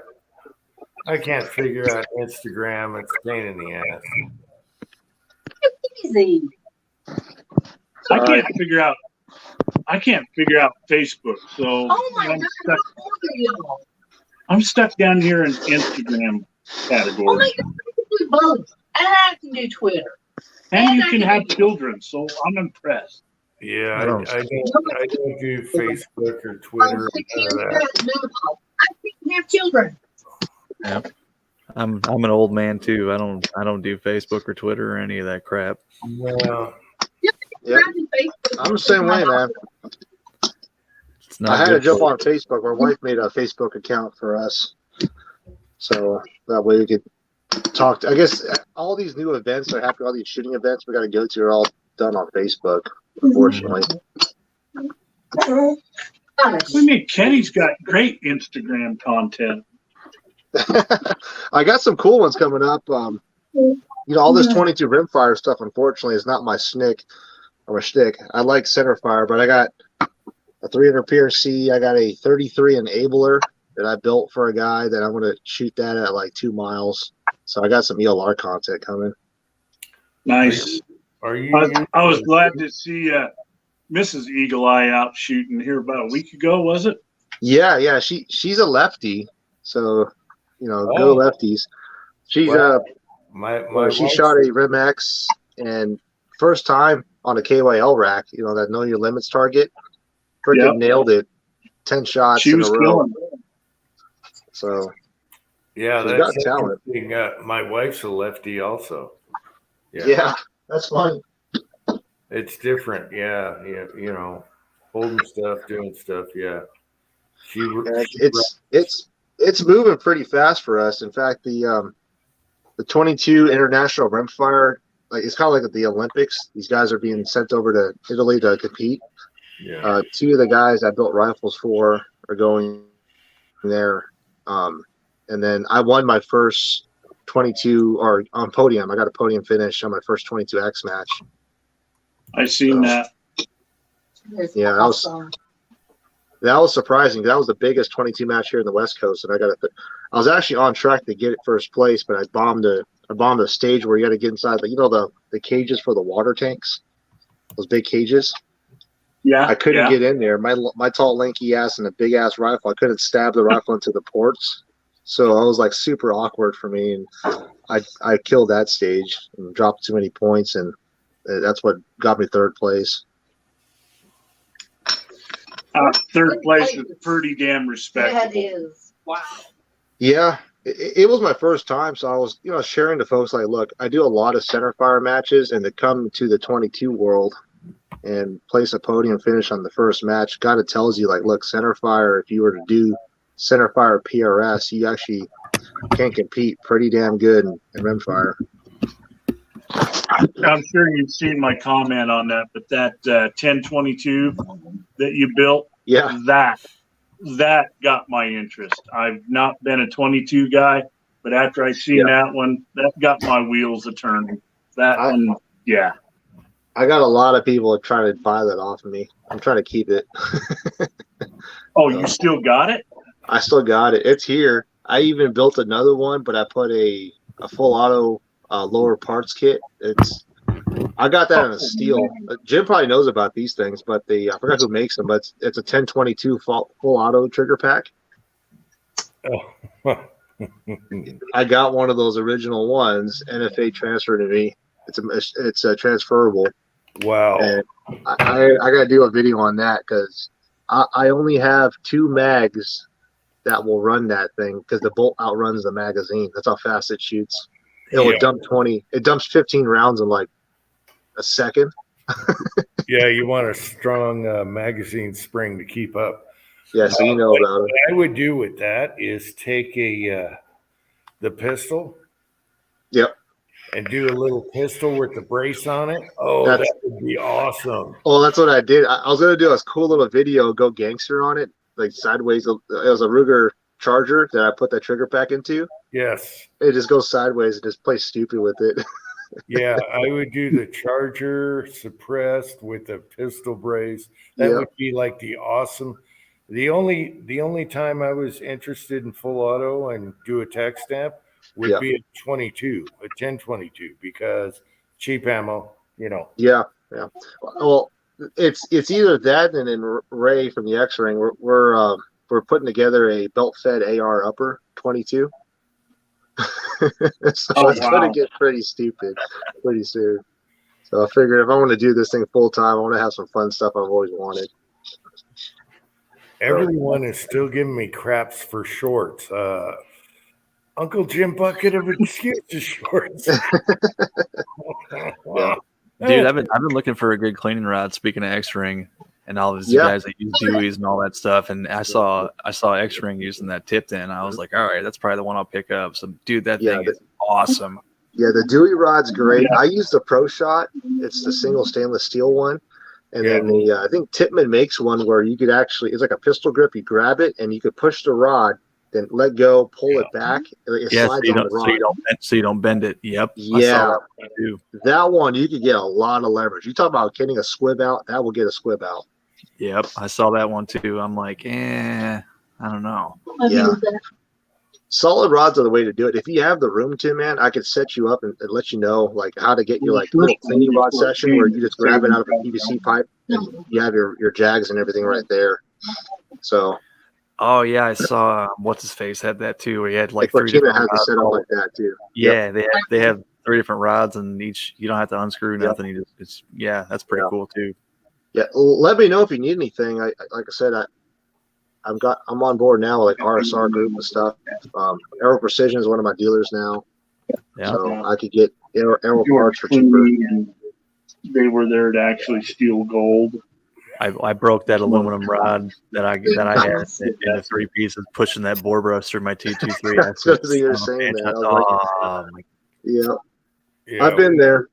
We used to sell Pro Shot, and then Dewey is good, and I guess Tipton's good, but yeah, if you got a long barrel, you need a solid rod. So I'm not sure if you guys have any experience, but I've been using a Hoppy's Elite foaming bore cleaner. I've tried Vortec products. That Hoppy's Elite that you could buy at Walmart seems to be the best for like removing copper fouling, lead fouling, or anything. You let it spray, and you can literally see it wipe off as the foam goes away. It's like the most. It's not even ammonia based. That's why I really love that cleaner, or that foaming bore cleaner. Which one did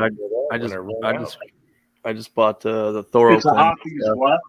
Hoppy's Elite. It's a white bottle. The stupid thing about it comes with this little square nozzle, which you can't fit it anywhere. It's meant to put it on a jag and then punch the bore. But you could get yourself some of the what do you call surgical tubing and put it around that, and then stick it in. You stick it in your chamber and then squirt it in there. And dude, oh my gosh, it makes a huge. Takes all the elbow grease out. And it just works. I don't know what they did, but it's the strongest cleaner I know of. And then for carbon fouling cleaning, I've been using Freol, which has been around since the 40s. Freol's the good stuff for penetrating. Or sweet. Yeah. Or that. Yep. That right there works good. But Freol and Hoppy's Elite's all I've been using lately. Yeah, that ammonia stuff though, you got to get it out of the barrel quick. So Yeah, well, that Hoppy's Elite doesn't have any ammonia, and I found that the hard way because I left that in a barrel overnight a couple times, and I freaked out. yeah, it's gonna eat.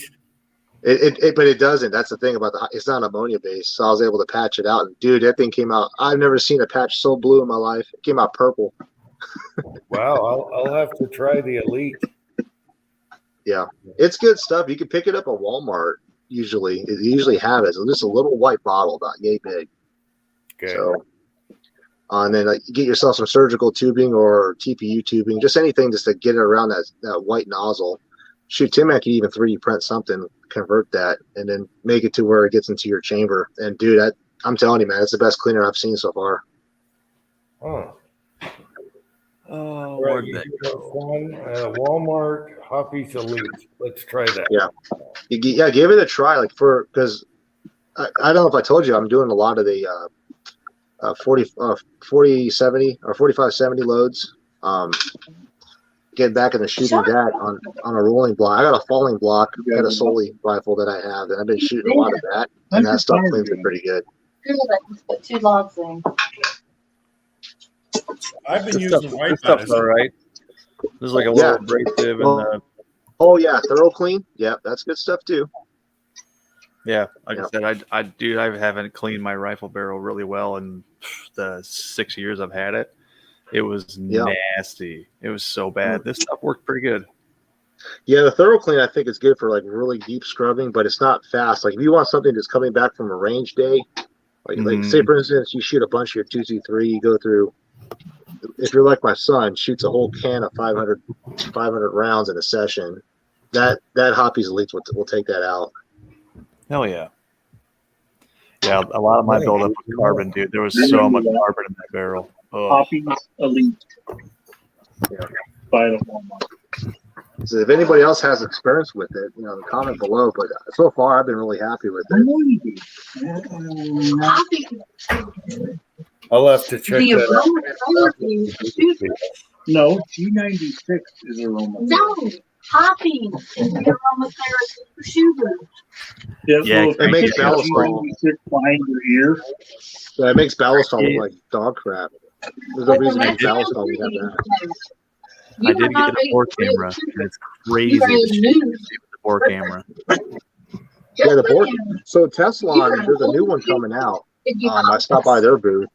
They have one now that comes off in 3 pieces, like it folds in half in 3 pieces. And then what's another cool thing about it is that you actually spin the rod and you could dial in the focus that way. Oh, nice. So it's the same thing. Yeah, it still goes into a 22 caliber, but you can spin the rod, dial the focus instead of you taking the thing out and trying to get it. Having to adjust that mirror. Yeah, hell yeah. Yeah. So that one's pretty cool. I can't wait to get a hold of that one. My oldest son broke the one that I have, the solid rod ones. All I have is this. Get the flex cable one. They don't even make it no more. But I got this one here. Yep. The Wi-Fi one. So this is the little Wi-Fi one. They don't make it no more though. Yeah, I got that solid rod one. It's kind of difficult to get that big, huge, solid rod one through a pistol barrel accurately. It takes some getting used to.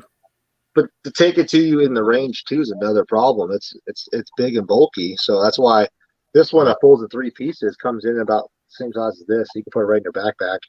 Hell yeah. Patriot Paul, I don't know. I just cleaned my 223 tonight, and I haven't even touched the 308 yet. That's kind of why I got that thorough clean stuff, because I try to see what my 308 looks like on the inside. I haven't checked it out yet. Well, yeah, I forgot about your 308. Yeah. Yeah, me too. I haven't been shooting it much. Well, stuff's expensive, man.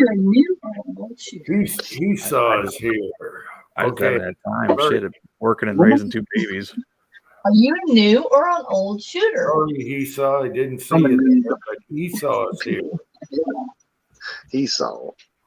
I have Hoppy synthetic, but not the foaming. It's good.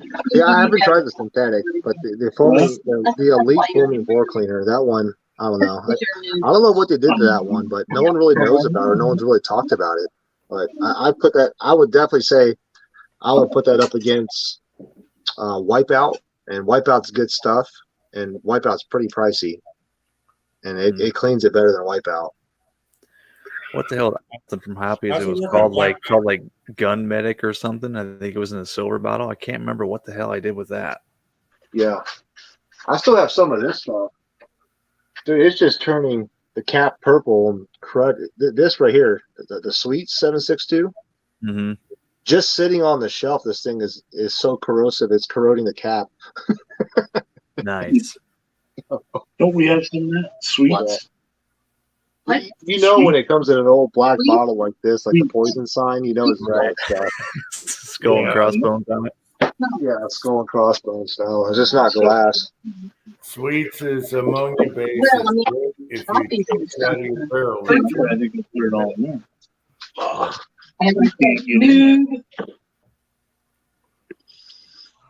Yep. Yeah. I just told you can't get in there. Damn, is that a 5 lug Pull head? the ram down, see if you can clear it. What happened? How many lugs are on that tool head you just put on? Jesus. 6. I was gonna say, man, if you guys, I need some help building rifles. Damn. I got a lot of them to do. is that a reamer? What are you doing? Oh, I'm setting up my lathe right now to the 6-jaw chuck. It's stuck. You broke it. Yeah. I need to send your reamer back, but I thought you were going to visit sometime. Oh, no worries. It's whatever. Okay. Yeah.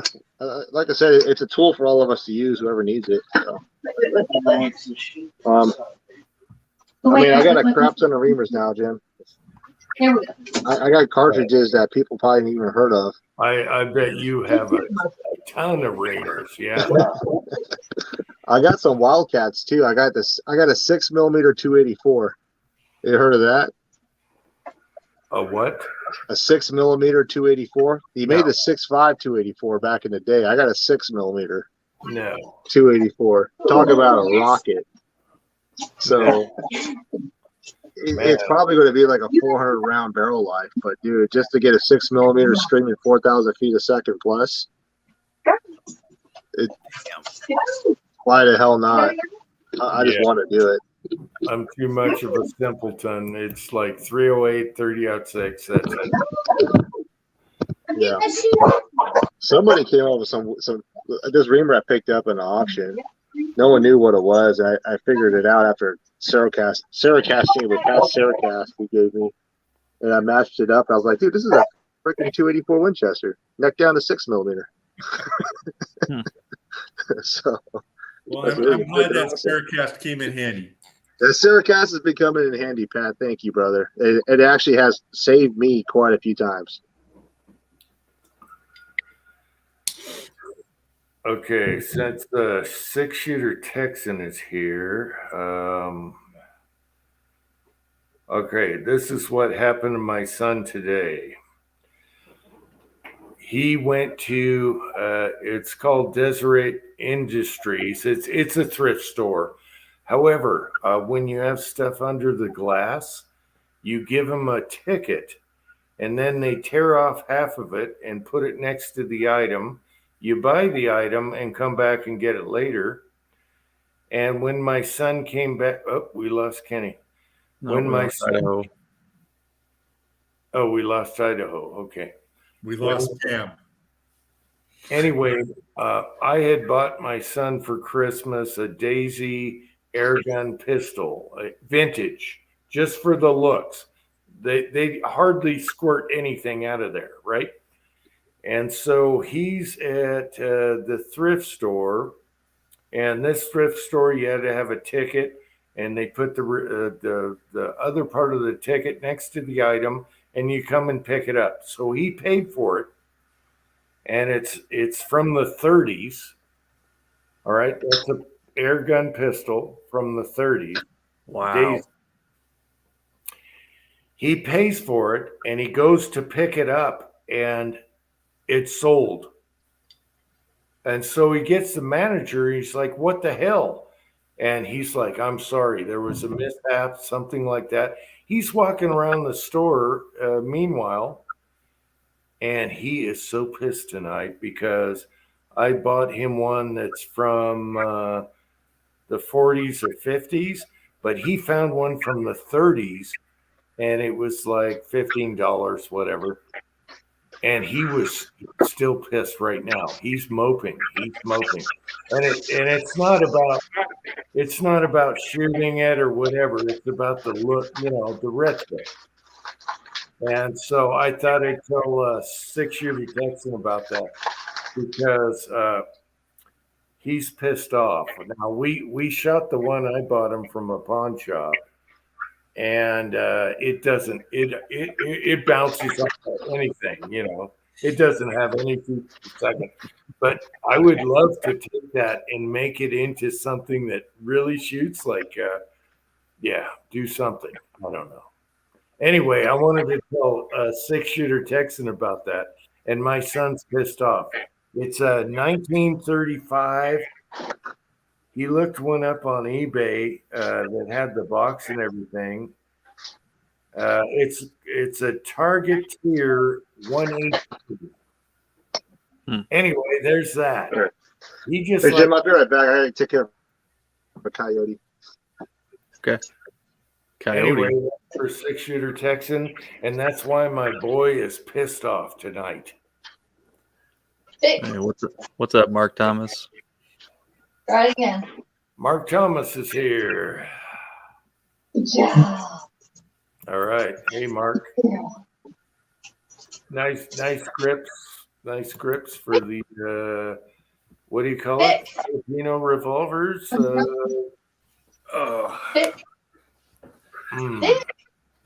It's in my hand. No. Oh, still digging the shirt. Yeah, let's see some shirt. Shirt.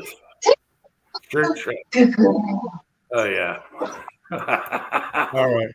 So this is he's rocking that shirt and the Sam Elliott mustache. He's got it going on. Yeah, I would rock that shirt and a mullet all day long. Oh yeah. Is that a food processor? So that was my score for today. I mean, I went to 3 Goodwills or thrift shops, and the little one was picking up knickknacks, glassware, and bacon pans, and all that kind of crud. Doesn't say anything. It's just red, white, and blue. Yeah. Palm trees and American flag. Cool. Yeah. So what is it, Pat? So it's a KitchenAid. I think the thing's like a quarter horse food processor. I've already got one. And this one was $15 and it's missing a foot, a little rubber foot. That's it. So now I got another one. I'm going to make a grinding wheel out of it or something if I, bench grinder. Yeah, make a bench grinder out of it or something. But the thing is like got to weigh 25, 30 pounds and they're nice. Hell yeah. That was my thrift store for today. No pewter. You can do that while you're on track. No, Pat, do you need a computer? So again, I said, can you What's remember? that? Do you need some pewter? No, I back before the coof hit and commodity prices went crazy, I got a bunch of chemical tin. So I've got 99.9% tin. I got about 10 pounds of it. And then I've got a bunch of solder bars and stuff, and I'm good on tin. Cool. At the thrift store, always look for ingot molds, especially cast iron. Yeah.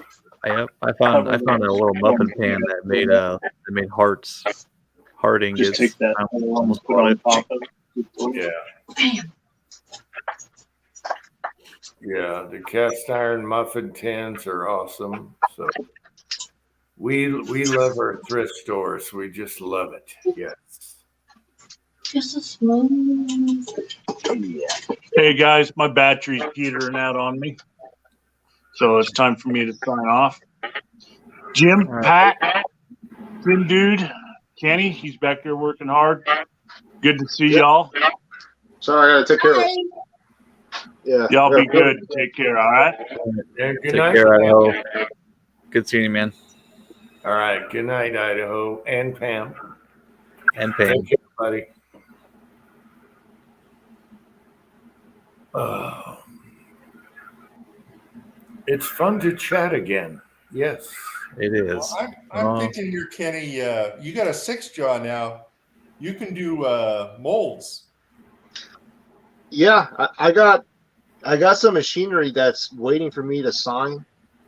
I have a Haas ST10 that as soon as this building gets put up, I'm going to be able to do all kinds of things, like bullet molds and stuff.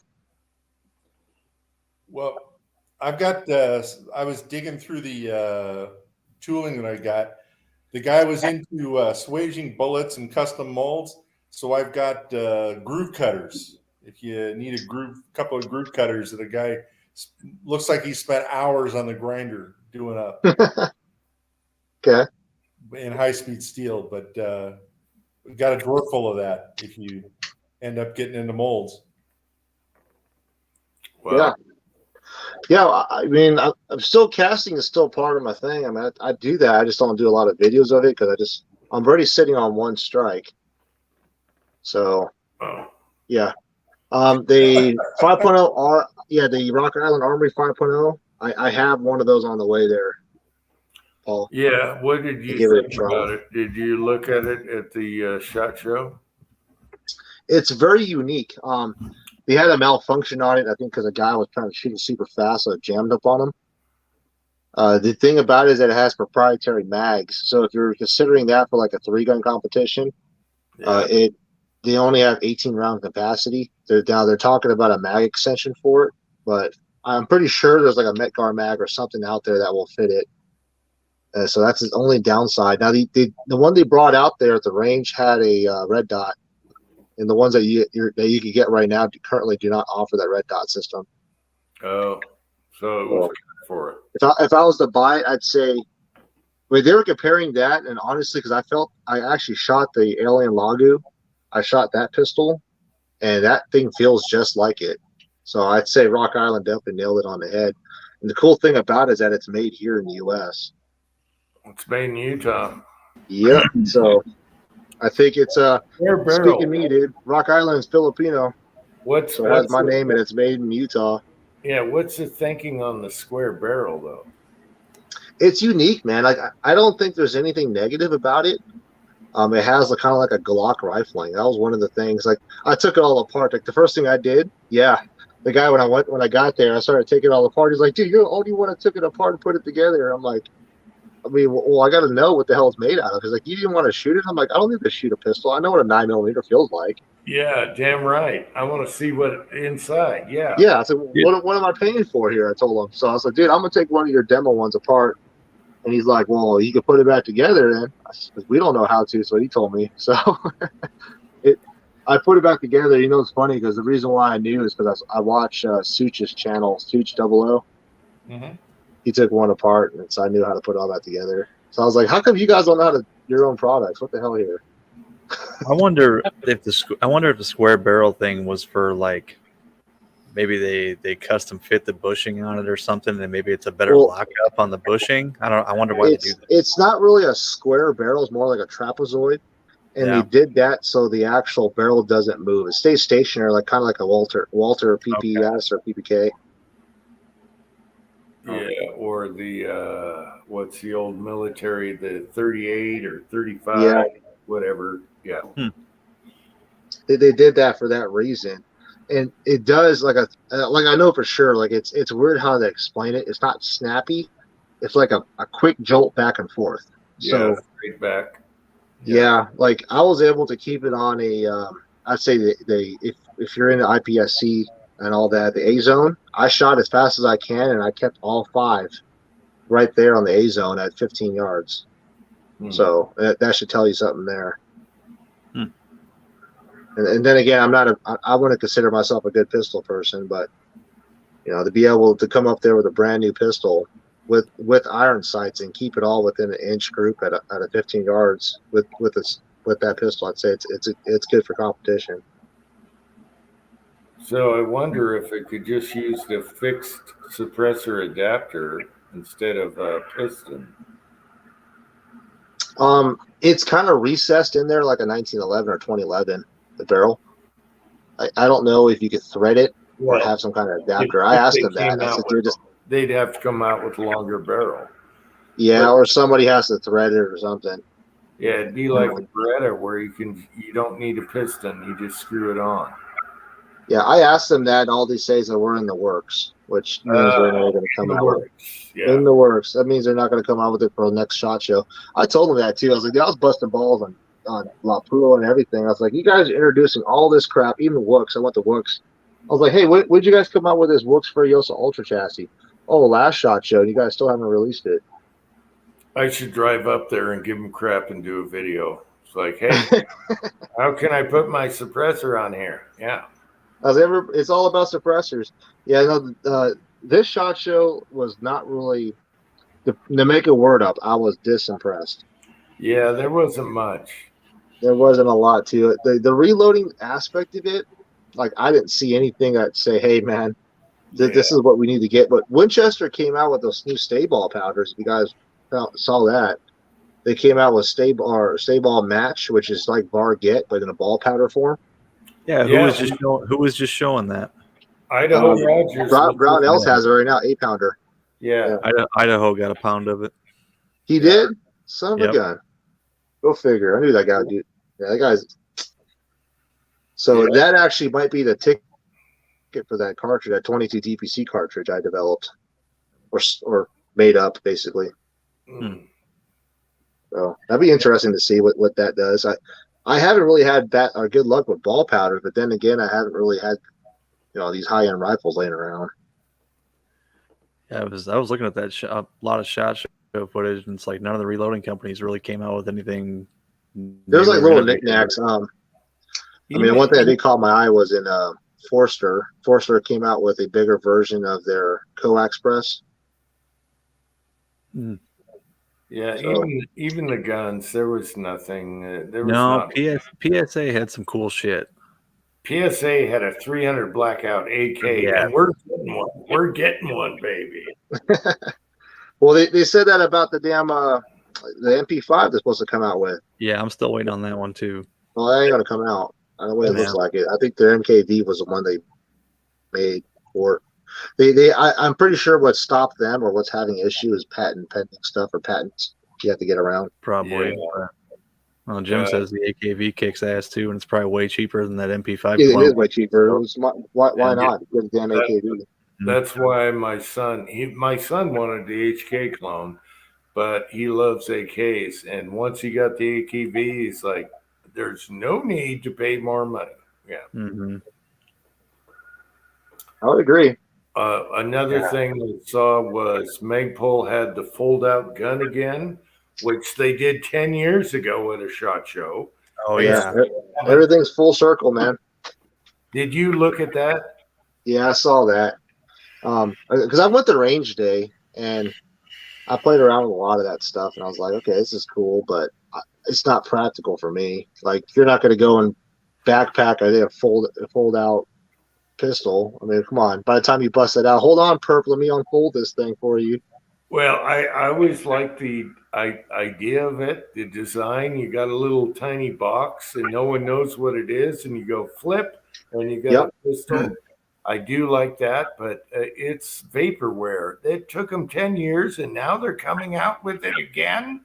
Really? Dude, what was the video that Coleon Noir just put up earlier today or yesterday about? Was that one with the Magpul fold up? It was some kind of PDW that it folded up into a box. I'm not sure which one it was. I didn't watch it. Well, they have a little 22 Magnum pistol also, but not Magpul. This looked like a longer pistol or rifle with some kind of brace on it. I have to go back and watch the video. I just like the idea. You got a box, you go like this, and you got a little tiny pistol brace carbine type deal. That's like a Glock, and they never came out with it. And I'm like, screw you. And now they're doing it again. You're 10 years too late. I'm sorry. Right.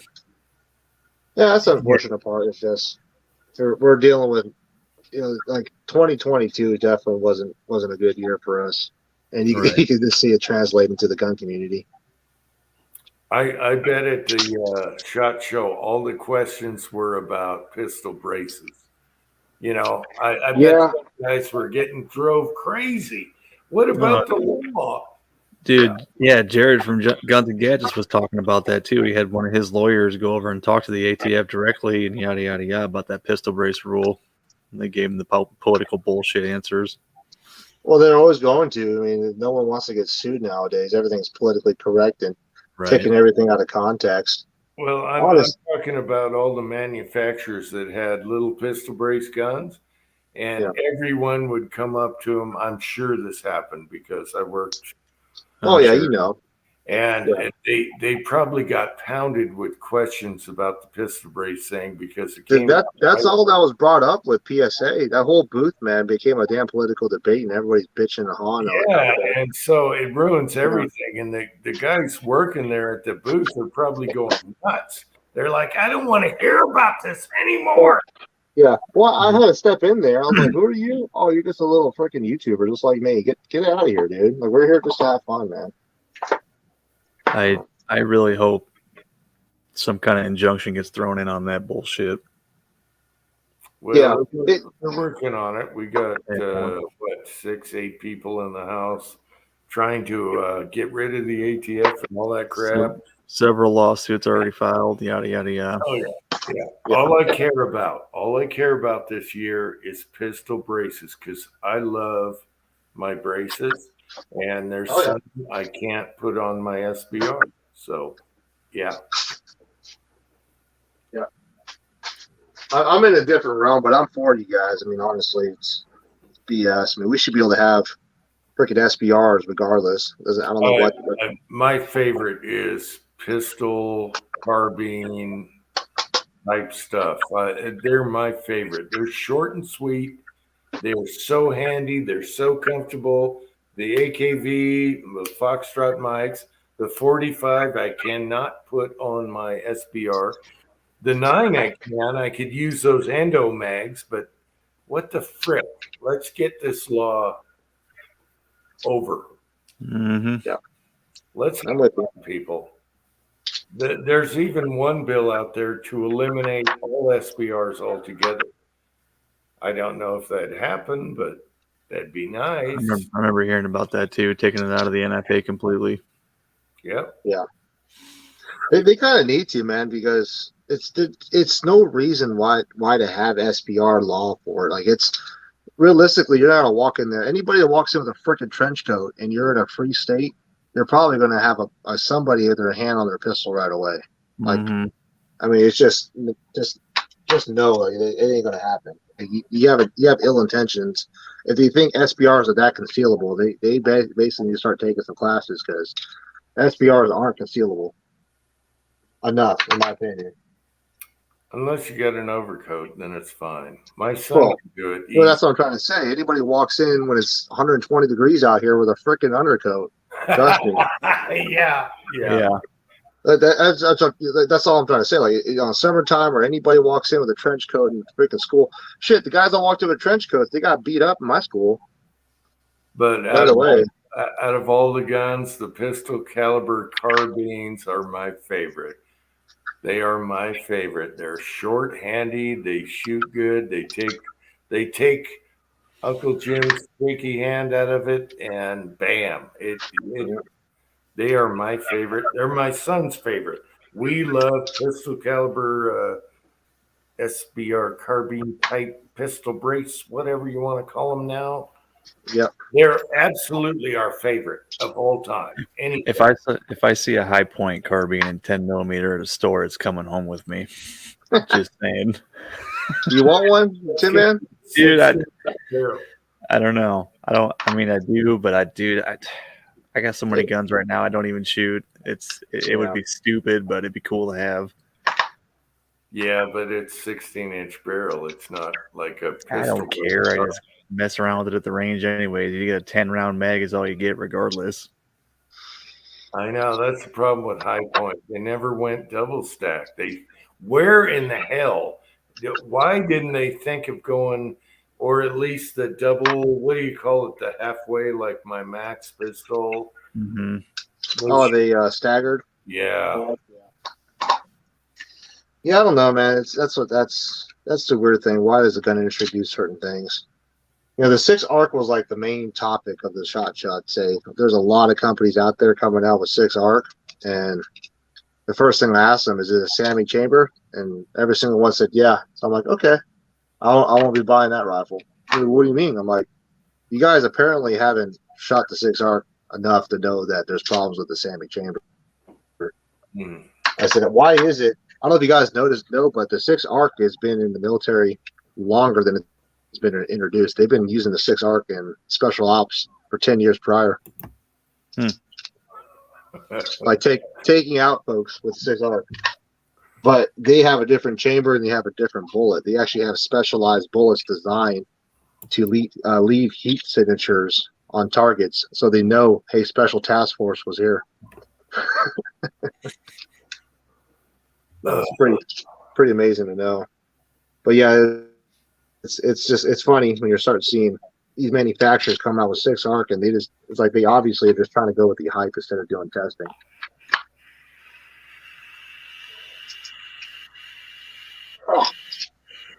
Yeah, my problem is I don't want a weird caliber, so I'm just sticking with standard shit. You don't need to for what you do out there, Jim. What's the point? You don't need a 6 ARC, but I can tell you what: you take a 6 ARC to a squirrel's head with the 58 grain VMAX, that'd be an awesome video. I know, but I'm just sticking like 308, 30-06. I don't do anything long range, nothing, so I'm good. Yeah. So says the guy with a 380 and a 5.7 and yeah. Hey, that's not my problem.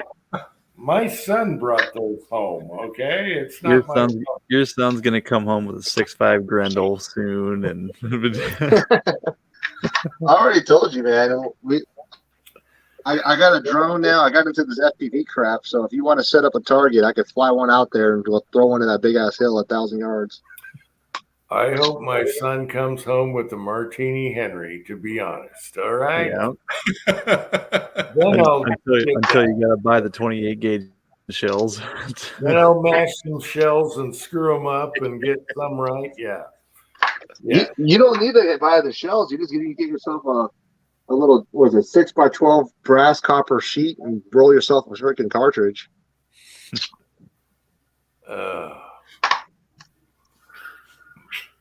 Yeah, but that'd be fun, man. I think if you ever decide to do another trip there, Jim, I'd love to come out there and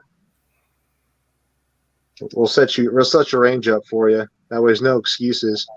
Hey, I don't know if you saw a previous video, but I had tasty waves for a snowboard. Tasty waves. Oh, I didn't see that video. When did that one come out? The one before the balloon? No, look at my last video. I showed I was going to do a bobsled run and just I remember you talking about it. Yeah. And the sidewalls are like 3.5 feet right now. Look at my last video. No one watches. I saw you. You'd have to get really hurt to fall down the cliff and go over that. Yeah, I watched your edging video. I even complimented your edging video. Yeah. I watched your. I watched your snowblowing. I think your whole your wall. I watched the last one because I was going to do a bobsled run and decided not to. And it shows the driveway. It is perfect for a snowboard, right? You're talking my realm there, Jim. That's what we need to do. We need to make a trip up there, Pat. And I got 2 snowboards, one for Jim, one for me. Oh, I wouldn't. Having my feet tied down like that, I don't know if I could handle that. Having the mountain lions would know you couldn't run away from them. Dude, sorry, Jim. I'll hold you down the snowboard like Titanic. That way you won't fall. I don't know if I'd like my feet clamped sideways. I don't know if I'd like that. You'll be fine. You'll be really fine. What I want to do, I thought about when I saw your snowboard or your snowplowing video, is if I could set up targets and do like a tactical snowboard shoot as I'm going downhill. I know. That'd be so cool. I know. But look at my very last video. What was that called? Anyway, it shows the driveway. He saw no, you can't. The reamer that I use for the 6 arc is a shorter free bore. I would have to chop the barrel and rechamber it, and you obviously can't do that and retime your gas port. It's pretty hard to do. Wow. So you got to chop. Oh man. Well, it uses a shorter free bore, so I'd have to take off. If it's a bolt action, I'd say I can. I have no problem doing that. But if it's a you won't need to do that on a bolt action, because the bolt action is chamois cartridge, and a bolt action allows you to get to 2.310, which is where the 105 bullets want to be. Like a little Jim on a snowboard. Hey, take a walker and take the tennis balls off and just put skis on it. There we go. Geriatric skiing, that'd be freaking hilarious. The geriatric snowboard. Yeah. You know what's funny is I bought my wife snowshoes years ago. I'm gonna have to use those to go to my targets to clean them. Swing out there and take a shovel, and that's like 3 feet. So hopefully I'll do a video, and if I get stuck, I'll show you everything. Yes. I just want to have the opportunity, Jim. If I ever come up there, I'm going to do a biathlon ski shoot, but I'm going to make it like Die Hard, where I'm just in a tank top like Tin Man with like an AR or something. Yeah, you know, the time to come would have been a couple weeks ago. We were getting hammered. So I know. It's February. It's going to start, less snow. Yeah. I would have really appreciated a film of that big block of snow on top of the van sliding off. I know. I tried. You said sawing the snow off and slamming the brakes, and I was like, "Oh yeah, let's see it." I know. I didn't show it. Yeah, I'm sorry, guys. I didn't show it. But it works good. If you got 2 feet of snow on top of your vehicle, just take 2 people with a rope, cut a line like cheese, and then take that cheese down a hill and slam the brakes. Yes. Right on top of the freshly plowed driveway. Yeah. And now you got a boulder in the way. Yeah. You got a huge chunk of block in the way. Oh, we're still working on the shorts here. I hate shorts. Still short. That's a good idea. Send Grandpa down with hickory. That's a good one. I might do that. I might break a hip for that video. We might do that. I'll have a hickory stick and I'll be paddling with it around the corner. Yes. Oh. Cranky. Oh, Tin Man will love this one. Oh no. Oh, Willie would have totally. I think of Willie in that ham. Oh shit. Willie would have enjoyed that one because he had to think about it. Yeah, he would. Oh, hilarious, guys. You guys are hilarious. Did I ever do a video on this, Jim? This zinc hollow point Keith bullet? I don't have zinc. No, never. Whoa. Wow, that's a hell of a hollow point. What does zinc do when it frags? Like, does it just like disintegrate or what? Yeah. Out of a 44 mag, it becomes a rip round. I bet you could fit a 22 short in that hollow point. Yeah, I've never shot zinc. I was gonna say that's got to disintegrate. But that would probably be a good fragmenting round right there. It's close. So, yeah. It's close. I would say no. I thought I did a video on this, but yeah, it fragments like the rip round. Yeah. When you shoot it. I have like 30 casted. If you want to try it out? Yeah, and it would be really fast. Yeah. Oh, what does it weigh? It weighs what do I have here? Got to be light. It weighs 86 grams. Oh my God! Yeah, that's a frag round. Yeah, 86 grains with the hollow point. 44 Magnum. Yeah. And a 44 Magnum with 23 grains of 4350 or H110. H110. Yeah. It would only break 2 milk jugs, but man, it would break the shit out of them. It's super light. Yeah. No, that'd be awesome. Oh, I gotta apologize to Pat. In a previous, I casted these a while back. I forgot I had a bunch of these. I was gonna load them up on a lever gun. Yeah, I've never shot zinc. I've not gone there yet. Yeah. Okay. Well, we may have to make you a zinker. I think James Pollard, if he's still on here, he'll concur with you. James and Andy, they're zinkers, and I'm trying. Andy wanted to send me a bunch of bullets. I'm like, I'm not ready for zinc yet. I got too much. I haven't even played with it. Shoot all those zinc bullets into your lead trap. Yeah. I'm not saying you should cast zinc. I'm saying you should shoot at zinc. Let us deal with the casting. Andy was going to send me a bunch of bullets, and I said, I'm not ready there yet. I haven't even played with their other stuff yet. Oh, man. I'm not ready for zinc. I'm not ready. But someday I'm saving zinc. Someday I will. I got steel molds. I got some of Andy's loaded up for a 308. It ended up working pretty decent out of an AR 308. LR 308. It's, I wouldn't say it's super accurate. I'd say I was getting like a 3-inch group, but hey, for a cheap cast zinc round for 308, it works pretty good. Hell yeah. And Andy's had really good results with zinc. Yeah. Yep. Let's see. We got a question for Kenny here. What the heck is the military using for lead now? Oh, for lead? I don't know. The military, from what I've seen, a lot of true velocity bullets are being introduced. I don't know if you heard of them. True Velocity is making those polymer cased cartridges, and I think a lot of them are using for close combat. They're using frag bending bullets. I'm pretty sure they're some kind of zinc bullet or some sort. And then James Pullard has a question. How fast would that zinc 44 mag bullet be? I clocked it at 2,300 feet a second. Jesus. Oh, yeah, that's what I figured. Something fast, light. It's rifle velocities out of this.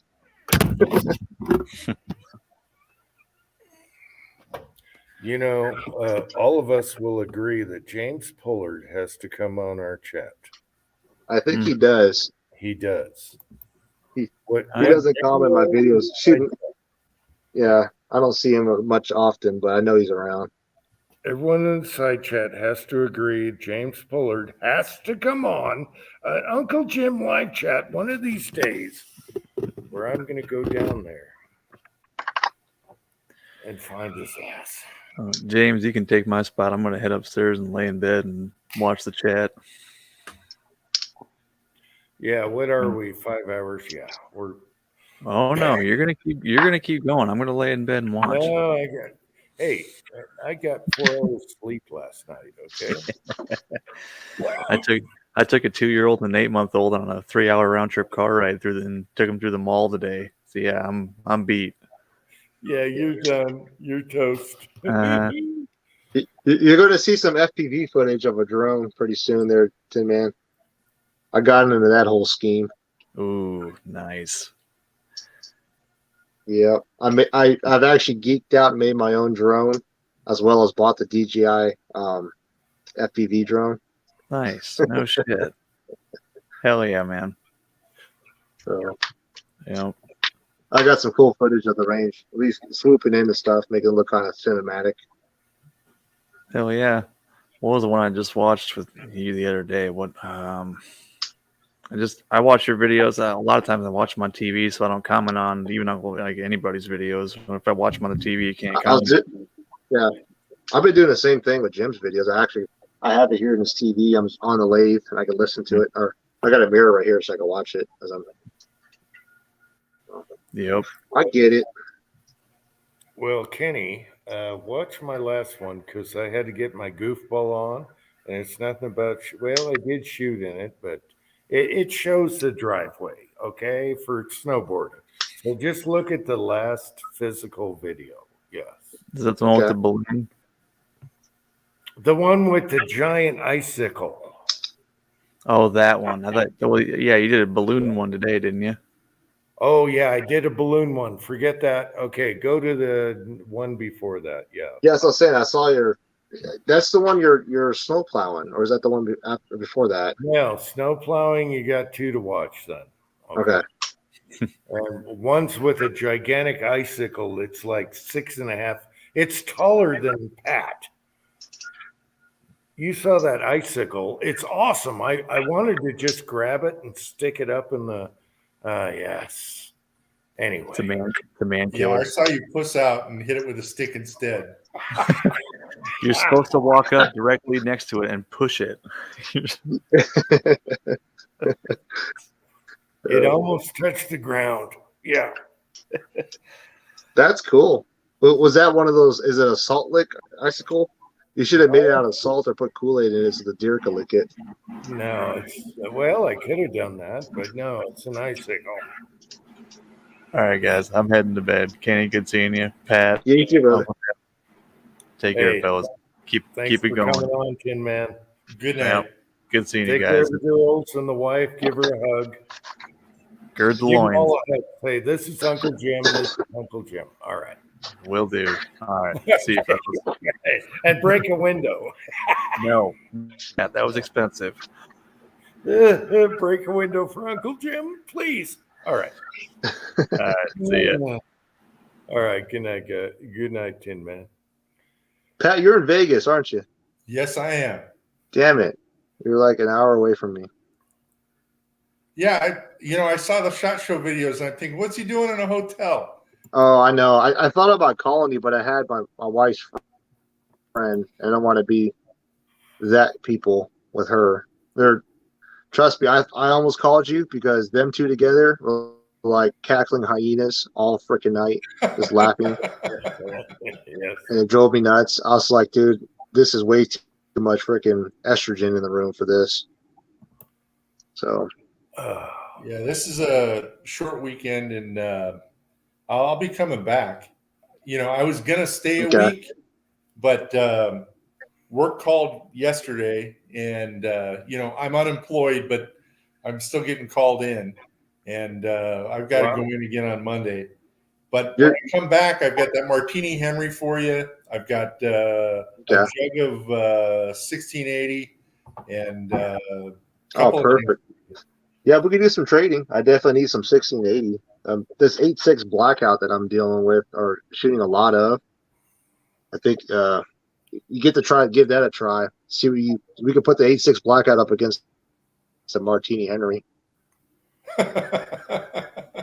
Modern big bore versus old school big bore. That'd be pretty cool. Well, you can drive up because I had you buy me 4 of 1680. Yeah. Remember? I could drop ship it to you now, Jim. You shipped it to me, so if you're out of 1680, I got those 4 still. I'm all right. I got a pound left. I have enough to play around with the 8.6 blackout. I only have 1 or 2 rifle builds in that, so I'm good. I've got an 8-pound jug with your name on it, Kenny. Oh. And okay. I think I paid $135 for it. That's not bad. Well, I got Varget and crap if you need that. I got a crap ton of Varget. No, I'm good on powder. I'm already a fire hazard in the house. Well, I don't know if you saw my shelf. I shouldn't have this much powder here. No, I saw that. It's like my bar. Yeah, it's all about primers. Yeah.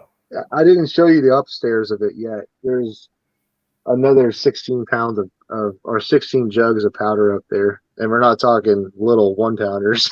Yeah. When I was able to start getting powder and on my dealer program, I was like, let me buy it all. And I didn't know that when you buy a quantity of 10, it immediately up it to an 8-pound jug. So I got 8 pounds of a couple of certain powders. I got H1000. I got 8 jugs of those, 8-pound jugs of those. So I got to figure out what to do with that. So I know H1000 is hard to find. If Idaho is still on the chat, he's probably looking for some. So I got enough H1000 to set off a rocket, to be honest.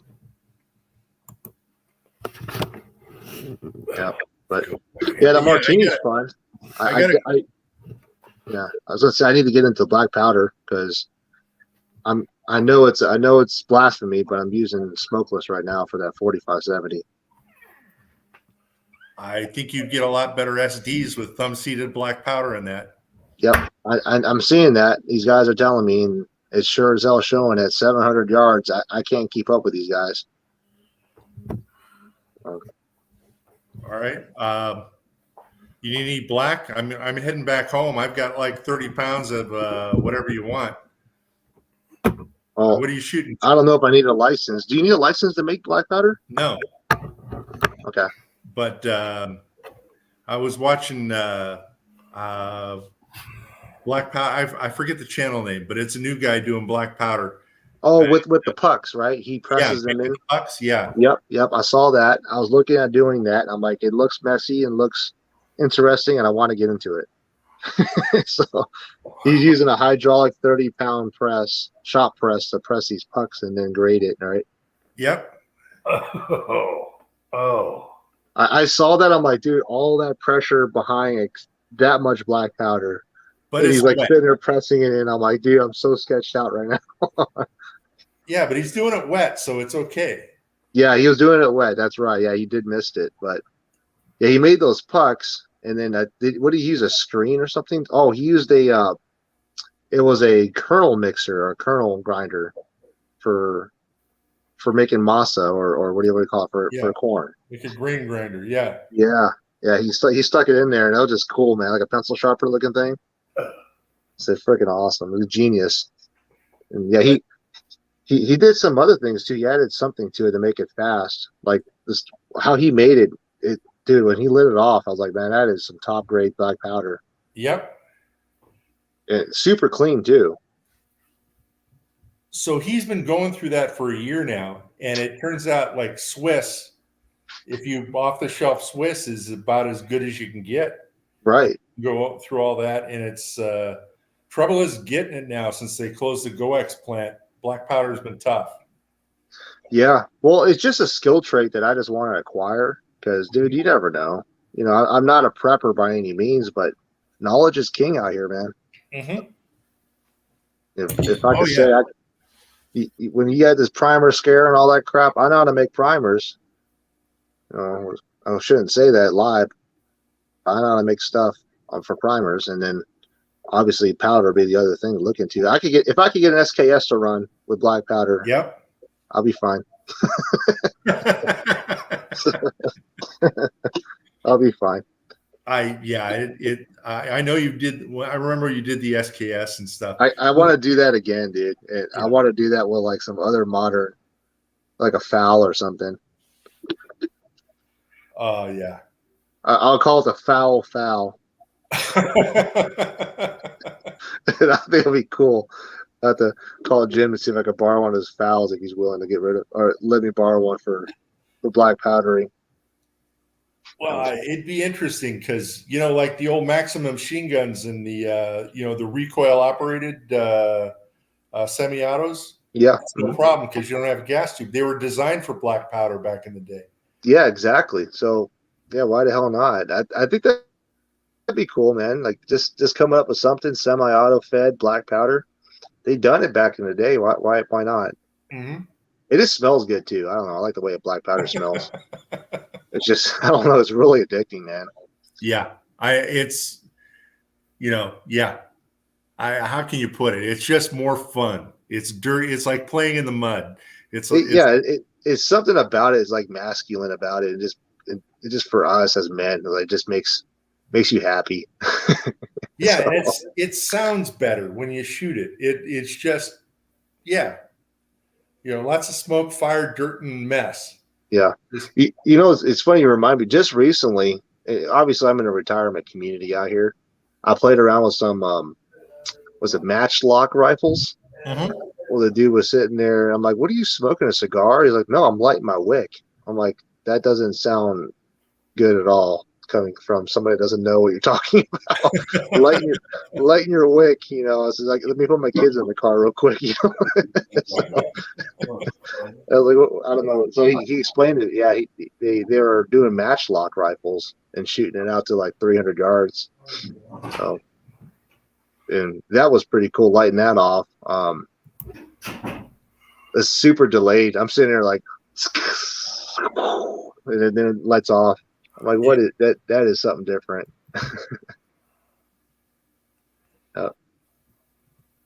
Oh, electrically pumped. Yeah, I've seen that.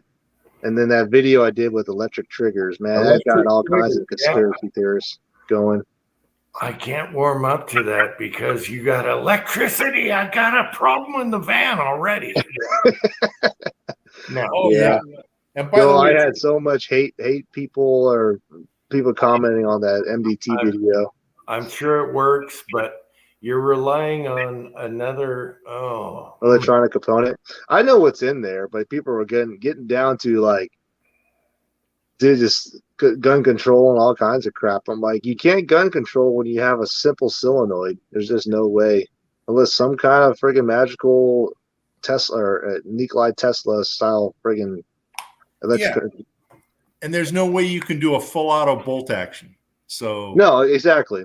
Yeah. And what people don't understand is that those electronic triggers has been around in the bench rest world for a very long time. I think close to 3 decades now. Yeah, I'm sure it's very good and everything, but electricity, you're like adding computers to your cars. Oh, it's going that route, Jim. You're going to start seeing some caseless ammunition and I know electronic primers and crap are coming back. Dude, we're going to get rail guns pretty soon. I know. Yeah, it's not going to be fun no more when you're shooting a pew and you don't get the kickback and the powder smell. Yeah. No more rusted powder. Yeah. There's something to be said on learning on a 12-pound trigger with a bunch of creep and grit in it. Yeah. And then you go to the light stuff. But I think you should learn on awful. Yeah, I did that to my son, my oldest son. I made him shoot the SKS first with the horrible trigger it had in there. Yeah. And then I gave him the 44 mag and let him pop it with a full-blown Magnum, 1 round only. Yep. Yeah. He didn't get the scar like I did, my forehead, shooting a 44 mag, but he got up there pretty close. Yeah, everyone should start off with a nasty trigger. That's how they should learn, and then they enjoy the rest. Yeah. Yes. Yeah. But electronic triggers, yep, and they've been in air guns, exactly. 6-shooter. They've been around, dude. The rail guns guys, they've been using the syringe triggers. The little air pump syringe triggers, and then electronic triggers, same thing, man. Yeah. I checked out. There's actually a lot of, since 6-shooters in the air guns and stuff, there's a lot of new air guns coming out this year. That's one thing I think that was pretty popular in SHOT Show. A lot of the precision rifle based or PRS or 22 style air guns. Dude, they had one that was a 50 cal full auto air gun that took a rotary mag that was full auto, and you can completely own it legally. It's not considered a firearm, so you can legitimately own a 50 cal full auto. Yeah, no paperwork. Get it online. Yeah, I know. That's the beauty of those. Yeah. It was like a 300 grainer or 200 grain 50 cal that shoots like 400 or 500 feet a second. It was nuts. So getting whopped by one of those will take you down. Yeah. But yeah, the air guns, that's a whole nother realm that people trying to get me on board with that. I don't even want to go down that route, man. That's a whole different rabbit hole. Yeah, I know. What scares me is the gas, the air tanks. Tank? Yeah, are they gonna blow? that always scared me. Yeah. Well, it's just as dangerous as us reloading. You know, or scuba diving. You know, no 3,000 psi. Yeah, it'll kill you, but it'll be fine. you're going to go fast. You won't even know. You won't feel it. For some reason, it just scares me. My son has a tank, and man, that scares me. You know. Yeah. A lot of psi. That's a bomb. Yeah. We keep having these issues. You know, we never know if it's going to stop. It seems like products are coming back as far as reloads, but just to be able to go back next time we have our next presidential election, at least we have something to have fun with and go shoot. That's why I did consider the air guns for a little bit. You know. Just sucks not being able to go fire your firearms where you want to. And I think that's the reason why 22s are becoming so popular, because guys just aren't reloading anymore. Yeah. Yeah, no different in your oxyacetylene tanks. Yep. Yeah, or the welding tanks and all that. But, oh, man, I don't know. Hey, did you like that video of me welding that bolt back together?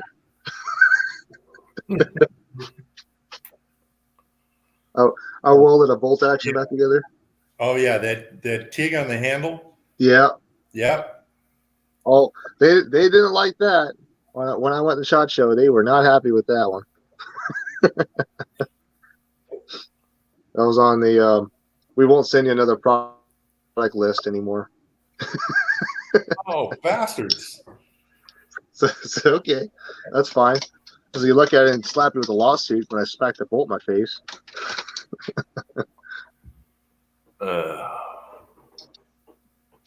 Yeah. But that was I'm learning the TIG there, Jim. So I'm actually my side by side. I'm redoing the front end of it and putting long travel and redoing the suspension because they screwed up the geometry.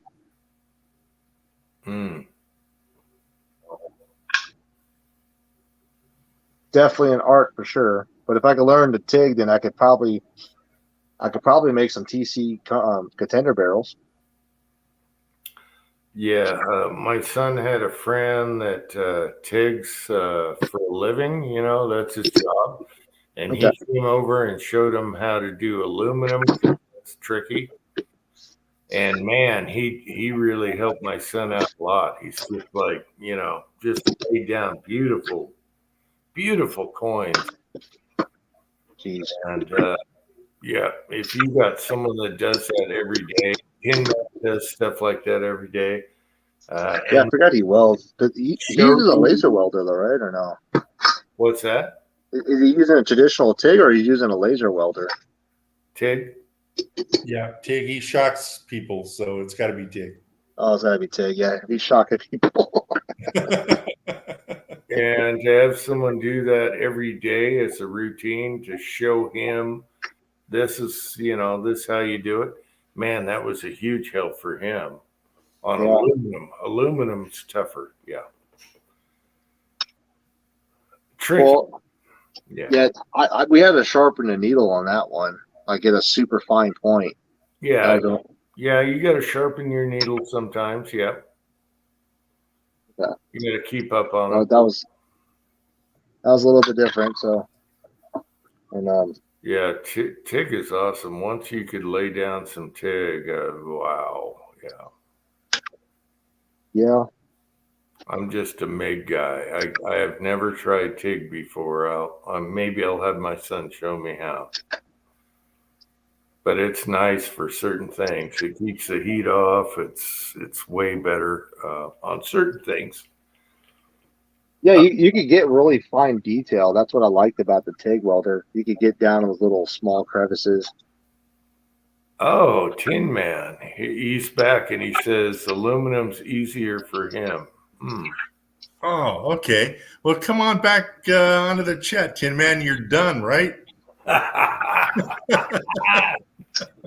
They only come back to give me shit. Yeah. That flew over my head for a little bit there. They only come back to give me shit. The thing about aluminum, if you got thin aluminum, like, okay, the trick is TIGging an aluminum can. That is the ultimate trick.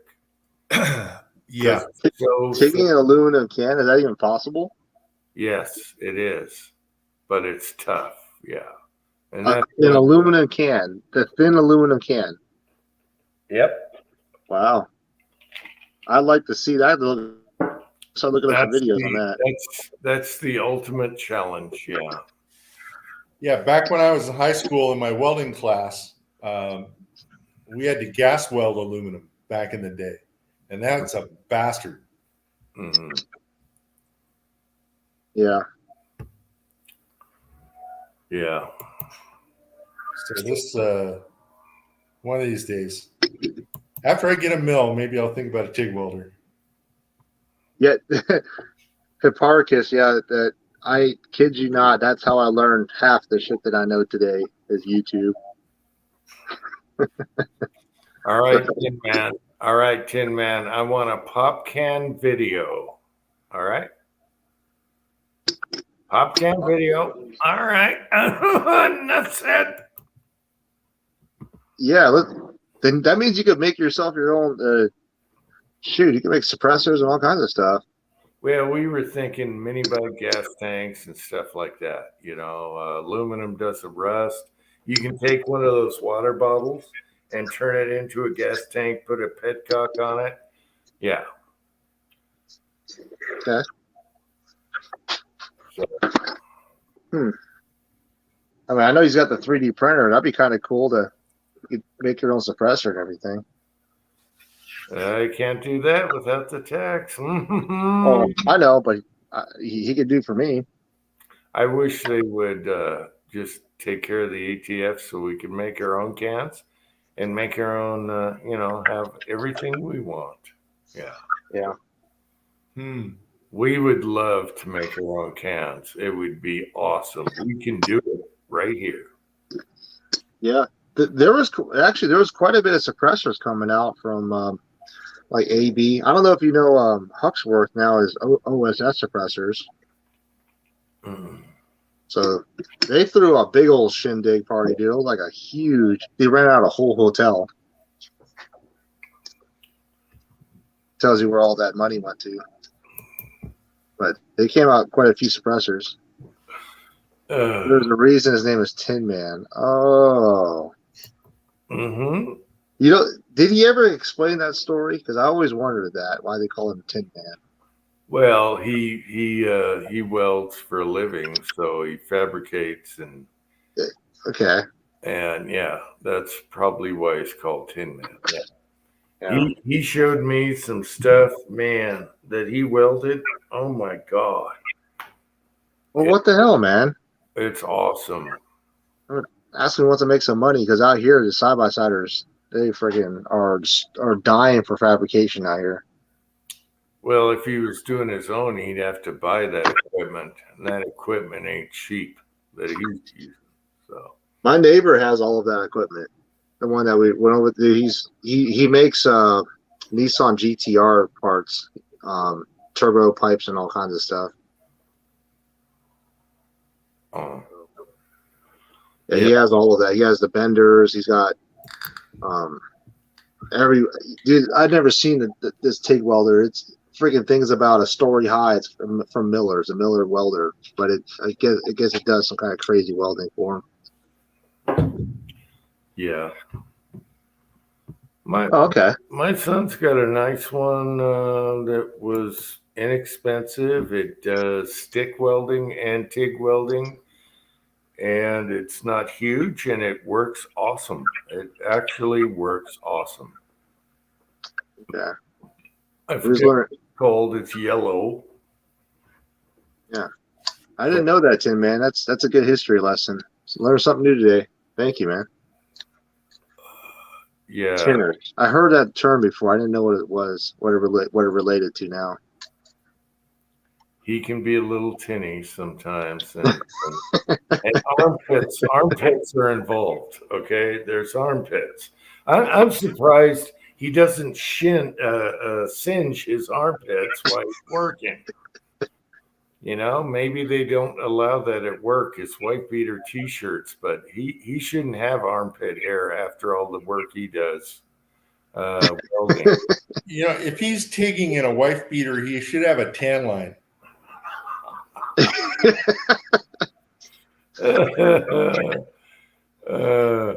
Oh, he wears sleeves at work. Oh, you bastard.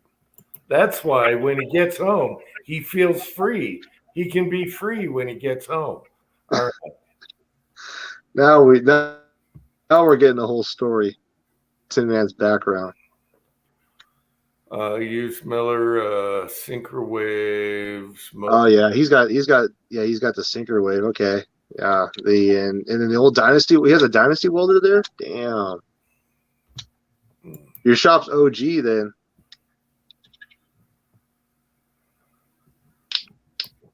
That's you don't tan for flash burn. Just burn and turn black white. Okay. You're not working hard enough. That's what it means. I'm surprised he's got armpit hair. I'm sorry.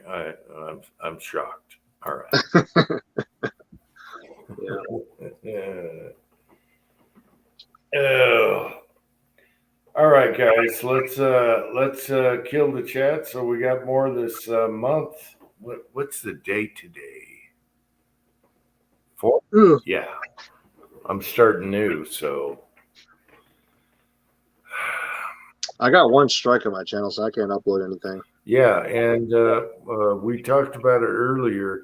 It sounds like everyone's getting strikes right now, and it sounds like you have to reply to get your 7 days back. Get upload a video in 7 days. So somehow, all you have to do is send a period or exclamation mark, but send them a reply. So your strike will start 7 days. Yeah, I think I'm on the 5th day right now. I haven't been able to upload a video for at least a week and a half or a week now. Okay, if you can't do it after 7 days, you might have to reply back to them. I've never heard of that before, but I saw a video. We talked about it earlier, and he had to reply back to get his 7 days. So. I could send some emojis that I could think of. I wouldn't do it. I saw another video. Yeah. The guy appealed the strike, and they reset the clock. So no! 7 days. There's a couple of channels that I wasn't subscribed to, but I've heard of them. They wiped them out. Like, these are big channels. There's a lot of channels that got wiped out on YouTube, and everybody keeps talking about this Rumble thing, and I don't know. I don't even know what the hell it is. So Rumble sucks to me. It's hard. I don't know. I got one video there just to sit. Well, it's just going to turn into the same thing a couple years ago when we're all scrambling trying to find a damn network or platform, and here we are all back on YouTube. I knew that was going to happen. All right, so I watch videos on Rumble now, and I posted a video on it, and I use Rumble. And it's got some shortcomings with the chat and the the comments and shit. But nobody's ever gotten a strike and nobody's been thrown off. And my problem is they're like Facebook. They want my phone number to verify my account so I can leave a comment. So that might be okay for getting rid of trolls, but I'm not giving nobody my phone number. Yeah, that's the thing. Yeah, I'm not getting. It seems like you're selling information. I forgot what is. There's a program you could get to where they could track it to see if your information got sold. Well, I wonder if they're doing that. I'm still a phone company, so if it comes to it, I can generate a phone number. And that's right. You get a Google Voice number. That's what I thought doing. Yeah, a Google Voice number. Now, whatever happened to freaking Trump's thing? Social media. Truth. Oh, he's back. Yeah. Back on everybody now. No, Truth Social is still going, but it never caught on. It's kind of like a Rumble as far as how it works. Yep. So it's actually up and running. Sorry, I haven't been keeping up, man. It's been running for a year. I registered a year ago. Yeah, I'm way behind, dude. Yeah, I didn't even know anything about that stupid balloon thing until today. I was like, what is this balloon thing I keep seeing about? And I was like, what the hell? Damn China, really? You need to catch up. You need to catch up on the news. Yeah. I don't, man. You know, honestly, maybe I should, but I stopped watching a lot of the news because just the negativity could get you. If you watch enough of that, dude, it puts you in a negative thought, you know? Oh, every morning is another depression. Yeah. Yeah, they do it just to wind you up, and it pisses me off sometimes. I take a step back and think, you know, I don't really need anybody to tell me how bad the ATF is today. Yeah, that's exactly how I feel. I make it a goal when I wake up to make somebody happy today. If it's my friends or family or my kids, you know, that's what I make it to do. Like, there's no reason to spread all this negativity and talk about how bad things are going bad. Shoot, let's just see what we can do today. Let's go fishing, you know. Yeah, but you gotta keep up with what's going on. If you got a balloon with a little small nuclear bomb over your head, you I know about it. Yeah, well, when I read about it, I started giving some thought, and I'm like, look, regardless of who's in office right now, we still have the national defense. If anything was dangerous about it, then he would have shot it down. However, it did fly across the whole freaking United States and sent all that information back, whatever was on there. Not right now. We have no defense because we have a stupid puppet in office. I know. That balloon should have been shot down before it hit Alaska. Yeah. And they shot it down after it scanned and did everything it wanted to do. Yep. Well, I got a panel antenna on my roof, and I figured out my DJI FPV drone could go 10 miles. So I'm good. I got good reconnaissance over here. Well, I think everyone should keep on the news, even though it's depressing as hell. Keep up on it. It's slightly anyway. Get out of the bullshit, but just the facts. Give me the facts. Yeah. Oh, I got selected to the Gundies. I don't know how that happened. I don't know if you heard about that. No, I got to vote for your ass then. I haven't. Well, it's already done. Oh. It was like done a couple days ago, but somehow I didn't know what it was. I kept getting this freaking email like, "What is this crap, Gundies?" I was like, so I started reading about it. I was like, dude, I got nominated. So I'm like, how did this happen? You don't even do political though. Who won it? Was it Scholar? So the Gundies is like the YouTube fame for the gun industry. So I didn't know. So there's you know, Ultimate Reloader's on there. Ray's on there. He got selected for Best Influencer. I got nominated for Best Gun Reviewer. I'm like, wait a minute. What guns have I reviewed? I don't know how I fall in that category. But I guess because I build a lot of rifles and show that. That's probably why. But apparently it's a bunch of our fans. They nominated us. So I got to go as a thank you. You know, like, hey, you know, it's all the way in Texas. I get to shoot a tank and all that. Who won? Oh, no one won. It's a nomination, so you go there kind of like an Oscar award, but for like the gun community. Yeah, but someone's got to win. I thought it was. There's categories. Yeah, there's best gun reviewer, most influential male of the year, best shooter. I can't even think of the top of my head. Obviously, all the big name YouTubers are going to be there. I don't know why I'm in there, but I'm really grateful. Yeah, the ones I'm looking at are the gun rights ones. Gun Scholar. Yeah, the best gun advocate of the year. Yeah. Gun Scholar. I like him better than the other goofy mother. I don't. The Gun Scholar, is that the goofy kid in California? The Gun Scholar's a lawyer. Oh yes. Okay, him and his that girl, right? Yep. He doesn't sit there and beg you to buy his fucking coffee and pay for this. Yep, I have respect for his channel. Yep. Bullshit before you he's watch good. the video. What's that other guy? God, I can't stand that fucker. Yeah, I know what you're talking about. There's a lot of channels that I stopped watching because it kept just every single time it's about new California law. This I'm like, dude, I don't even consider California gun laws as part of the United States anyway. So I'm tired of hearing about it. Oh, James Pullard, I didn't know that. Thank you. For best mullet, there we go. That would be. They do have that. The best dresser or something like that at YouTube. That would have been Jim right there. Yeah. As far as gun laws going on, I think it's the Gun Scholar that I watch. I don't like the other guy. What the frick is that guy's name? Man, I can't wade through 5 minutes of commercial before you talk about your BS. Oh, you talking about the Copper Jacket TV? Arm Scholar. Arm Scholar. Yeah, the Arm Scholar. That's the one I was talking about. He's kind of chunky a little bit. He's chunky. He's a lawyer. Yeah, he's the one that talks about California law. I stopped watching his bullshit. He's I was like, matter I of can't. fact, he doesn't add all this bullshit to his thing. Yeah. Like, what's the other guy's name? People on the side.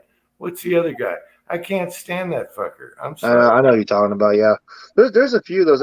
Honestly, I can't keep up, man. I mean, I know I'm supposed to as being an FFL. I'm supposed to be able to do all these okay. HIPAA, Guns and Gadget.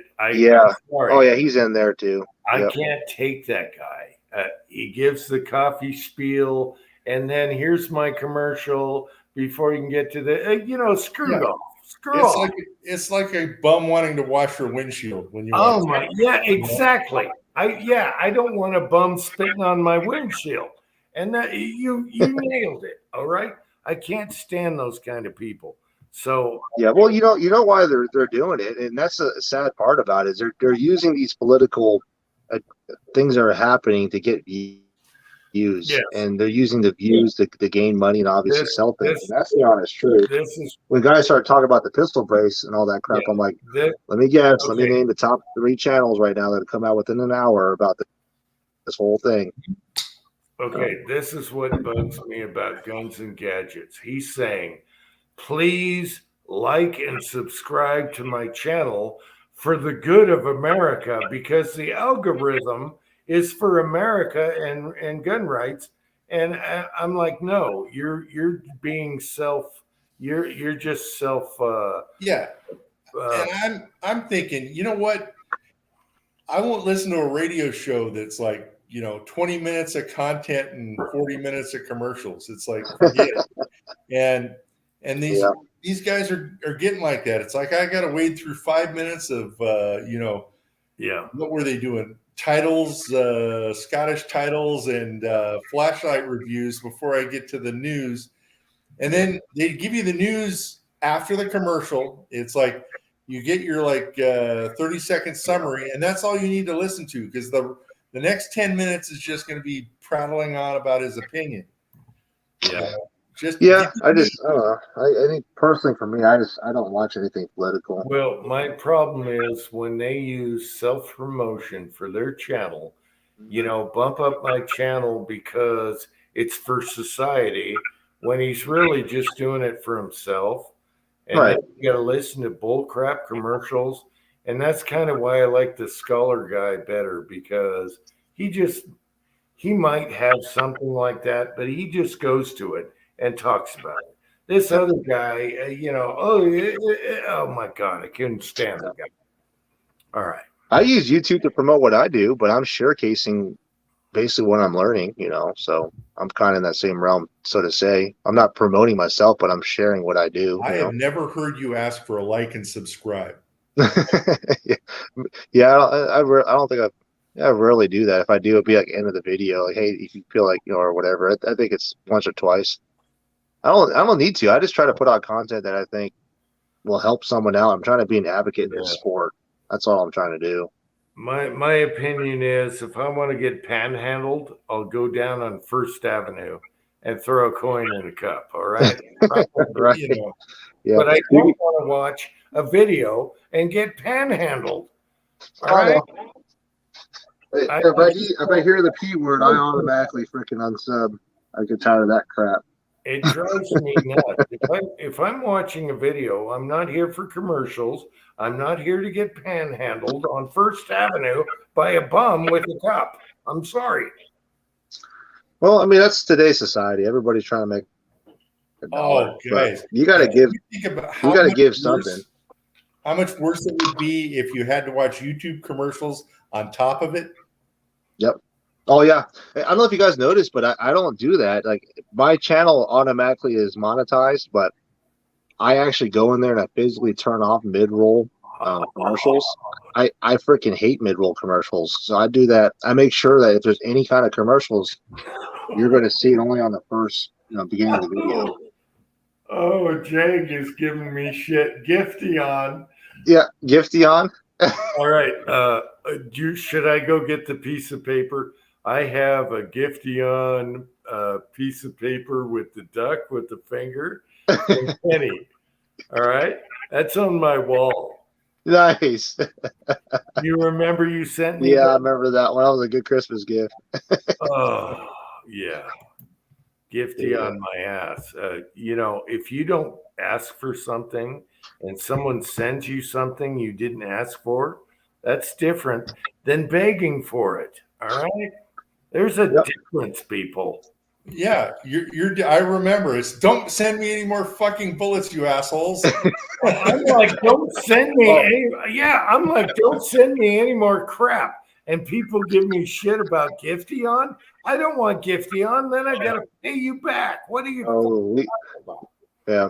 And we were congregating to send you a big ass box of just glitter, just something where you open up and it just spills everywhere. Well, Pat's the worst. Pat's the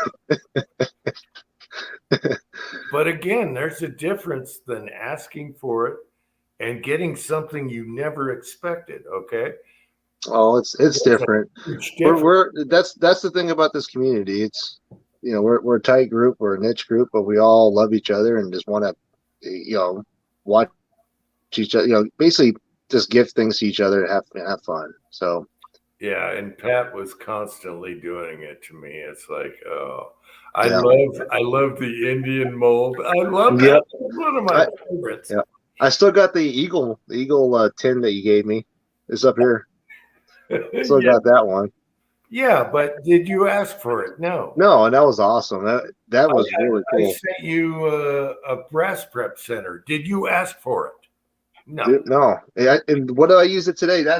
I'm telling you, man, that prep station has been #1 tool that I use on reloading bench, and I thank you every single time I use that thing. Yeah, but you didn't ask for it. You're not asking for. There's a difference, people. I'm sorry. There's a difference. If Uncle Jim were to come on and say, I'm only 200 subscribers short of 1,000, and I need 1,000, and like and subscribe, and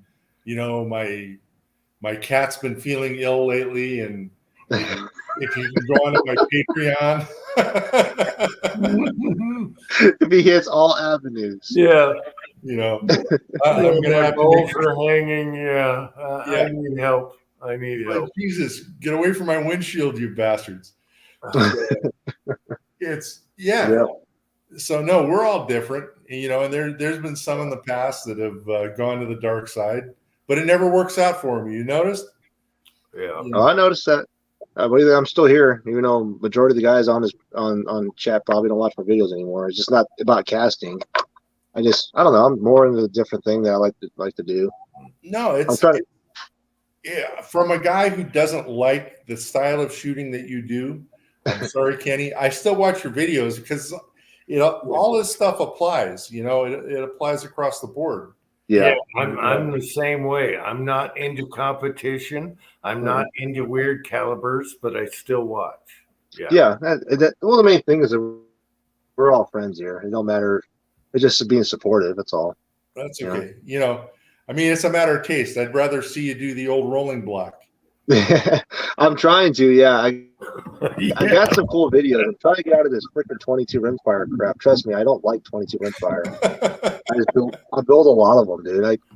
I kid you not. I have 200, and I got over 200 rifle builds I got to do. I freaking need help. So I'm doing all this full time. I'm trying to keep on a schedule and get 2 to 3 done a day. Unfortunately, those rifles are all 22s. So I got a 300 PRC though coming up. That's gonna be a pretty cool video. Yeah, see, that stuff is way over my head. Well, but I still watch. Yeah, well, but I got I got that, and I'm trying to get out there, and if I could film this the Quigley shoot that, or the cast sled bullet shooting, silhouette shooting that I've been doing out here, with the guys at the 300 yards. It's so fast paced that I literally don't have time to bust the camera out. That's the thing, and it's so loud too. So by the time I get there and set up, unless my son's with me, which he absolutely thinks it's boring, and get him to go film me, I haven't been doing those videos. But it's okay because you know what? Whenever you're doing a video, you're having fun, and we can tell. Oh yeah, that's the main thing. thing. It's not a chore for you or anything. No, I post what I want. I don't. Yeah. I'm not sitting there trying to review things. I've had so many companies reach out to review their scopes and crap, and we're not talking like Amazon stuff. We're talking like Athlon and stuff like that. I'm sorry, man. Like, I'm not that channel that's going to be a shill and sell things if I can't afford it. If it's something I truly am using and I say, hey, this is definitely going to help you because it's helped me compete better, that I will review. Mm-hmm. Like the BXR, I did that because I wanted a 1022 and I wanted to prove a point. I almost uploaded this video where I literally went to Walmart and bought a Savage Mark II off the shelf and went to an NRL 22 match, unboxed it there, put the scope on it, and it freaking got second place. Oh, this is funnier than shit. Yeah. If I started asking for cat money, that's hilarious. I tell you what, the only reason I do this stuff, I'm in the mountains now. I don't have a tons of friends out there, and all you guys are my friends here, and that's all that matters. We got to get you off that mountain once in a while. Vegas ain't too far from you, Jim. I know. I got to go visit Pat. I got to test the van a little more, make sure the wiring is good. I got good tires. We're ready. Yeah. I got good tires. I got the gas mileage, so just think of all the tequila. Yeah. I really think, not to visit me. I'll come and visit you, but you really ought to take the family, or maybe just you and the wife, leave the son at home, and come down to Vegas and have a good time. Get off the mountain. There's a lot of good food out there, man. I honestly, I might be a neighbor with Pat. Been looking in his area. Yeah. Yeah. We go out there way too much to not have a house. Well, the market's already cratering pretty good. Yeah, I noticed that. 6 months, and it's going to be great, like it was when we bought this place. You'll see, 7 bedrooms with a tennis court for $200,000. Yep, we figure we'll do that. I know the interest rates will be super high, but by the time it gets back lower, we just refi and use it as an Airbnb. Wait a minute, Pat. Do you have a tennis court? No, the house. Okay, we looked at a couple houses before we bought this monstrosity that we've got. There was one house we looked at. It was built in a circle, and it was all wood paneled with a sunken living room in the middle and the bedrooms on the outside rim. Yeah, and there was that one. And I was thinking we should buy that just because it's in a commercial zoned area, and the lot was worth more than the house. We looked at one that there's a little place out here called Sand Valley that's out there. It's got houses. We looked at a house that had 5 acres and an enclosed swimming pool and a log cabin and a guest house, and it was like $235. Yeah, looked at this thing. Wow. It's getting lower, man. I'm like, man, there's no reason not to buy a house out there. Wow. We shall see. Who knows? We looked at Summerlin. And I was like, man, I can't go there. There's too many damn Asians. I'll fit in too easily. Okay, between Summerlin, before Summerlin, I should say, there's an area that's like zoned for horse property, and all the lots are at least an acre. Okay. And it's more rural. It's really nice. Summerlin is like, we went out there. It's like Newport Beach. It's too hoity-toity. It's pretty bougie. I noticed that. I was like, yeah. I mean, I don't know. It's just a place because it's right there next to that sportsman rifle club that I go to for the matches. Mm-hmm. But primarily, us going back and forth there all the time and airports and all that, it really would help us out. But we'll see. Yeah. Well, You know, we got Biden for another 2 years. I imagine it's going to get rough. Oh, I know. I already know. We're preparing for that. That's why I said, even though I'm doing all this gun stuff now full time, I'm still looking at the machining aspect of it. And as soon as I get that building put up and those CNC machines, I'll probably go get on board doing semiconductor tooling like I used to do. Well, yeah, if you got a Haas, you just got to keep it working. That's the thing. I got a lot of work out here.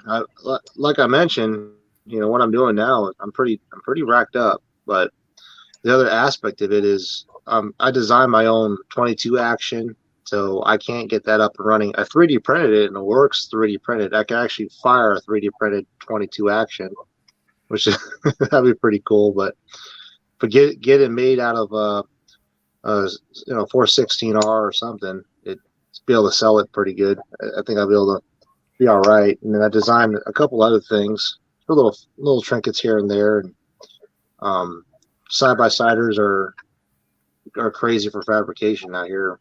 So there's work. If anything, I got a Class A license. I'll go back. I'll go to Idaho and hey, let me contract you and maybe a truck driver. Oh, there's always something. I mean, that's what I'm finding. I'm making more money now than when I was working.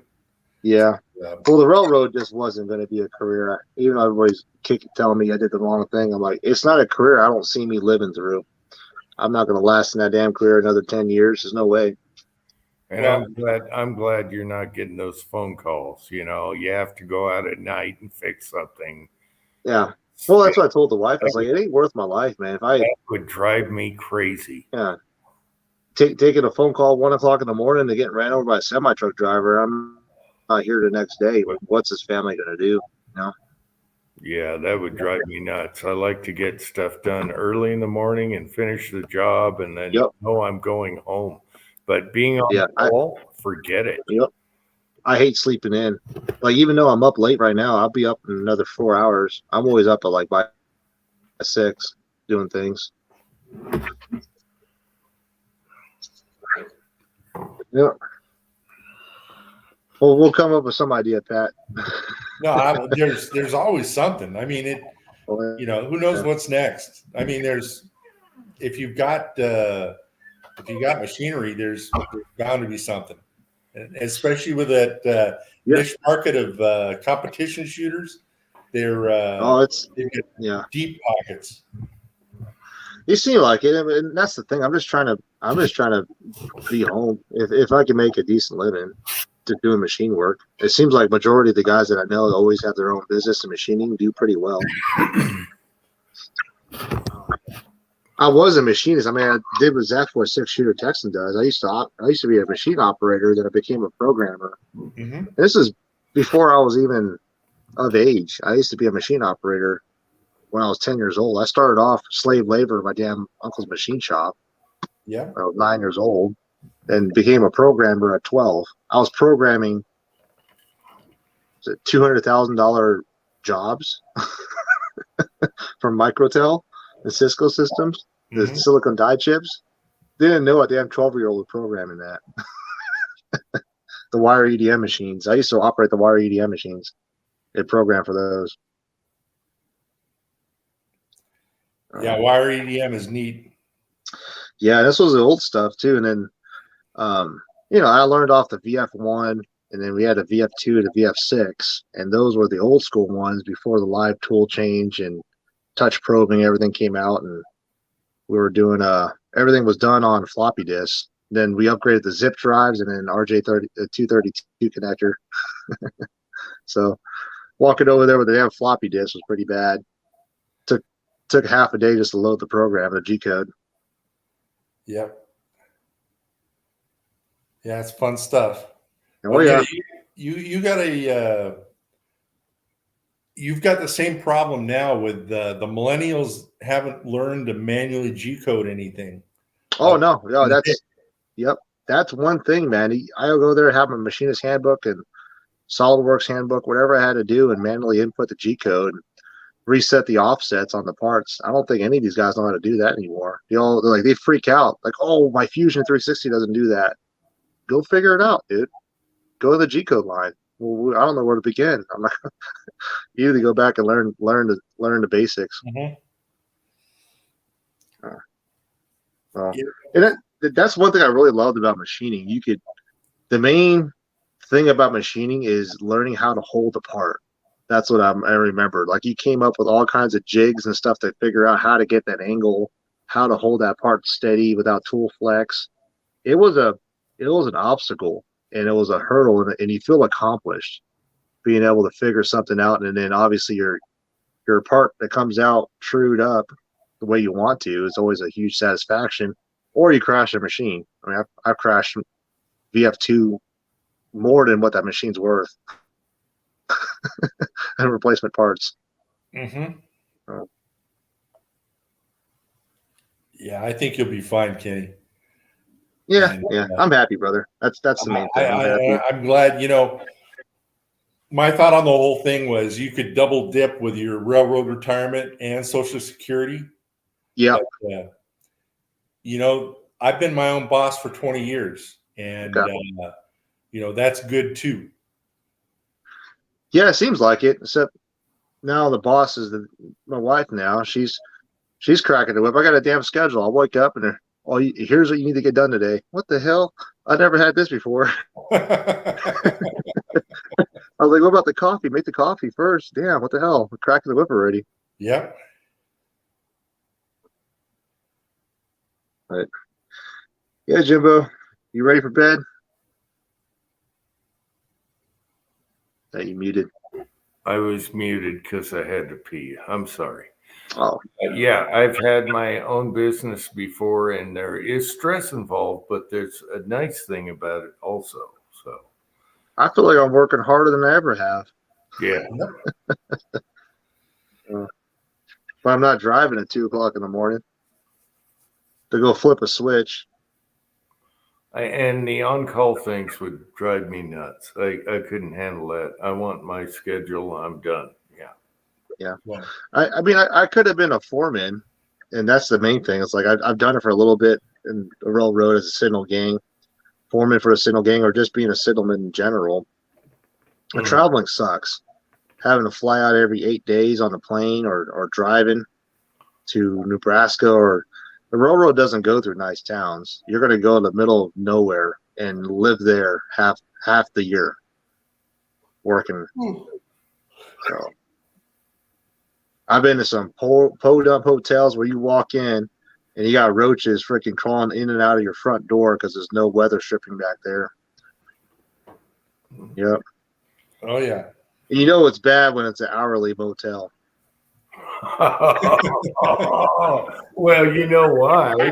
Oh, I know why. And I always told him that's the thing about the railroad. And I think Crank is still on here. He worked for CSX. He knows we use Travel Lodge or some CLC lodging, and owned by Warren Buffett, gets a kick down. So you call them up and it's like, what's the shittiest hotel in this city? Oh, we're gonna give you this one. And like that's like their goal. I'm not even joking. You can look at a Motel 6 and it's Podunk, and they're gonna give you freaking travel motel, whatever it is, hourly hotel next to it. They'll do it. They do it on purpose. I'm like, man, we really, dude. So many times on a mobile gang, I slept in the truck with a sleeping bag. Negative 10 degrees outside. Yeah, hourly motels, you're going to have to check your sheets. Yes. Oh, yeah. Oh, some rugged stuff, man. Yeah. Be right back. Yep.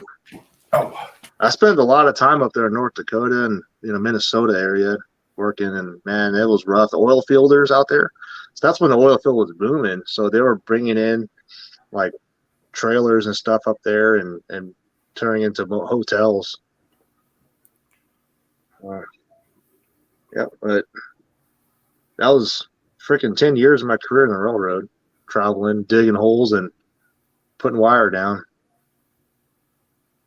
A multi-billion-dollar company. You ask for a backhoe, they're going to point at all 6 of you and says, "We got 6 backhoes right here. Grab a shovel." Or you're staring at a backhoe and you're like, I know how to operate that machine, but they won't let you do it because you're not certified or you're not whatever. They don't have the machine operator license. Like, come on, man. Yeah, working out of town can be fun, but there's issues. Yeah.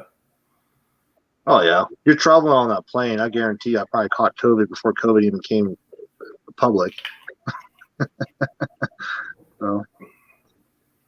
Well, that's good though. You know you got control of what you're doing now, so that's great.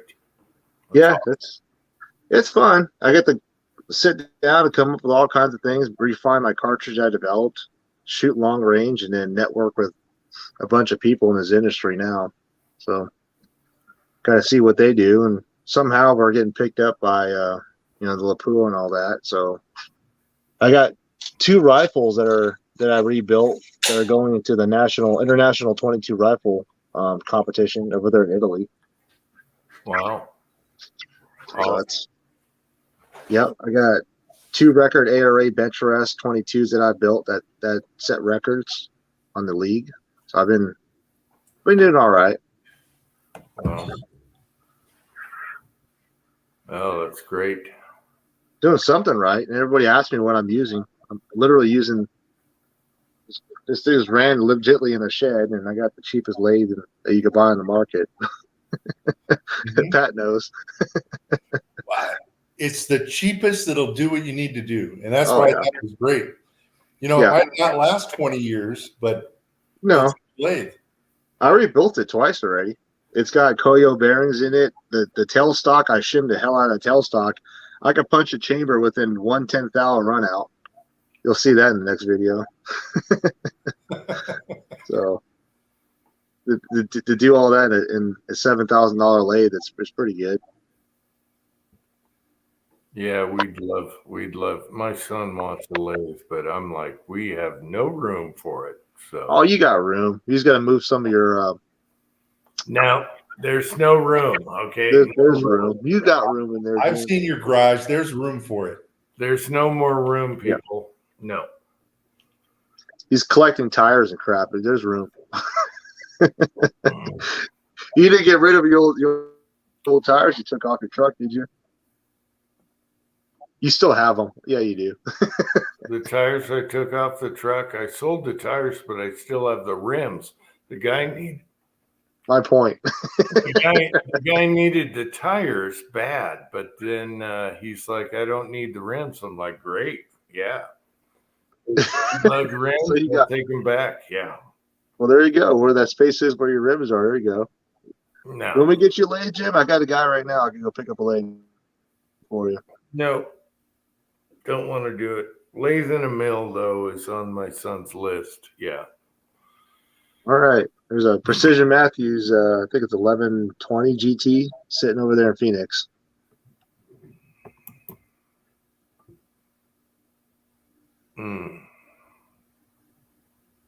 Yep. Yep. Yeah, the first thing that went on this thing, I noticed it too, and I was like, I couldn't get a barrel indicated. I was like, man, there's something up with this thing. That's after I crashed it, I think. After was it the first time?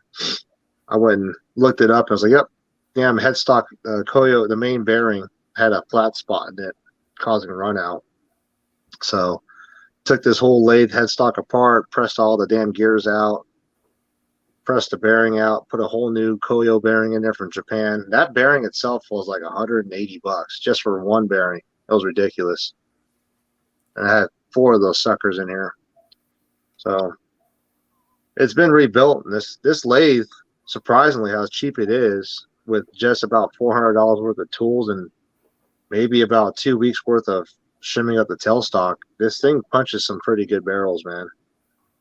I can't produce the same quality of barrels that I do on this lathe and with like a Precision Matthews 1440 GT or even a Hardridge lathe. Even a Hardridge lathe, my neighbor has one of those, like a brand new Hardridge lathe. It's a $60,000 lathe. I can't produce the same quality on that lathe than I can on this one, which is sad to say. It's really weird how much run out. Like, that's what I always tell folks. Like, tolerances are stackable if you understand machining. When you got 1000s here, 1000s here, your apron is moving back and forth 10th thou. You start cutting tapers on threads and all that, dude. All of that stacks up tolerance, and your end product is going to be out of spec or whatever, so to say, not tight in tolerance.